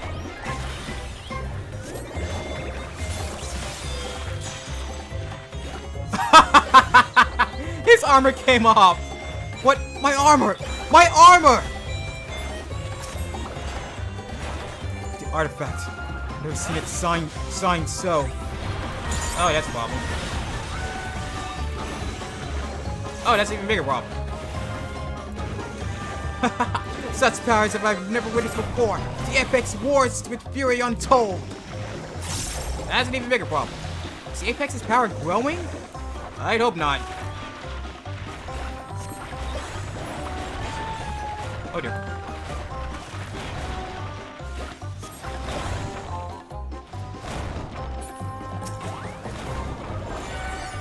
Why won't you fall? Because you're crazy. Not be. I am meant to be king. I would not fall ere I descend the throne.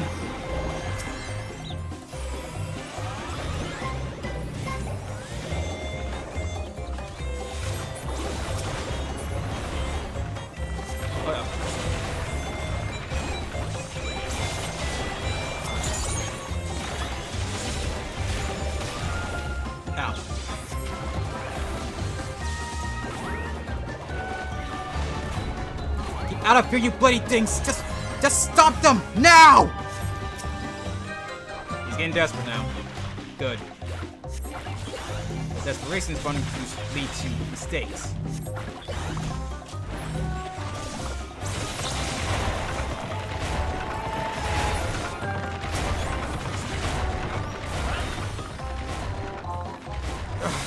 I cannot lose. You can and you will.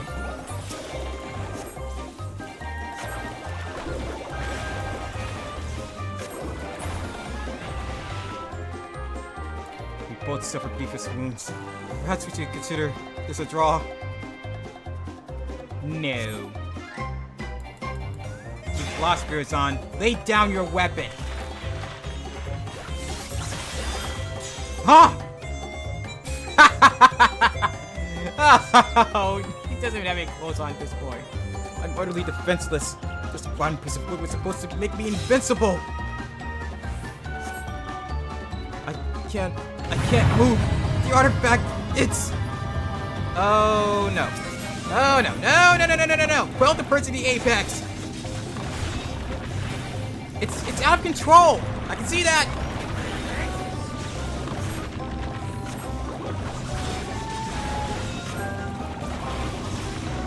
Virazon can't express the fear in his heart. The apex is responding in kind. We have to stop it. Tell me something I don't know. It can't end like this. I won't let it. I won't let it!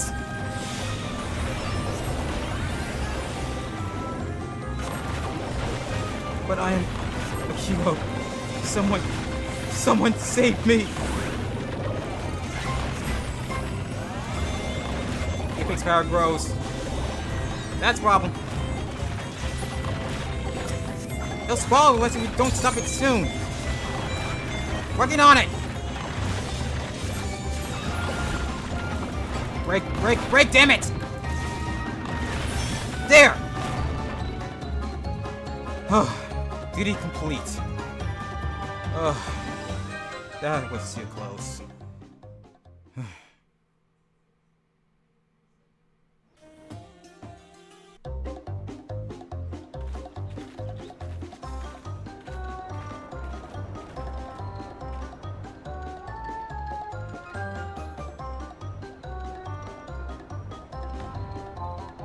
And he is defeated. Poor guy. He's out cold. I have to take back the treasure. Wait, where is it? But this can't happen. A hero never fails. Oh, for the love of... Give it up! You're beaten! I must retreat. Yes, a tactical retreat. A noble retreat. Just so that the Justicar may live to save another day.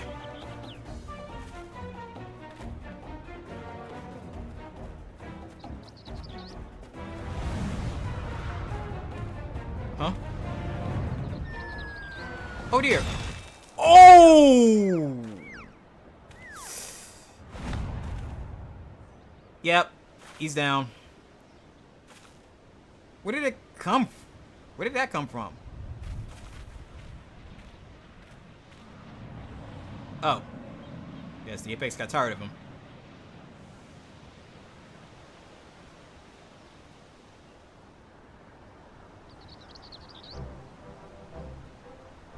Well, a bit anticlimactic, but I'll take it. I suppose the Apex wasn't finished yet. Guess not. And it seems that Virazon, in his cowardly haste, neglected to look skyward. Was it an unfortunate accident? Let's say it was and leave it at that.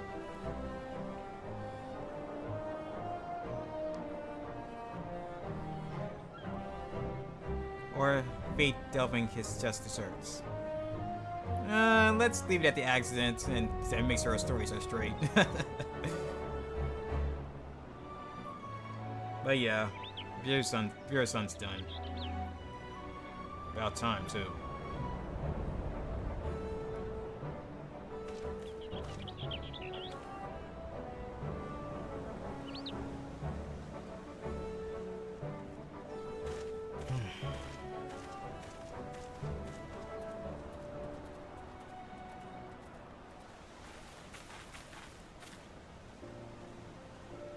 He claimed to be Razatan's savior, yet he sowed only discontent among its people.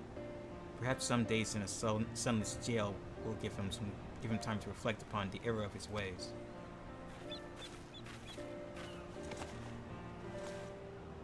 And now, I have finally recovered the perch of the apex. Thank you for coming this far with me, KuroZan.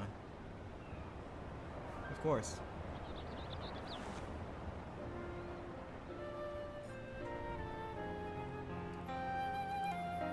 Let's see this perch home.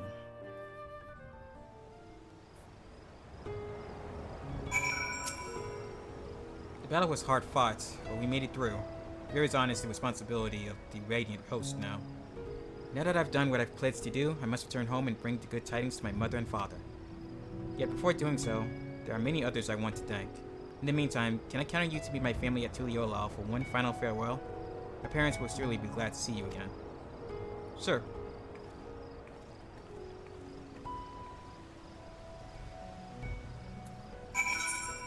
Alright. Let's get this over and done with. Now that fight was a lot more enjoyable compared to fighting Erinette and Kokonoha. Probably because I was actually doing some damage. I was doing some damage instead of just keeping people alive. It felt less stressful, but definitely more fun. Can't wait to see what I deal with in the other 3 world quests.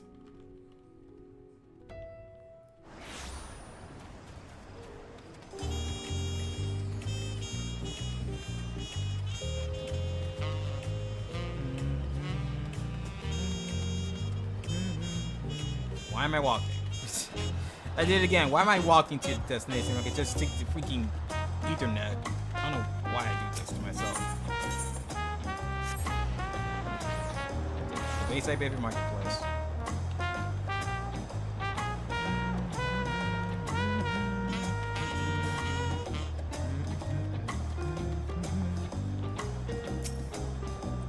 Didn't expect to see you in Tuliyollal again so soon. It's the PKO. Well, you could say that.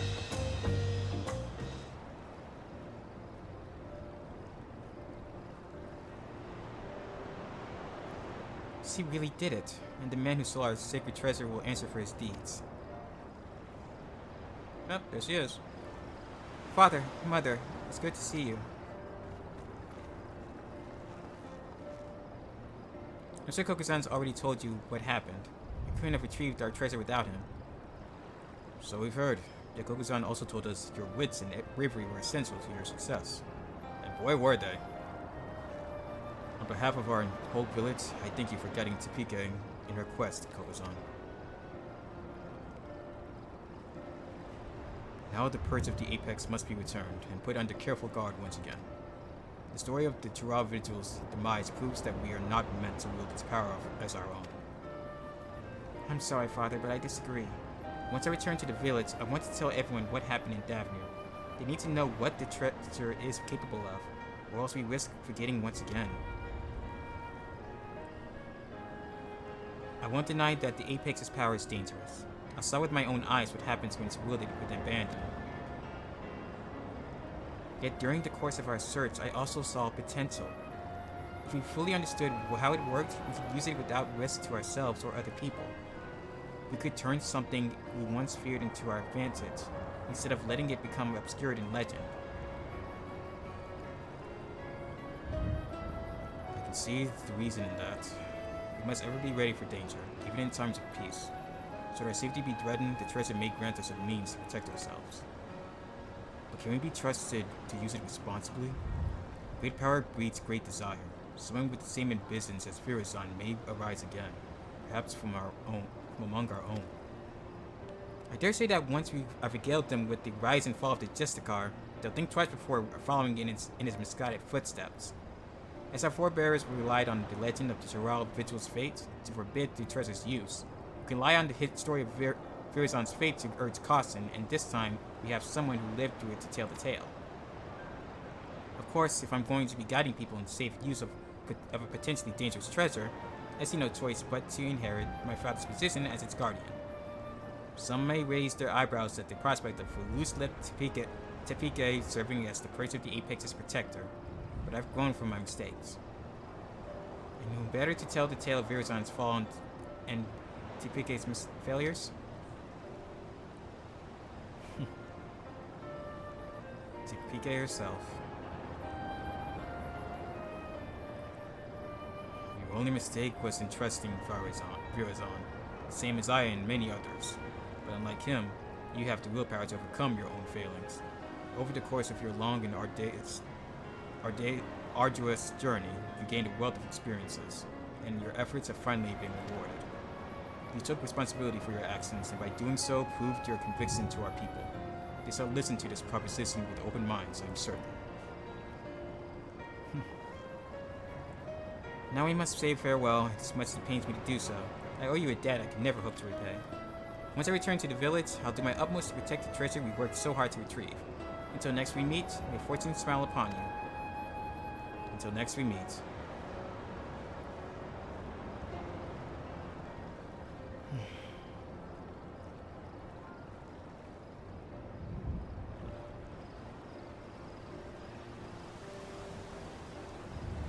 Another relic retrieved, another world quest done.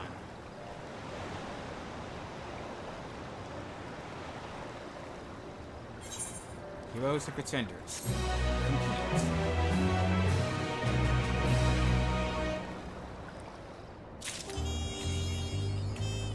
Reach for the apex. That's 2 down and 3 to go. I think next I'm going to do is the Machinist.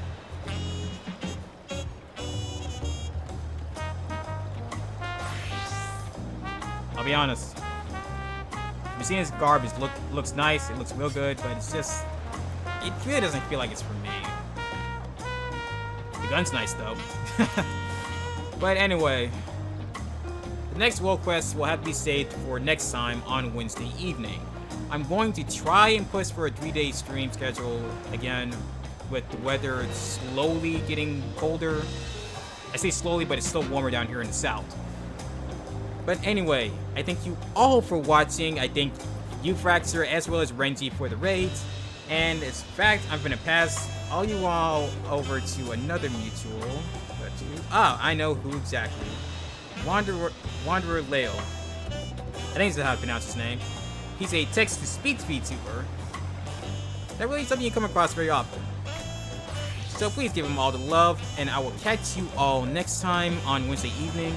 Until then, Masters and Misses, we hope to see you again soon.